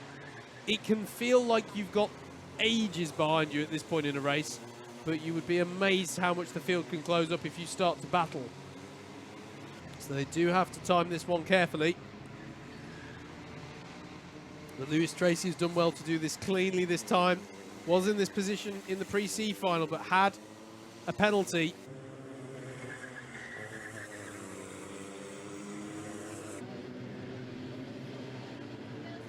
There's your top three in the shot. Further back, it's still Sarah Telford in the 62, but she has Ewan Farrelly right with her, and that's the move for the lead. Whilst I was just checking out something out behind my window, that is the move for the lead through Stadium. But fighting back is Lewis Tracy. He's not going to take this one without a fight, but better drive off the corner for Caesar Chen will mean he retains the lead of the race. Nice move there through the Stadium section for the driver of the 107, and they need to focus on the bigger picture here eventually. It's not too bad that they battle now, because Jack Horton's not able to make, he's making a few inroads in on closing this gap. If Lewis Tracy's going to mount a counter offensive, he's going to have to do it cleanly and efficiently here. So they have got a fair old gap. Neither of them want to lose out on the last of those promotion spots. Their battle is Jack Horton's reward, and Horton's done very well to put himself in a position where he can be the immediate beneficiary if any of this comes to tears between these top two. Sarah Telford, I can just see out my window, defending hard against the 12 of Ewan Farrelly. Stays as they are, I can see just in my periphery. We're focusing rightly so, though, on your stream on the top two battling away. Other battles in the top 10 have spread out just a little bit. Here we go then, 2 minutes left on the clock. Is there enough of a nose alongside for Lewis Tracy? Yes, there is. He's going to dive at the inside. But is there a counter-attack? Yes, there is. Side by side on the exit of Stadium between Caesar Chen and Lewis Tracy. Who's going to arrive at hairpin one first? Tracy will have the inside line. Chen decides to hang it around the outside in the hope that he'll have enough drive off the corner to have the inside line for hairpin two, which he nearly did. But brilliant judgment there from Lewis Tracy to sweep around the inside. They're still not done yet. And surely Jack Horton can see this opportunity ahead of him, opening up. Still a couple of laps at least to go here with 90 seconds left on the clock. They're relatively comfortable to do battle, though, at least amongst the top three. Once again into Stadium between these two. Stayed as they are further down the field as well. No passes on that lap other than the pass for the lead. What a battle this is between Lewis Tracy and Caesar Chen. Maybe I was a bit too doubtful when they started battling. I thought they were going to lose bags of time, but they think they're making these moves cleanly enough, and they've got good base pace to go back to when things settle down again after a move. How much drive can Chen get off of that final corner? Last lap board is going to be out surely. Through Stadium they go. Not actually, yes, last lap board has been shown. So Lewis Tracy needs to fend off for a lap, and I think Caesar Chen's too far back to execute a move unless you can have a good mid-sector to the lap. Really good stuff from both of these drivers to show good racecraft. Pylon into Complex Nouvelle for the driver of the 96. Well, he had, and here's the battle as well that's been raging between Sarah Telford and Ewan Farrelly. Can Farrelly find a way through? Coming around the last corner now, the leaders. Lewis Tracy does what he wasn't able to do in the pre-C final and bags the last of the promotion spots courtesy of a win. Caesar Chen gets the other ticket. Jack Horton finishes well in third. Sarah Telford is going to hold off a charging Ewan Farrelly. She's defended that for half a race. You can see the sense of achievement for her there. That was well fought. Ethan Biddle in 6th, Adam Telford in 7th, Luke Cherrington in 8th, Andrei Vasyakov in 9th, Daniel Marutiak rounds out the top 10. Tristan Whiteside gets by on Tom Grouillard at the very last there for 11th place. Harry King coming in 13th, Freddie Powell 14th, Joseph Starkey in 15th, Soren Chambers 16th, and Joshua Roberts. That's how they finished the C final. Very entertaining race there, particularly some of the battles in the top 10. Well done to the drivers. Next up for you here on your Alpha Live stream is the equivalent C final for our juniors.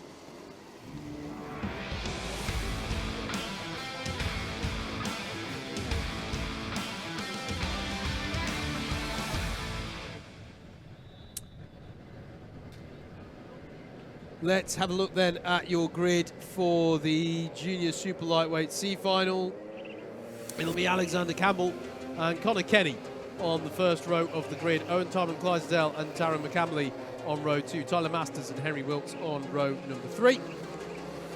Lou Richards and Taylor England are on row 4, with Harvey Newton and Zachariah Said on row 5. Pam Camaldine and Imogen Owen on row 6. Row 7 is where we'll find Jasmine Richardson and Eden James. Elena Gabrielli and Boyden Kajayan are on row 8. Cart slow off the pit lane there, we've got them away again. Kajayan on row 8. Keo Derrick and Conor McNamara are on row 9. Row 10 is where we'll find Thomas Hughes and Henry Horansdor. Elliot Goddard and Freddie Coleman Evans on row 11. Noah Rogerson and Henry Ryan are row number 12. Then it's Thomas Wordley and Finn Chambers and Curtis Duane and Richard Winchcombe to round out the 28 carts who are contesting this C final. 2 promotion spots available at the end of this one, and we are going to go round again. As a driver, I think just needing to adjust a part of their apparatus before they got back into line. So we'll go around for one formation lap of the oval here at Rye House once again. Thank you for your continued support. We are back tomorrow for more racing here at Rye House. And yeah, it should be really good tomorrow for the lightweight categories. And we're back next week as well. We are not indeed. here, we'll be at Ella Park on the Sunday for the next round of the Sprints Championship. Back here on your screens and in your ears, talking through the action. I'm delighted to see the size of the C final grid, by the way, mate. It's yeah, it's really good. It's really good.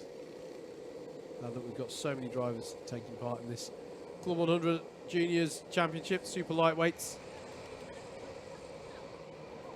I think we're going to be good for a start here. The number 94 it will be of Alexander Campbell on pole. The number 19 of Connor Kenny alongside.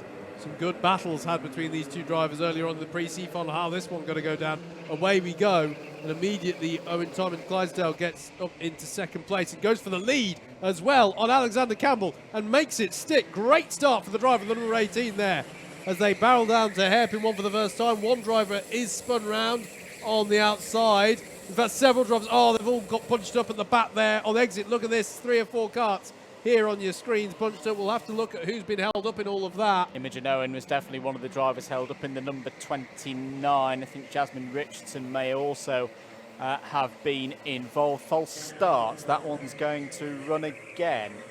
At least that's what's flashed up on our timing screens, that it is a false start. Now the drivers are going to have to be alert to that, and that was very... I get the call on that. I do, there was more than 4 carts involved in everything that was going on at hairpin 1. Yeah, it's an interesting one. That was at the very end of the full start zone. Yep. That was... I think that, drivers perhaps... the drivers did well to respond to that, because it is quite late on in the lap that there have been informed of that. And also, the vast majority of incidents happened in the lower half of the pack. Yeah. So the leaders may have been like, what? It was fine. we did it well. A full start, though, has been called. That, I have to say, a bit of a lifeline there for Alexander Campbell, who will be able to resume his pole position after a storming start from Owen Tarman Clydesdale. Brilliantly read. So sorry, Andrew. So this will reset for those new to this style of racing. This will effectively be a brand new race. That first one never happened, so we'll go back to Alexander Campbell on the front row alongside Connor Kenny. Can Owen Tarman Clydesdale get that brilliant start once more? Off we go for a reduced race now. 9 minutes on the clock. Through stadium for the first time. Well held lead by Alexander Campbell. A few drivers running wide as they exited stadium, but it's looking cleaner so far into hairpin number 1. This is where everyone needs to be on their best behaviour. There's one spinner in the middle of the pack. There's 3 carts off on the outside through driver's right. But I think we're only going to have 1, maybe 2 carts stuck at hairpin 1, and the race will continue. Side by side there, the number 83 is one of the karts involved. Conor McNamara. Yeah, who's starting just inside the top 20. End of lap number 1 then. There's a penalty for Zakaria Saeed for breaking formation on the first lap, but it's Owen Tim and Clydesdale who has got the good start once again. Tyler Masters, what a start for Tyler Masters. Up 7 places on the first lap, and is currently inside that crucial top 2. Yeah, yellows at the hairpin, and that's a difficult one for the 83 of Conor McNamara, because he's got going again, Andrew, just ahead of the leaders. I might have actually waited, and he's got well out of the way there at hairpin 2, as he well might, because I don't think he wants the pressure of immediately going, right, I'm underway again. Oh my goodness, the entire pack's behind me. It's disappointing for him, no doubt, to let everyone through, but I think he made the right call there by doing so. I'm happy for Tymon Clydesdale in the way that he's been able to replicate the success of that first start, Andrew, because it was a storming charge to the head of the field, and it's good to see that he's able to replicate it. There's the 22 of Eden James having a go at Void and Kajayan. He's got through there, through Stadium.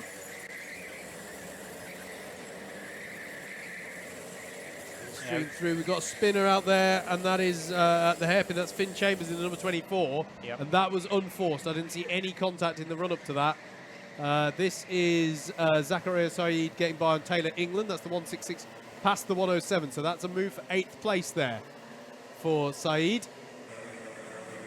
Contact warning for Taylor England in the 107. Good laps being put in at the moment by the race leader, Tim Clydesdale. 0.8 of a second ahead of Masters. I'll just get his head down now, because Masters is going to have the attentions of Harvey Newton and Alexander Campbell and Conor Kenny. Conor Kenny, who has been in A finals so far this season, so very much would back himself to be in the B final here today. If he didn't make it through, that would be the first time he'd be absent from the B final so far this season. 6.25 minutes to go, and the number 94 of Campbell fending off Kenny there. Yeah, and Conor Kenny was a driver who was having to get his elbows out in the pre-C final earlier in the day. That train of 4th place downwards that was so frenetically battled over. It's Tymon Clydesdale, Masters, Newton, Campbell, Kenny, Henry Wilkes with a new fastest lap of the race at 42.5. Starting to apply some pressure on Conor Kenny. Noah Rogerson continuing that progress that you were talking about earlier, Howard. This has impressed me today. He's had a difficult qualifying, but he's not giving this one up. Keep an eye out for the 149 in the back of your shot there. He's up into the top 10. 5.5 minutes to play. Reduced race length due to the false starts means that a couple of minutes did get scrubbed off the 11. That's just to say that contact warning for Noah Rogerson. Didn't want too many of those, otherwise and down the inside goes Conor Kenny on Campbell. That's for 4th place, and that'll be a good one. Nicely done. I reckon he'll have a nice wide grin on his face then. That would have felt good, and that is how it's done through Stadium as well. Behind them, Henry Wilkes under pressure from Luke Richards. Luke Richards in the orange helmet, chasing Wilkes in the white helmet, black suit. 68 pursuing the 50. And you can see the second pack behind them of Zakaria Saeed leading that one against Taylor England and Noah Rogerson that Andrew was mentioning. Fastest lap of the race at 42.4. Part of that second pack. That pack coming through shot now is like a second train of karts in the field. Back to the front though. That's Tymon Clydesdale against Tyler Masters. Oh, and that was a costly lap. Who just dropped down the order of my timing? Taylor England lost a few positions there. This is the battle for the lead, though, on your screens right now. Tymon Clydesdale saying, hang on, we're not that far ahead. Think about this, let's work together and pull out a bit of a gap, but I'm not sure how patient Tyler Masters is feeling about this one. Yeah, Tyler Masters, the last few laps have been really good. 42.5 last time around. He's pulled Newton. You've got to give it to Harvey Newton as well and not try to over-pressurise Tyler Masters too early in this race. 4 minutes remaining, and now Tymon Clydesdale and Masters, they're going to have some pressure on them here. I think Tyler Masters is thinking less about working together, much more like, I need a rear gunner. I don't want to be on the bubble. You be on the bubble. That sounds much better to me. So as there's another fastest lap from Rogerson, pursuing Luke Richards. It's not going to be easy because there's 6 carts between Rogerson and a move through, but the rate at which he's closing in on the leaders, a few laps ago he was 4 seconds off the front of the field. He's now 2.6. Yep.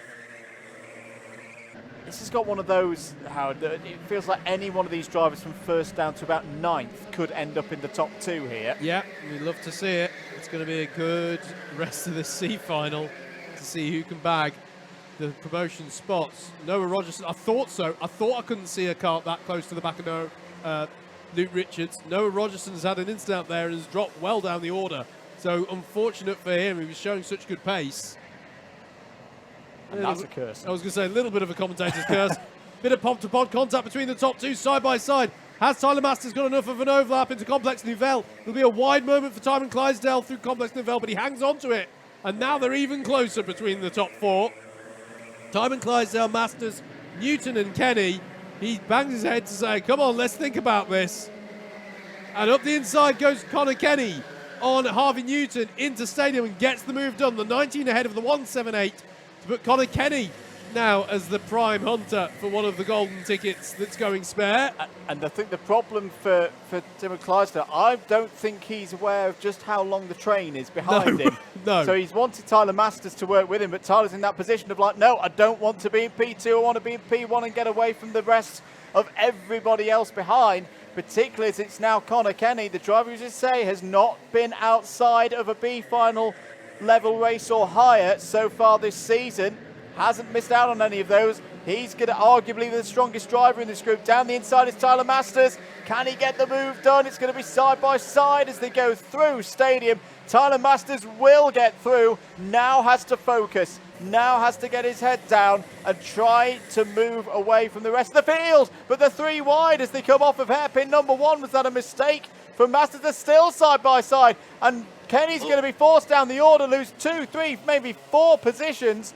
Timon Clydesdale and Masters still hold on to the top 2 positions, but we said, didn't we, any one of the top 9 could finish in those promotion spots. 1 minute 10 to go. The race is on. I thought for a moment there that Harvey Newton was going to skip past all of them, but he himself got bulked, I think, by Kenny, and that meant that he didn't benefit either, but greatly read by Campbell as well and Henry Wilkes in the 50.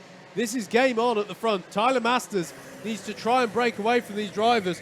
Keep an eye on the penalty boards as well. He's got deep in hairpin 1, 2 laps in a row. Good drive off the corner though. Noah Rogerson, another fastest lap. It's good pace, but unfortunately isn't going to come to much in terms of being at the sharp end of the field. Timon Clydesdale, half in attack, half in defence against Masters ahead and Newton behind. Luke Richards, playing himself into this one nicely in the 68 as well. Look out for him in the orange helmet. And Zakaria Saeed on the back of this pack as well. The 2 packs that we described earlier have closed up as at the front. Timon Clydesdale and Masters aren't done battling yet. Somehow they're still in the top 2 and staring at the promotion opportunity. The last lap board has been shown. Down the inside goes Timon Clydesdale. It's too deep. And that's going to allow Tyler Masters back through. Opportunity for Harvey Newton in the 178 if he can do anything with it. But not for the first time. He can't do anything with the overspeed off of hairpin 2. The 94 of Campbell's got back up into the top 4 as well. But we've got the last few corners here. Somehow it is still going to be Tyler Masters and Owen Timon Clydesdale who are going to cross the line. In what order though, because it's good drive off the last corner for the 18. It's going to be side by side across the line. It's Tyler Masters by 52 thousandths of a second ahead of Owen Timon Clydesdale. Harvey Newton will be wondering, no doubt, it's a case of what might have been, but still finishes well in 3rd. Will have bagged good points. Alexander Campbell there in 4th. Henry Wilkes in 5th. Connor Kenny, I don't think after a few laps out from the end he would have thought he'd finish in 6th place. Just didn't go his way in the last few battles. Luke Richards in 7th. Jasmine Richardson in 8th. Zakaria Saeed in 9th. And Taylor England to round out the top 10. My goodness me, that was a C final and a half. That was fantastic fun. Was indeed. And Tyler Masters, 2nd B final appearance of the year coming up. Let's move on though, because the B final for the cadets super lightweights is out next.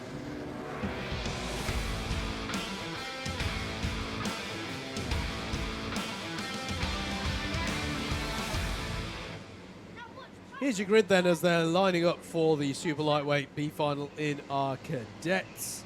Cordell Sinclair will start this one on pole. We've seen some great pace from him today. Going to be interesting to see how he goes. Matthew So alongside Elliot Griggs and Jake Matthews are row 2. Lewis Prendergast and Max Wainwright are your third row of the grid.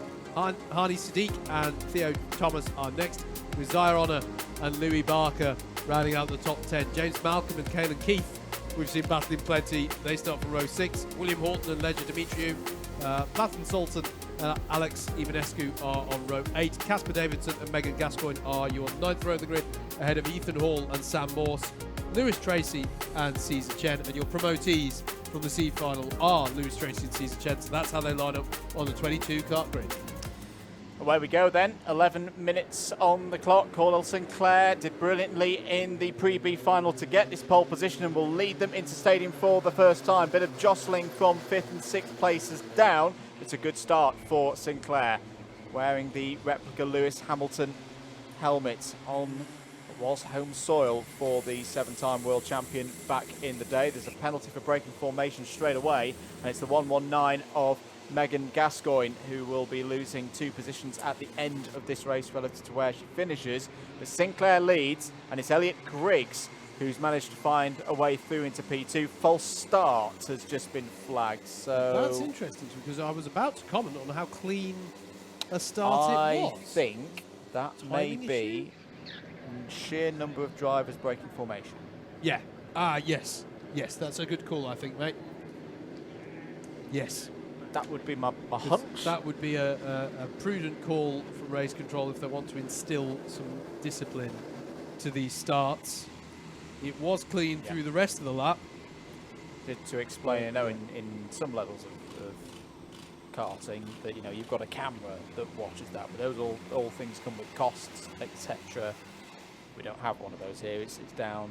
We've got down to a very experienced group of observers out there on circuit, and sometimes it's a case of there is so much going on for the observers out there, they can't call everything. So reset, fairness for everybody, give everyone that warning to say they need to separate and go into those tram lines, and we'll go for that one again. Probably means we will have a bit of time knocked off. The good news, of course, is for Megan Gascoigne that that penalty will disappear, will be rescinded. Brand new race starters if the first one never happened, except it will be, we saw from the previous race, a 9-minute race now instead of 11. Are we good to go? Yes, we are. And again, drivers need to be noting the tram lines. They're all looking at the pole side rather than the tram lines. Away we go. We'll see what race control make of that one. Cordell Sinclair will lead them into the stadium once again. Once again, the drivers will look to all come out of it pointing in the right direction. We're going 3 wide, even 4 wide in the mid-pack, but I think everyone's got through that one. Into hairpin number 1 for the first time. Well, actually the second time as it's happened. And a slight moment there for Sam Morse in the 118, but it wasn't a full-on spin, and they'll be able to lick their wounds and recover on that one. Here's the start, called good. It looks like it is. Yep. Speaking personally for me, there's still a bit of a discipline with the tram lines issue there for the drivers to maybe think about. At the end of lap 1, though, it is Cordell Sinclair who leads, the 60 of Elliot Griggs, who battled hard to get to this position in the pre-B final, is in second. Jake Matthews in third, Matthew So and Theo Thomas in top 5. How about Lewis Tracy up 6 places on the first lap? Move for the down lead. The inside for the lead, Sinclair and Griggs. Sinclair will be on the outside for hairpin 2, but manages to get over the delta and back ahead. There's a yellow flag out through hairpin number 1 for a spinner towards the back of the field. We'll track who that is in a moment. But Lewis Tracy, just want to mention, up 6 places from where he started. Great start for the drivers who's come through the C-level races. 7.5 minutes to go, so there was some time taken off there.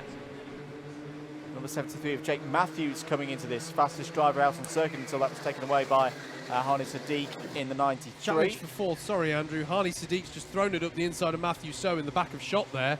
Be interesting to see there side by side. I can see out my window. As for the lead of the race again goes Elliot Griggs in a repeat of a lap ago, but again he goes too deep and Cordell Sinclair is able to get back. It was Platten Sultan who was the spinner at the hairpin last time around. By the way, he's unfortunately back at the rear of the field.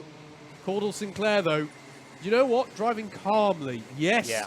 You can throw it down the inside of me, Elliot. I'll just reclaim the place on exit. Not to my mind, showing signs of cracking under pressure here. And Matthew So was able to hold off Harney Sadiq. As side by side there goes the 72 of Caelan Keith. I think that might have been Zaire. We just cut away before I was able to clock which driver it was. Into hairpin number 1 they go. This time there isn't quite the same offensive thrown by Elliot Griggs for the lead. 73 of Jake Matthews using all of the runoff there to get best drive down the back straight. I'm satisfied with this opening set of moves because I think we're going to be treated to some decent battles here. Shortened race that it is, but there's still 6 minutes on the clock. Caudle Sinclair likes being on driver's right heading towards the stadium just to deter any move. But actions like that do cause the top 5 to close up somewhat. Elliot Griggs looking for a space there. Caudle Sinclair shuts the door, and that's the opportunity for Jake Matthews to try and throw one up the inside of Elliot Griggs. Elliot Griggs was as bold as he dare on the brakes. They're side by side now battling for second, and behind them, that is a move by James Malcolm up the inside of Harney Sadiq, the 41 on the 93. Look at everybody joining the party. Zaire Honor in the 52 alongside the 93 of Harney Sadiq, and that's been a costly moment there for Sadiq, and he's got to be careful he doesn't overdrive the car here and lose momentum. Caelan Keith now trying to get by, and Caelan Keith is by. A costly lap, unfortunately, for Harney Sadiq. Somehow it's still Caudle Sinclair, but suddenly everybody's joined the party. It's Sinclair, Griggs, Jake Matthews. Matthews so is well out wide there in stadium, and that might give an opportunity for Malcolm in the number 41, but a battle for second has emerged again here as Matthews once again is side by side with Griggs through hairpin number 2, and that's going to run Griggs out of road there, and he had to back out to avoid the tyres, and I can understand why Griggs in the number 60 is feeling a little bit aggrieved with that one, because that got very tight with the tyres on the exit. It did. I think, you know, so Matthews will have claim to the inside. I think the question would be, was Jake Matthews in full control? We'll leave that one to the stewards. 4.5 minutes remaining. Caudle Sinclair. That was a great lap for Caudle Sinclair because he's pulled off the front now. Having said that, he actually got caught by Jake Matthews on that last lap. But it's calm. It's calm for Caudle Sinclair as there is a nice battle developing between the 66 and the 113. That's William Horton trying to put a move on Louis Barker for 16th place. It's a difficult one because I know Jake would have wanted to, you know, his nose was in front, right? And there's a lot of disputes that you see even in the top flight of motorsport about, well, I had the advantage, I can stamp home my authority on the exit of the corner. But for me, there's some borderline cases that happen, and when there's some tyres literally in the way, you do have to give room. But it is as it is. It wasn't a terminal moment for Elliot Griggs' race. He can fight back. Yep. Sinclair, though, under serious pressure now from Jake Matthews, who has good pace. There's no doubt about that. And wow, that was a good exit there. With Caudle Sinclair having a wide moment, as you say, Andrew, and that is Jake Matthews to the head of the field. And now Matthew So will have a go at Caudle Sinclair, and that will hold himself up and allow James Malcolm down the inside in the 41.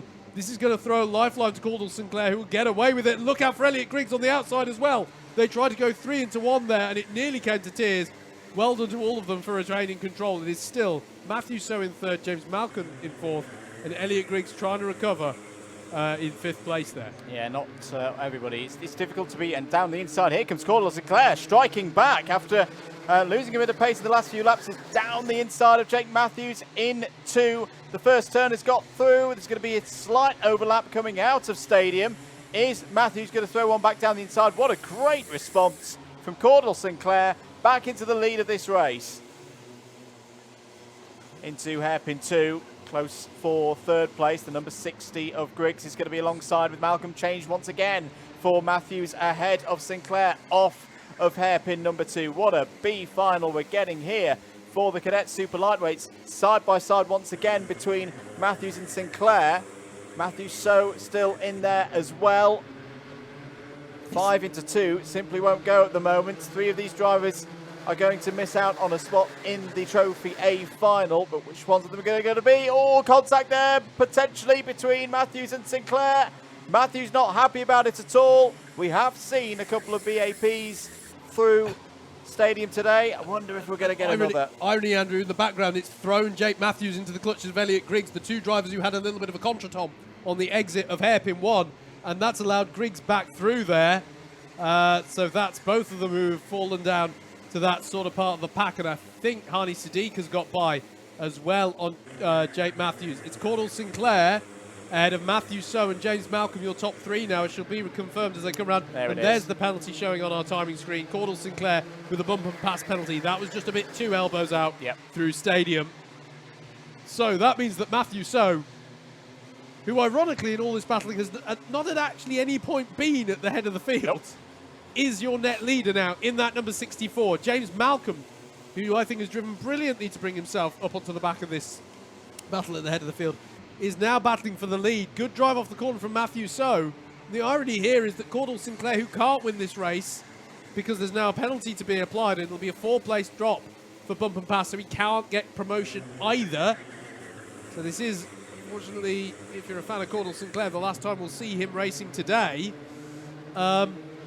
Ironically, though, if he holds up Matthew So, it could actually provide the opportunity for James Malcolm to throw a move here. He's still very much a factor in this fight at the head of the field, even if he can't win it, is Cordell Sinclair. Elliot Griggs lining up a move on Malcolm. We've seen him do this before, and he's down the inside, side by side, between James Malcolm and Elliot Griggs. And as James Malcolm returns to the racing line, and we've spoken about the little kink in that straight as well, as they all sort themselves out, I thought that was going to be James Malcolm all over the grass. As it is, it's opened up the door for Hani Sadiq to throw a move up the inside of Elliot Griggs, but Elliot Griggs isn't taking that one side, and he almost puts Hani Sadiq down the pit lane there with pod-to-pod contact on the exit. That's a controversial moment there, but in fairness, Elliot Griggs was just trying to go, well, I'll just try and get the switch back, thank you very much, if you're going to go that deep into Complex Nouvelle. Last lap board has been shown. Cordell Sinclair's at the head of the field, but he can't win this one. Matthew So is your net leader. Yellow flags are covering the first hairpin, and I think, Andrew, that's just for calming the field, because it's getting a little bit robust out there. Yeah, there's a spinner at the back under yellows as well. Yeah, we've gone full course yellow, I think. I'm not surprised. That got a little bit. And I think Cordell Sinclair is realising the impact of the penalty on his result here. This is the last lap, and we are under a form of full course yellow. So it's going to be Matthew So who wins this one under yellows. And James Malcolm, I don't think I've seen any penalties for him. Matthew So and James Malcolm will be your 2 promotees up into the A final grid. It is a win. Yeah, he does punch the air. Well, he might. Win there for Matthew So. Cordell Sinclair will be registered in 4th place. There's Matthew So, James Malcolm, Elliot Griggs. Then I imagine Cordell Sinclair will slot into the order. Jake Matthews, Zaya Honor, Lewis Tracy. Good drive, actually, from Lewis Tracy. Hani Sadiq on their own feet and out the carts. Good. Probably a little bit shaken up with one of those that felt like he was accelerating once you're on the grass. Yes. A bit of wet grass, but Hani out of the carts, you can see out the window. It's even a little bit downhill on that patch of grass as well. So yeah, good to see Hani Sadiq out the carts. And just a bit of pot-to-pot contact with Elliot Griggs. That is the end, though, of the B final in Super Lightweight Cadets. Next up, it's going to be the B final for Super Lightweight Juniors.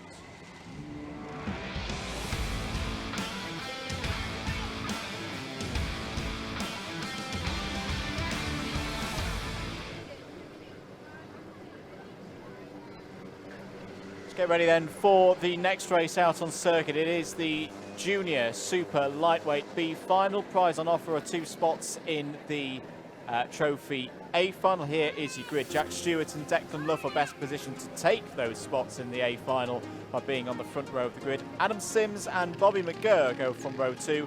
Philip Babalal and Mikey Brissenden go from row number 3. Caden Ward and Jake Hayo start on the 4th row of the grid. Toby Edelston and Jaden Girard-Shepherd start inside the top 10 on row 5. Daniel Archibald and Jesse Jarrett finish on row number 6. Row 7, Jacob Aquil and Henry Jones Jr. Zayn El Topshi and Charlie Wainwright start on row 8. Joshua Greaves and Jack Steele complete row number 9. Tom Sands and Daniel Campbell form up row 10. Flynn Berry and Daniel Langill start on row 11. Ethan Waters and Kira Boylan are on row 12, and then 2 qualifiers from the C final, Tyler Masters and Owen Timon Clydesdale. Just a bit of an update on the conditions here. I note that the wind has picked up a little bit here at the track. It's still a crosswind of the drivers. Yeah. So it's it's a crosswind on the start-finish straight, so it's a headwind here as they're coming out of Complex Nivelle. And as I say that, the flags outside go limp, but it was more blustery a moment ago. Clouded up here slightly at the circuit, but still no threats of rain as far as I'm aware. This is the last time we're going to talk about promotion today. Top 2 positions will get the promotion, and after that we're into our A finals. Here we go then. Jack Stewart will lead them away in the 93. Declan Luff, to my mind, doing it correctly there, looking at the throttle pedal but not breaking tram lines, but he will be under pressure from Adam Sims in the blue and white race suit as they come out of stadium. But actually, it's Bobby McGeer who gets by on Adam Sims. Declan Luff doing very well to retain second place, something that's been very hard to do for everybody, and often is round this Rye House circuit. It's Bobby McGeer who gets by. Bobby McGeer, arguably the driver with most to lose in this race. Yep. In the points at the start of the day. He's had a great form at times this season. It was a bit off colour last weekend at Clay Pigeon, still in the A final, crucially. Needs to be in the A final again to continue that strong point scoring, such as back at PFI when he had 2 second places. 10 minutes and 13 seconds to go, end of lap number 1. Stewart leads from Luff. McGeer in third. Bowlal's had a good start as well, is up to 4th place. Toby Edelston up 3 on that start as well, up to 7th. Not a good start for Jaden Gerard-Shepherd, down 9 to 18th. Yeah, and a good start as well for Charlie Wainwright, who, if I remember correctly, was the promotee from the pre-C final. Charlie Wainwright with up 4 positions as the strongest start in the field. He's worked himself up very nicely after bringing himself onto this B grade grid, if you like. At the end of lap number 2, though, that was a good lap from Jack Stewart. Fastest lap of the race, gives himself a little bit of breathing room now over Declan Luff. Bobby McGeer, though, having to hold back everybody else. Philip Abulel and Toby Edelston getting by on Adam Sims there. So changes in the top 10. Should say as well, Jack Steele in the 1-2-3 had a difficult first lap as well. He was down 9 positions, I noted, at the end of lap 1, but is working his way back into it, trying to pick up the pace. But yeah, as you say, mate, of the drivers in this race, McGeer is the one I would expect the most to get onto this A grid. And he needs to have a bit of cooperation from those behind him right now, because they need to work together to keep Declan Luff in reaching distance. And Declan Luff, his mid-season's been very good, of course. He was 3rd last week in the pre-A final at Clay Pigeon, so not a slow driver at all. Actually, Mikey Brissenden as well, a driver I would expect to be on that A grid as well, actually, Andrew, in the 14. So a few drivers here who aren't having their best showing of the season at this Rye House kart circuit. There is Brissenden with the yellow and black helmet design with the flag of St George on the back of the helmet. Fastest lap of the race for Declan Luff, but immediately beaten by Bobby McGeer as the drivers play themselves into this race. Nice battle going on there into turn number 1 between Jensen Jowett in the 103 and Zayn El Tobshi in the 36. Both drivers in blue suit there, battling away. Sorry, I think for the drivers at the front of the field, don't fight too early. Keep this pack as large as possible. As through comes the 39 of Edelston on Mikey Brissenden. Brissenden going to try and fight back, perhaps into paddock. No, has to concede and slot in behind. Battle for the lead. Jack Stewart in the 93 feels the need to go shallow on the entry into stadium. And Bobby McGeer and Philip Abula have caught right up onto the back of this as well. Going defensive there is the race leader of Stewart.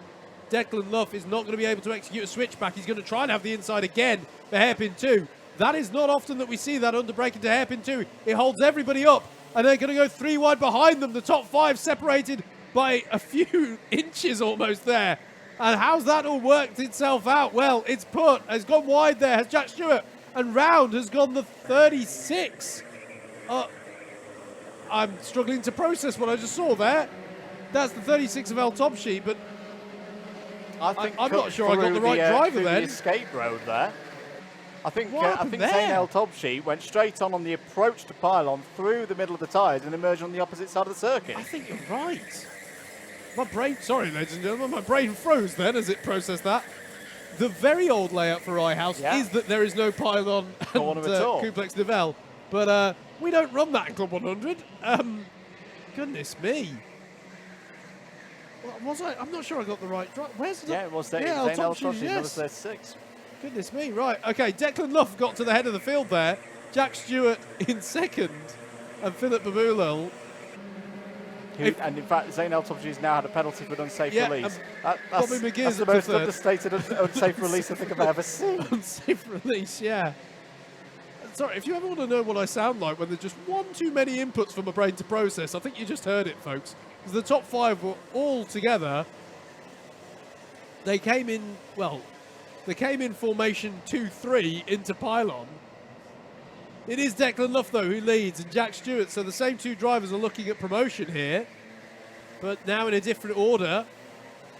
Bobby McGeer in third, Philip Babulal in fourth, and Mikey Brissenden in fifth. Declan Luff still feeling the need just to dissuade Stewart from making a move into stadium as they begin lap number 9. 5 minutes left on the clock then. Yeah, there's the penalty I was expecting to see, omitting part of a circuit for Zayn El Topshi. When you said unsafe release, I'm like, maybe, but I can think of a better rule that could be applied. And yeah, that is, yeah. Moving on. And look at this. Good drive off of Complex Nivelle, but can't do anything with it, can Jack Stewart. So close across the line last time around, and Bobby McGeer must be sensing an opportunity here to bag one of the last tickets going for promotion. In fact, to be honest with you, the top... I say the top 6 are all still within a chance of this, with 2 seconds side by side between between Luff and Stewart. Top 8 are separated by 3 seconds, so it's still nice and tight here. Jack Hayhoe won't be going through to the A final, a bump and pass penalty. ABC, that's going to be 4 positions docked for driver in the number 65. 4 minutes to go. I can see out the window, Andrew, that a battle behind Brissenden, Babulal and Edelston were going side by side there through Complex Nivelle. So they've dropped a little bit off the back now of Brissenden. There is Brissenden, and there is the battle. Babulal managed to hold off the assault from Edelston, but they've lost a lot of time there to Brissenden, who, just to add insult to injury, is set to, I think that's consecutive fastest laps from Brissenden there, 41.925. Not seen many drivers drop into the 41-second mark in the race. Saw a few of them in qualifying. But, yeah, I'd say now that that's just created a gap such that it is now for the top 4 to battle out, and then this second pack of Babulal, Edelston, Hayhoe, who has that penalty hanging over him, and Adam Sims as well in this pack now, with the close attentions of Caden Ward, with that distinctive pink lid that he has. Still Babulal's able to hold off Toby Edelston's attack, but Edelston to the inside of the hairpin. He'll need to let that back. Yeah, he will need to let that back, and that was a little bit of a... It's easy for me to say from the comms box, but that move wasn't quite ever on. It was a little bit late in the braking zone that he committed to that. Yeah, I think he'll call that right. Yeah, there's contact warnings that's come in. So, yeah, that was spot on from Toby Edelston to let him back through, but it's been recognised as a contact warning. Yes.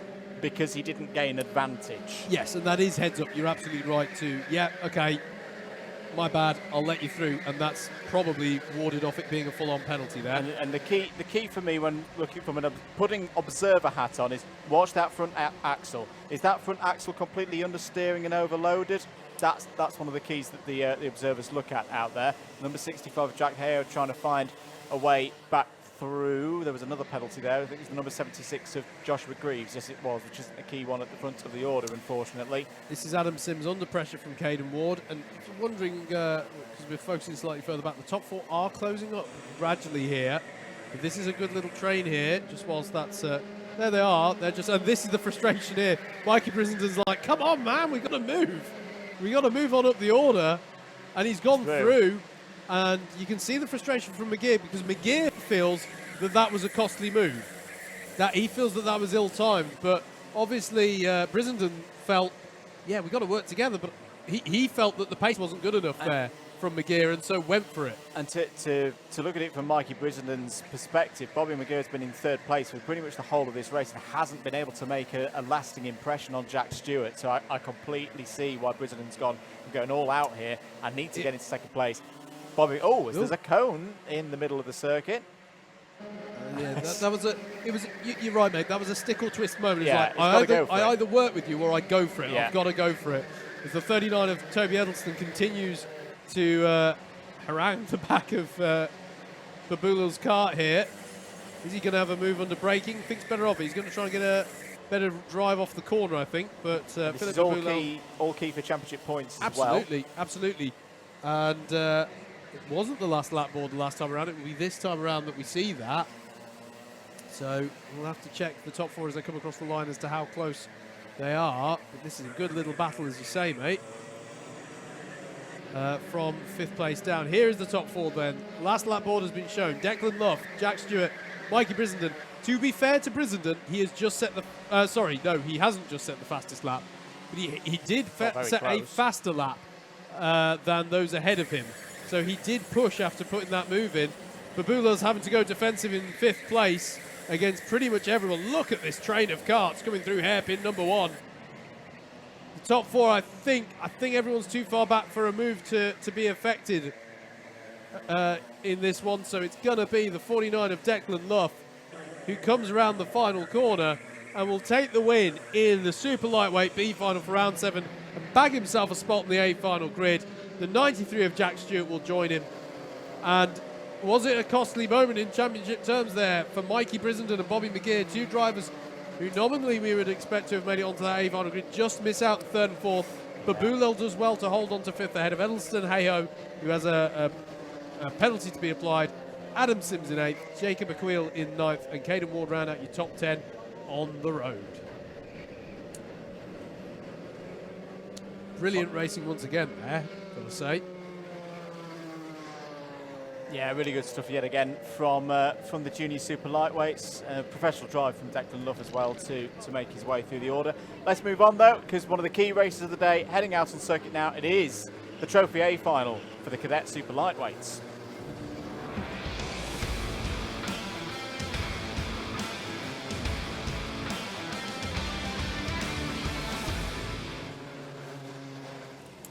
Let's have a look then at your grid for this one. Rory Hamilton will start this one on pole position with Jacob Underhill alongside Edward Jones. What a day he's had with Jensen Barnard alongside him on the second row of the grid. Oliver Yango and Jude Putterfoot are row 3. Row 4 is Luca Batuev and James Vout. Jack Beasley and Ellis Cox rounds up the top 10 ahead of Ben Hunt and Corey Chapman on row 6. Row 7 is Tate Hart and Aidan Hammond. Teddy Young and Wyatt McAllister are row 8. Jacob Cipraghi and Jacob Kent make up row number 9. And then it's Charlie France and Charlie Cipraghi on row 10. I'm just looking for who your confirmed promotees are. We are going round again. Your confirmed promotees from the Cadet Super Lightweight B final are Matthew So and James Malcolm. So here we go then. This is it, the trophy final for our Cadet Super Lightweights. 130 championship points on offer, the same as we had in the pre-A final, but also the bragging rights of being the victor for the round. And the trophy holder on the podium at the end of the day.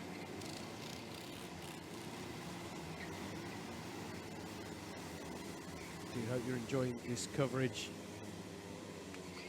Don't forget, we're back for even more fun. The same again, effectively, for our lightweights as opposed to our super lightweights that we've had today. Our lightweight cadets and our lightweight juniors will be in action. Championships are on the line. go then.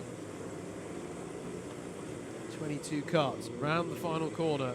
The pace cart will pull to one side. They'll be under starters' orders. They'll be looking for good discipline in the tram lines this time. The 10 is Rory Hamilton. The 20 is Jacob Underhill.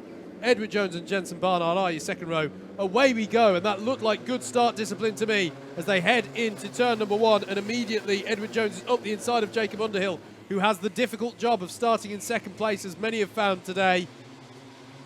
It is Rory Hamilton who leads the number 43 of Edward Jones through the first hairpin. They have all made it through that first hairpin cleanly, as one would expect from this A standard grid.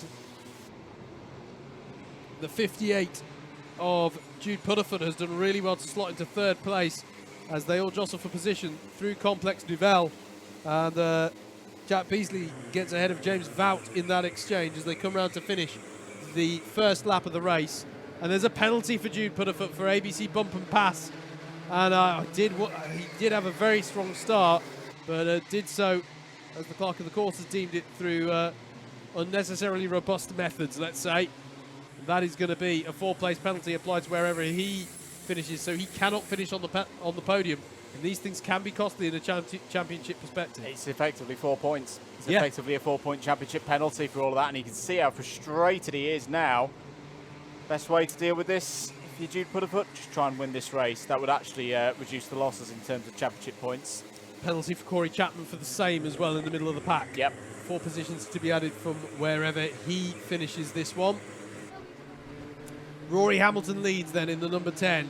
Edward Jones in second. Third is Jude Putterfoot with a penalty hanging over him. Oliver Yango is in fourth ahead of Jensen Barnard and Luka Batuev in sixth. Down to hairpin 1 again they go. And as you say, Andrew, the best thing for Putterfoot to do is to try and offset the penalty with successful passes up the order. His ideal now, well, I always say it as if, oh, they need to do this to offset. The ideal doesn't change. The ideal was always to win. Yeah. But it's for slightly different reasons, as Oliver Yango is having to defend against the world, it must feel like, behind them in fourth place. It's Jensen Barnard and Luka Batuev going side by side. Look out for the 28 and the 84. James Vout getting involved as well. And out wide there and going round was that. Was that the beginning of a spin that we just saw there? Coming out, no, it wasn't. They managed to retain it, hold on to it, I should say. It was getting quite robust there. I'm trying to see, it was the driver of the 84, I think. It was Jensen Barnard who did well to hold on to that one through out of stadium. To be clear, this would not, as things stand right now, this would not be championship winning position for Rory Hamilton. It would put him into a very strong position ahead of the final round at Bookmore Park. But at the moment, the likes of Ellis Cox and Jude Putterfoot are doing enough in this race, with the penalties applied as well, to be taking it on to the final round. Yeah. Your order then, Rory Hamilton leads, Edward Jones in second. Third is Jude Putterfoot with a penalty of 4 positions to be applied post-race. Oliver Yango in fourth. Fifth for Luka Batuev in the number 28. And he's under pressure from James Vout, actually, as I say that. You'll just see it as the back of shot there. So it's Hamilton, Jones, Putterfoot, Yango, Batuev and Vout. I think Batuev was able to hold off. No, Vout got ahead. The 25 is ahead of the 28. That is a change for position there. Fifth place for James Vout. And Ellis Cox, playing his way into this one nicely as well in the 11, is on the tail of Batuev now. And he's bringing Jensen Barnard to the party as well. Been really impressed with Jensen Barnard over these the last couple of weeks. Third in this respective race a week ago at Clay Pigeon. Yep. Been strong again today. Fastest driver out on circuit right now. Could be on for another really good top 10 here. 7 minutes to go. Rory Hamilton continues to lead. Hamilton leads at Rye House. How many times has that been heard? I did just not for a while, but no, I did reflect on that somewhat a moment ago myself. Yes. Corey Chapman here, by the way, fending off Aidan Hammond, who's charging at the moment, and showing some good pace. I've seen a few PBs and I think briefly fastest lap of the race for Aidan Hammond. Corey Chapman doing well to hold off that attack at this point in the race. Jude Putterfoot still on the tail of Edward Jones, who is on course here, Andrew, for his best result of the season. He is indeed. In that 43 car. He clearly chimes well with this Rye House kart circuit. It is indeed. The best, I say, for a driver that's been on that cusp of getting into an A final has been a good day for Edward Jones. This has been superb from Edward today. James Vout has got some really good pace in this race. Yeah, that's why you're seeing him so keen to duke his way through the likes of Yango and Putterfoot. Rory Hamilton, I would say, is comfortable at the moment. Isn't driving with a manner of being under pressure per se, not being over defensive, but he isn't galloping away from the rest of the field. And he checks over his shoulder there to see that 1, 2, 3, 4, 5 karts are in close company with his number 10 at the moment, all the way back to Luca Batuev in the 28, and of course 2 of those are championship contenders in amongst this group. Working together in the background as well to try and get onto the back of this is Ellis Cox, or are Ellis Cox and Jensen Barnard. Another look from James Vout on Oliver Yango into Stadium.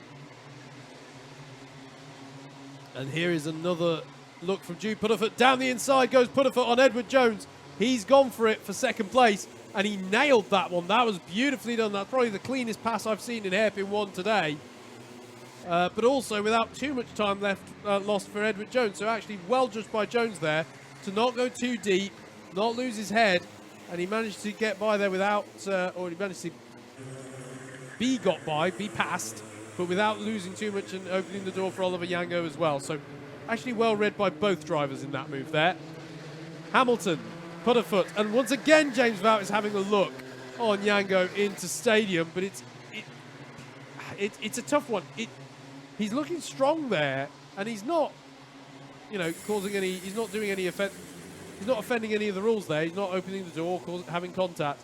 But it's what we discussed earlier. I wonder if he's going he's going all in, and it's actually meaning that he never has an opportunity in hairpin 1. Yeah. He could do with holding off for a moment. I think he's going to have to try something different to get by here, is Vout. He's got the fastest lap of the race, so in principle he has got that pace. As behind this pack, by the way, in the background, Ellis Cox and Jensen Barnard are battling away. Barnard's got through, and this time Vout is down the inside. And fair play to him, because this is why you don't listen to me, folks. But he's been rehearsing that move for a while, and this time he had enough overspeed to make it stick. Nice move from James Vout there, and up into 4th place. And now on the tail of Edward Jones. And I think James Vout fancies a podium here today. In fact, he's already on for a podium because of Jude Putterfoot. But Putterfoot is going side by side with Rory Hamilton. Does Hamilton know the penalty is there for Putterfoot? It's going to be side by side in Complex Nivelle. Through goes Putterfoot. Hamilton did very well to recover that one without going deep into Complex Nivelle. He's going to try and get the switch back and get better drive onto the start-finish straight with 3 minutes left on the clock. And look out for James Vout as well in the 25. Track Who's limits going to emerge? advantage. Track limits advantage penalty. Sorry, Howard, for James Vout. Costly. So that's 2 of the top 3 on the road now with penalties. Yep. Rory Hamilton is still your net leader, but does he know it? Or does he feel he has to throw one down the inside of Jude Putterfoot? Because, of course, Putterfoot is, from a championship perspective, he knows it's a threat. Edward Jones still on for a podium here as well in the 43. The 49 of Yango and Luca Batuev as well playing himself into this one nicely. This top 6 are still close as you like as we're into the closing moments here for round 7 of the super lightweight cadets. Jensen Barnard, as I mentioned, did get by on Ellis Cox last time around. Championship scenario as at the moment, even if James Vout goes down the inside of Rory Hamilton, because remember, Vout's got a penalty already, well held by Hamilton to the outside, keeps himself in second place on the road. If it was to finish something like this, Hamilton would lead the championship on 1,748 points. It would be a 6-point lead over Ellis Cox. He's now trying to get the lead on the road back. Remember, this won't change things in terms of race order once penalties are applied, because the number 58 has one already. Side by side again between Putterfoot and Hamilton. He's going to hold back. He's going to try and get the slingshot down the pit straight. Putterfoot, amazing drive through paddock there. I thought, well, surely he's going to be weak coming onto the main straight with that inside line into paddock. No, not at all. He's finding a way of making it work. I'm loving the positioning of both of the top 2 there. Yeah. Hamilton trying to get the switch back out of pretty much every corner. He goes, I know that you're going to defend this. I'm going to wait until you make a mistake. And fair play to Putterford, he didn't. But Hamilton is always there, getting the better drive off the corner with the switchbacks. He'll do it here again. Look at that late apex off of hairpin 2. I'm not sure Putterford's fair to let Razors on there, because I think that was all. I think that was come was on that through. Letting it through? I think that was come on through, but he's got to be try and get careful. back, Got to side let by that back side. through. Yeah. Got to let that back through if you Jude Putterfoot, because if you get another penalty, that's going to cost yourself in terms of championship points. Look out for Edward Jones. Edward Jones could get by on all of these if they hold each other up. James Vout and Putterfoot are all looking racy. It could be any of these top 5, and actually side by side for the net race lead between Rory Hamilton and Edward Jones, and Edward Jones is through. Edward Jones is on for a round win, a trophy final win now. Once penalties have been applied, it's the last lap here at Rye House. It's Putterfoot, but has a penalty. Vout, but has a penalty. Edward Jones in the 43 has the net lead coming onto the back straight. What a story this would be. A driver who's been on the cusp of these A finals all year. We said watch out for the unexpected this weekend on the first cadets visit to Rye House on day 1, out of the final corner. The top 2 on the road have penalties. I don't think he knows it, but Ed Jones has just won a round of the Club 100 Cadet Super Lightweight Championship. Edward Jones wins at Rye House. A mammoth result. His best results of the year. Rory Hamilton is 4th on the road. Won't be happy with that result, but it's a good day for his championship bid. Luca Batuev, another top 5. He will mathematically roll on to Buckmore Park. A slim opportunity, but an opportunity nonetheless to still be in the title picture. Oliver Yango has been great today, finishes P6. Jensen Barnard, another top 10. Corey Chapman from a B-level race finishes in the top 10. Aidan Hammond also has been great there in 9th. Ellis Cox, more solid points in 10th. But you've got to give it, Edward Jones has been great since qualifying. When he turned up in time qualifying and was on the pace, fully deserves that win, if you ask me. 100%. Had a brilliant day. Couldn't disagree with you at all there, mate. It's been brilliant. I will say, I know they both had penalties to be applied. It was still 8 1,000ths across the line between the top 2 on the road, which, and to be fair, they were battling between, well, if you're getting the penalty, who's going further back? So always something to fight for. Brilliant result for Edward Jones. We've got to look ahead to the A final in Super Lightweight Juniors.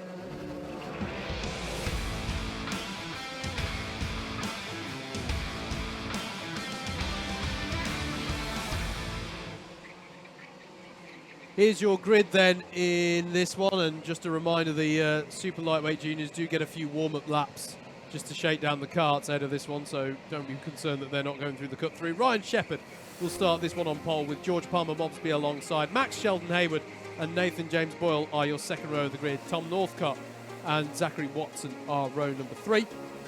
Jamie Tylee Gooden and Benji Hamilton are row 4, with Max Kilby and Sam Cole to round out the top 10. Jack Redfern and Dominic Balasaitis are your 6th row of the grid. Next up, it's Ollie Clegg and Frederick Navarro in 13th and 14th respectively. Ben Yango and Ethan Pritchard are your 8th row, with Rory Hinkley and Oliver Liversedge on row 9. Rounding out the top 20 will be Jensen Davis and Max Davis. Henry Barrington and Max Cooper are row 11, with Jensen Blakesley and Finley Jones on the 12th row of the grid. And I will just double check as well. We'll have the promotees from the B final, which will be Declan Luff and Jack Stewart to round out the grid.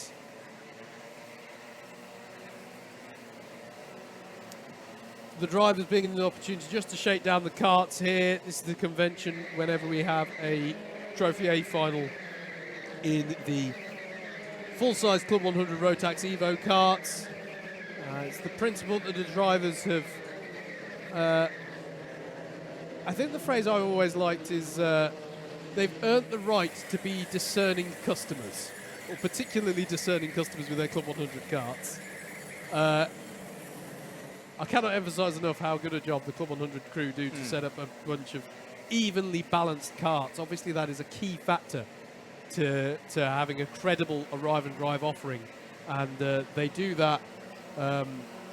They do that in spades, in my opinion, do the Club 100 crew. However, there are always subtle differences between the karts, and when a trophy final is on the line, the sort of reward that's given to these drivers is, no, you can shake down the karts a bit, make sure that you're happy with the machinery so that there's no cause for feeling aggrieved, basically. If you felt that the kart wasn't up to standard, it was their prerogative to bring it into the pits and swap karts if they so wished. I have to say that I haven't seen any, I didn't clock any drivers doing so, so I think they're all happy with their Club 100 machines. Championship scenario that we need to look out for here. George Palmer Mobsby leads by my provisional scoring of 1,624. 10 points is the lead, sorry, 9 points is the lead over Sam Cole, 10 over Ryan Shepherd. Championship most likely can't be won today, but one of those three drivers could take a massive step towards doing so. We're ready to go racing in the A final here at Rye House. We're away for 11 minutes. Good start for Ryan Shepherd. Takes the initiative from pole position, 3-4 wide as they go through stadium for the first time.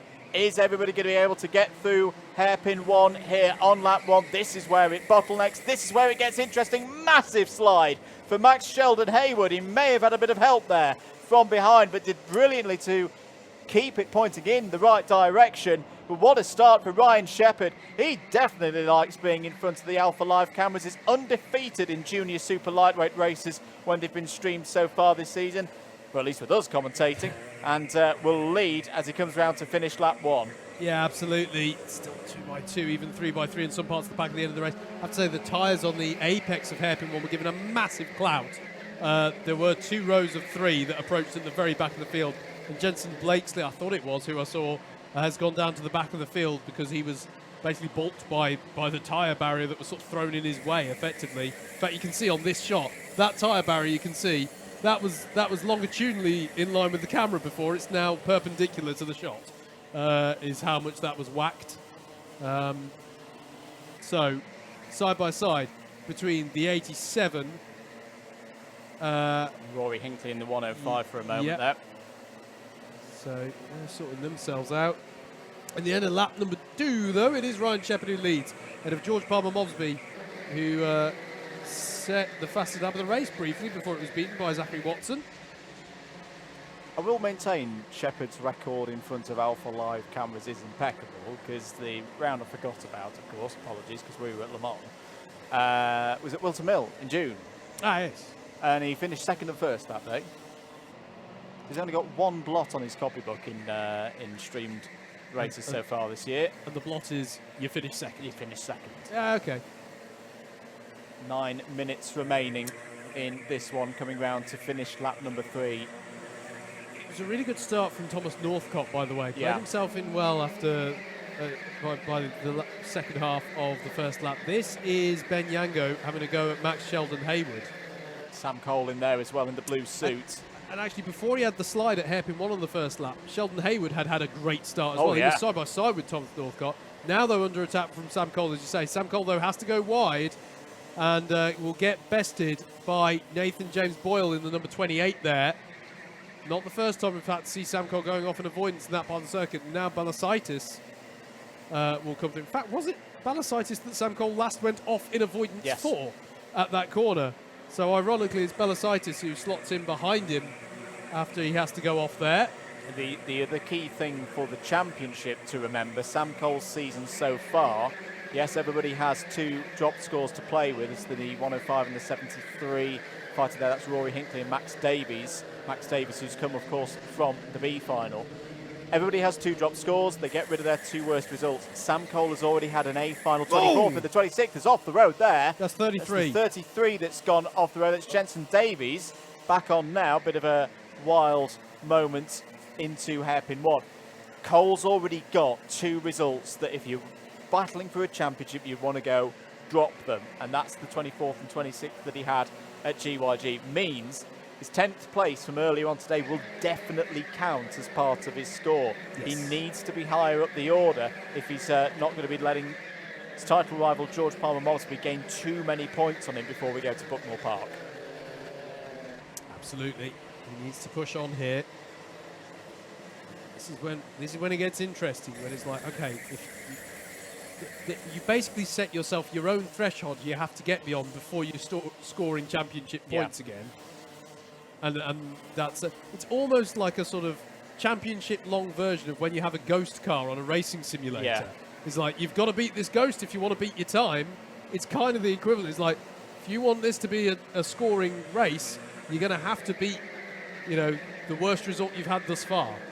Frederick Navarro moving through the order, saw there in the number 27. Here comes the number 90 of Oliver Liversidge, trying to get past Declan Love, another one of our drivers who's come through from the B final. Good move there by Oliver, gets through into 22nd place, a bit further up the order. This is the number 93 of Jack Stewart, fighting with Ethan Pritchard for 16th place. Jack Stewart, another driver who got promoted up through the ranks to the A grid, if memory serves correctly.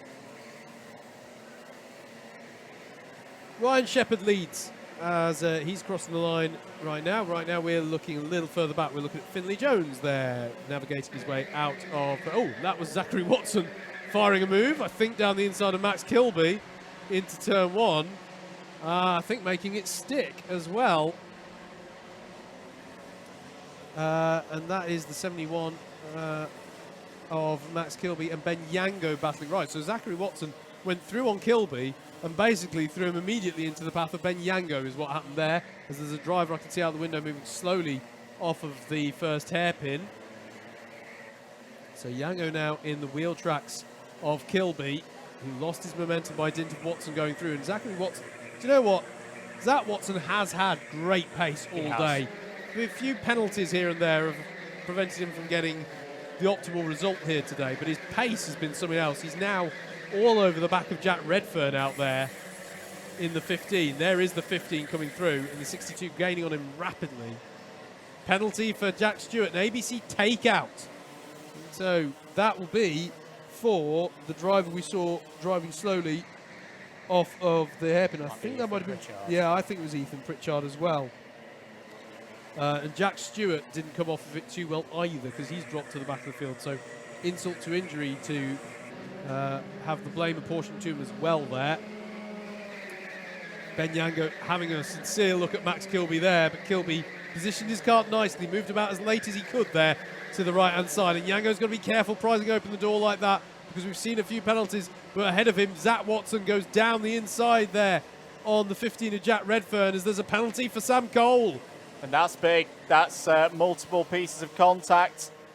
That's going to lose him positions and, in effect, championship points. Is this going to be a day that we look back at once we get to the end of November and go, this was the day for George Palmer Mobsby and Ryan Shepherd in their title bids? They really started to break the resistance of Sam Cole. Number 15 there, defending to the inside. That's Jack Redfern ahead of Ben Yango. I don't think they want to do that, Andrew. No. I think Zach Watson had the right idea when he got to 5th place in the middle of the last lap, where he went, no, we got to go. And it's because the top 4 have broken away. We haven't seen them much this way, but that's because they've been in a holding pattern. They've been working together, trying to get ahead. It's probably going to get a bit more spicy as we enter the latter portion of this race. Zach Watson can see that opportunity ahead, and he's like, no, come on, let's work together. Here is your... Those were the top 4 just coming into shot there. And yeah, I hope there that Redfern and Yango have got the memo. Here is Ryan Shepherd, your race leader. George Palmer Mobsby in second. There's Thomas Northcott. And there is Jamie Tiley Gooden, who's done very well to stay in touch with this top 3. And Zachary Watson is pushing like crazy to get onto the back of them. Yes, indeed. At the front of the order, you've effectively got your 2 championship leaders now. Yep. If things were to stay like this, provisionally with a capital D, George Palmer Mobsby would have 1,752 points secured and locked in. That would be his score. If he didn't race at Bookmore Park, that would be a championship score for him. Shepherd would be on 1,744. He would need to go to Bookmore Park and probably repeat this same performance again and hope that other drivers could get ahead of George Palmer Mobsby. But we've seen it happen before in season finales down in Kent. 2.5 minutes remaining. That could very much change, of course, though, if George Palmer Mobsby is able to find a way past the number 21 in this remaining time on the clock. Shout out to Oliver Liversidge again, actually, up another 2 places in the last lap. Haven't seen any contact warning or anything for him. Doing a really nice job of working as well at the order. Just goes to show there's always someone. I mean, look at this pack of cars. There's always someone for you to battle in Club 100. And that was a very slow run off the corner there, I think, for Rory Hinckley at the head of that pack. We're looking here at a battle between the 1, 1, 8, is that? Yep. Yeah, 118 at Balasitis Balasitis and, against Sheldon Haywood. Yeah, Sheldon Haywood and Max Cooper. And then further behind them is this pack. I can see them out the window, though. We need to be looking at the lead here because George Palmer-Mobsby is seriously threatening Ryan Shepherd, and I think he may have got through. They're coming out of hairpin 2 now onto the back straight. Here it is for the lead of the race. George Palmer-Mobsby was briefly ahead out of hairpin 1, but Shepherd's been able to get this back, and this is crucial between these two. It's effectively a 4-point swing in the championship. If Palmer-Mobsby could get through, he would gain 2, Shepherd would lose 2. But Northcote and Jamie Tyler-Gooden has had a fairly quiet day here at Rye House, but has been quietly getting on with his work. He's sat with a chance of another podium here. Had a top 3 earlier in the season at PF International in a pre-final. In fact, in a trophy race, hasn't been in a top 3 yet, has Jamie Tyler-Gooden. So that would be a great result for him. I think they said falling Freddie Navarro back through the order. 45 seconds remaining on the clock. Ryan Shepherd trying to take another victory here. Took the clean sweep at Lydd earlier on in the summer. Can he make it a clean sweep here at Rye House? 30 seconds to go onto the lead lap. Shepherd leads, Palmer-Mobsby second, Northcote and Tyler-Gooden is 4. These 4 all going for the race win. I'll remind you as well, only 3 drivers in this class have won a race this year at the A-level. Shepherd, Palmer-Mobsby and Sam Cole, who's down the order now. So for Northcote and Tyler-Gooden, can they take that title away? Coming out of hairpin 1, Palmer-Mobsby goes for a switchback line, but there's not enough. He goes for it into hairpin 2. That's from miles back. It's going to hold both of them up. Possible opportunity for Northcote. Side by side down the back straight. Palmer-Mobsby may be able to hang around the outside. He can't do it. Northcote's trying to go around the outside. Look out as well for Tyler-Gooden. It's somehow still Ryan Shepherd into the last corner. Side by side through paddock corner. And it will be Ryan Shepherd who takes the win for round 7. And Palmer-Mobsby just hangs on to it by 57 thousandths of a second ahead of Thomas Northcote and Tyler-Gooden. Well, that all kicked off. That was half a lap of madness there at the front of the field, but it's Ryan Shepherd who takes another round victory. He loves it when we stream it to take the win around this Rye House kart circuit for round 7. 6 races, 5 wins and a second place in front of Alpha Live cameras so far this season for Ryan Shepherd. 2 more races in the season to go at Buckmore Park, which you'll be able to watch here on the YouTube channel as well. Let's have a look at the provisional results from that Junior Super Lightweight A final, a very important Junior Super Lightweight A final in the context of the championship. After 16 laps, Ryan Shepherd takes the race victory by nearly half a second ahead of George Palmer-Mobsby. That holding on to second place could be very, very important come the end of the season. By my calculations, he leaves Hertfordshire this evening with an 8-point advantage with 2 more races to play. Thomas Northcote is 3rd and on the podium. A great run for Thomas Northcote there. He's been fast all day, very much deserves his trophy to take home with him. Jamie Tyler-Gooden just misses out that trophy in the A final. The trophy A final eludes him, but it's another good score for Jamie Tyler-Gooden and will surely secure his place at least in the top 10 in the championship scores. Zachary Watson has been fast, has had a bit of misfortune out there, gets 5th in the A final. Ben Yango, both of the Yangos have been great today. And another top 10 for that family there with Ben in 6th. Jack Redfern was 7th. Max Kilby, great run for Max Kilby today to finish in 8th place. Sam Cole, difficult to say to make out what you say about Sam Cole. It looked like he wasn't going to make the A finals earlier on in time qualifying. Fought his way into there. Has got 2 top 10s on the road, but has lost somewhere in the range of 20 points to George Palmer-Mobsby and Ryan Shepherd here today. He is still in with a shot of the championship when we go to Buckmore Park, but it is a bit of a long shot now. He's got to go out and get a double win when we go down to Kent and hope that there's misfortune for his 2 title rivals. Benjamin Hamilton, another good result for Benji, another top 10 for him. Nathan James Boyle fought through to 11th. Max Sheldon Haywood was 12th. Max Cooper 13th. And good driving today, good speed from Dominic Balasitis. Hope we see Dom at Buckmore Park. Isn't a factor in the championship because he's already missed 2 rounds. but has shown the speed to get the results in here today. Ollie Clegg was 15th. Oliver Liversidge was 16th. Rory Hinckley, Max Davies, Finley Jones and Henry Barrington were all inside the top 20. Declan Luff fought through from the B final to be P21, some decent points there in the A final. Jensen Blakely, Jack Stewart, Freddie Navarro, Ethan Pritchard and Jensen Davies completed the field in a very fast-paced final there in the junior super lightweights. The whole field covered by 21 seconds. Absolutely.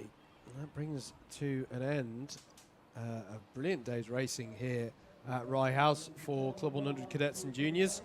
But just in case you haven't got the memo that we've mentioned ever so often, that is but the first day of this 2-day race meeting here for Club 100. So do be certain to join us tomorrow, and we'll be doing it all again with the lightweight cadets and the lightweight juniors. And if you are particularly following the super lightweights, the 26th of November, Sunday the 26th of November will be the next time they'll be racing. As I say, we'll be live with commentary from Double Dash Motorsport Media as well on that one. We very much hope you can join us for that, and as Howard has mentioned, for tomorrow as well. As I say, I think that's about time for us to wrap things up here today at Rye House. We'll be back around 11:45 tomorrow for it all over again with our cadet lightweights and our junior lightweights as well. And we could be crowning a champion tomorrow in the cadet lightweights, so even more reason to tune into us here on Alpha Live. If you're new around here and you haven't done so already, please consider pressing that subscribe button. If you've enjoyed the commentary as well, at @MM across your social media networks, particularly if you're on Instagram, because we're on 999 followers. It'd be great if you could give us a bit of support there. Howard, final thoughts before we check out for tonight? I think it's been a superb day's racing. You know, really close stuff. Actually, it didn't happen. I think we thought there might be like a subclass of drivers who've been here before and not, but the drivers clearly acclimatised quickly to this Rye House kart circuit, and we were served up with some fantastic racing. Also, I think you should double check your subscribe account on Instagram. Oh! So we might have a treat to enjoy here in the Double Dash Motorsport Media ranks. But yeah, for now, until tomorrow when you can join us for the lightweight cadets and juniors, it's thanks from all of us here, and thanks for tuning in. Take care, everybody. Bye-bye.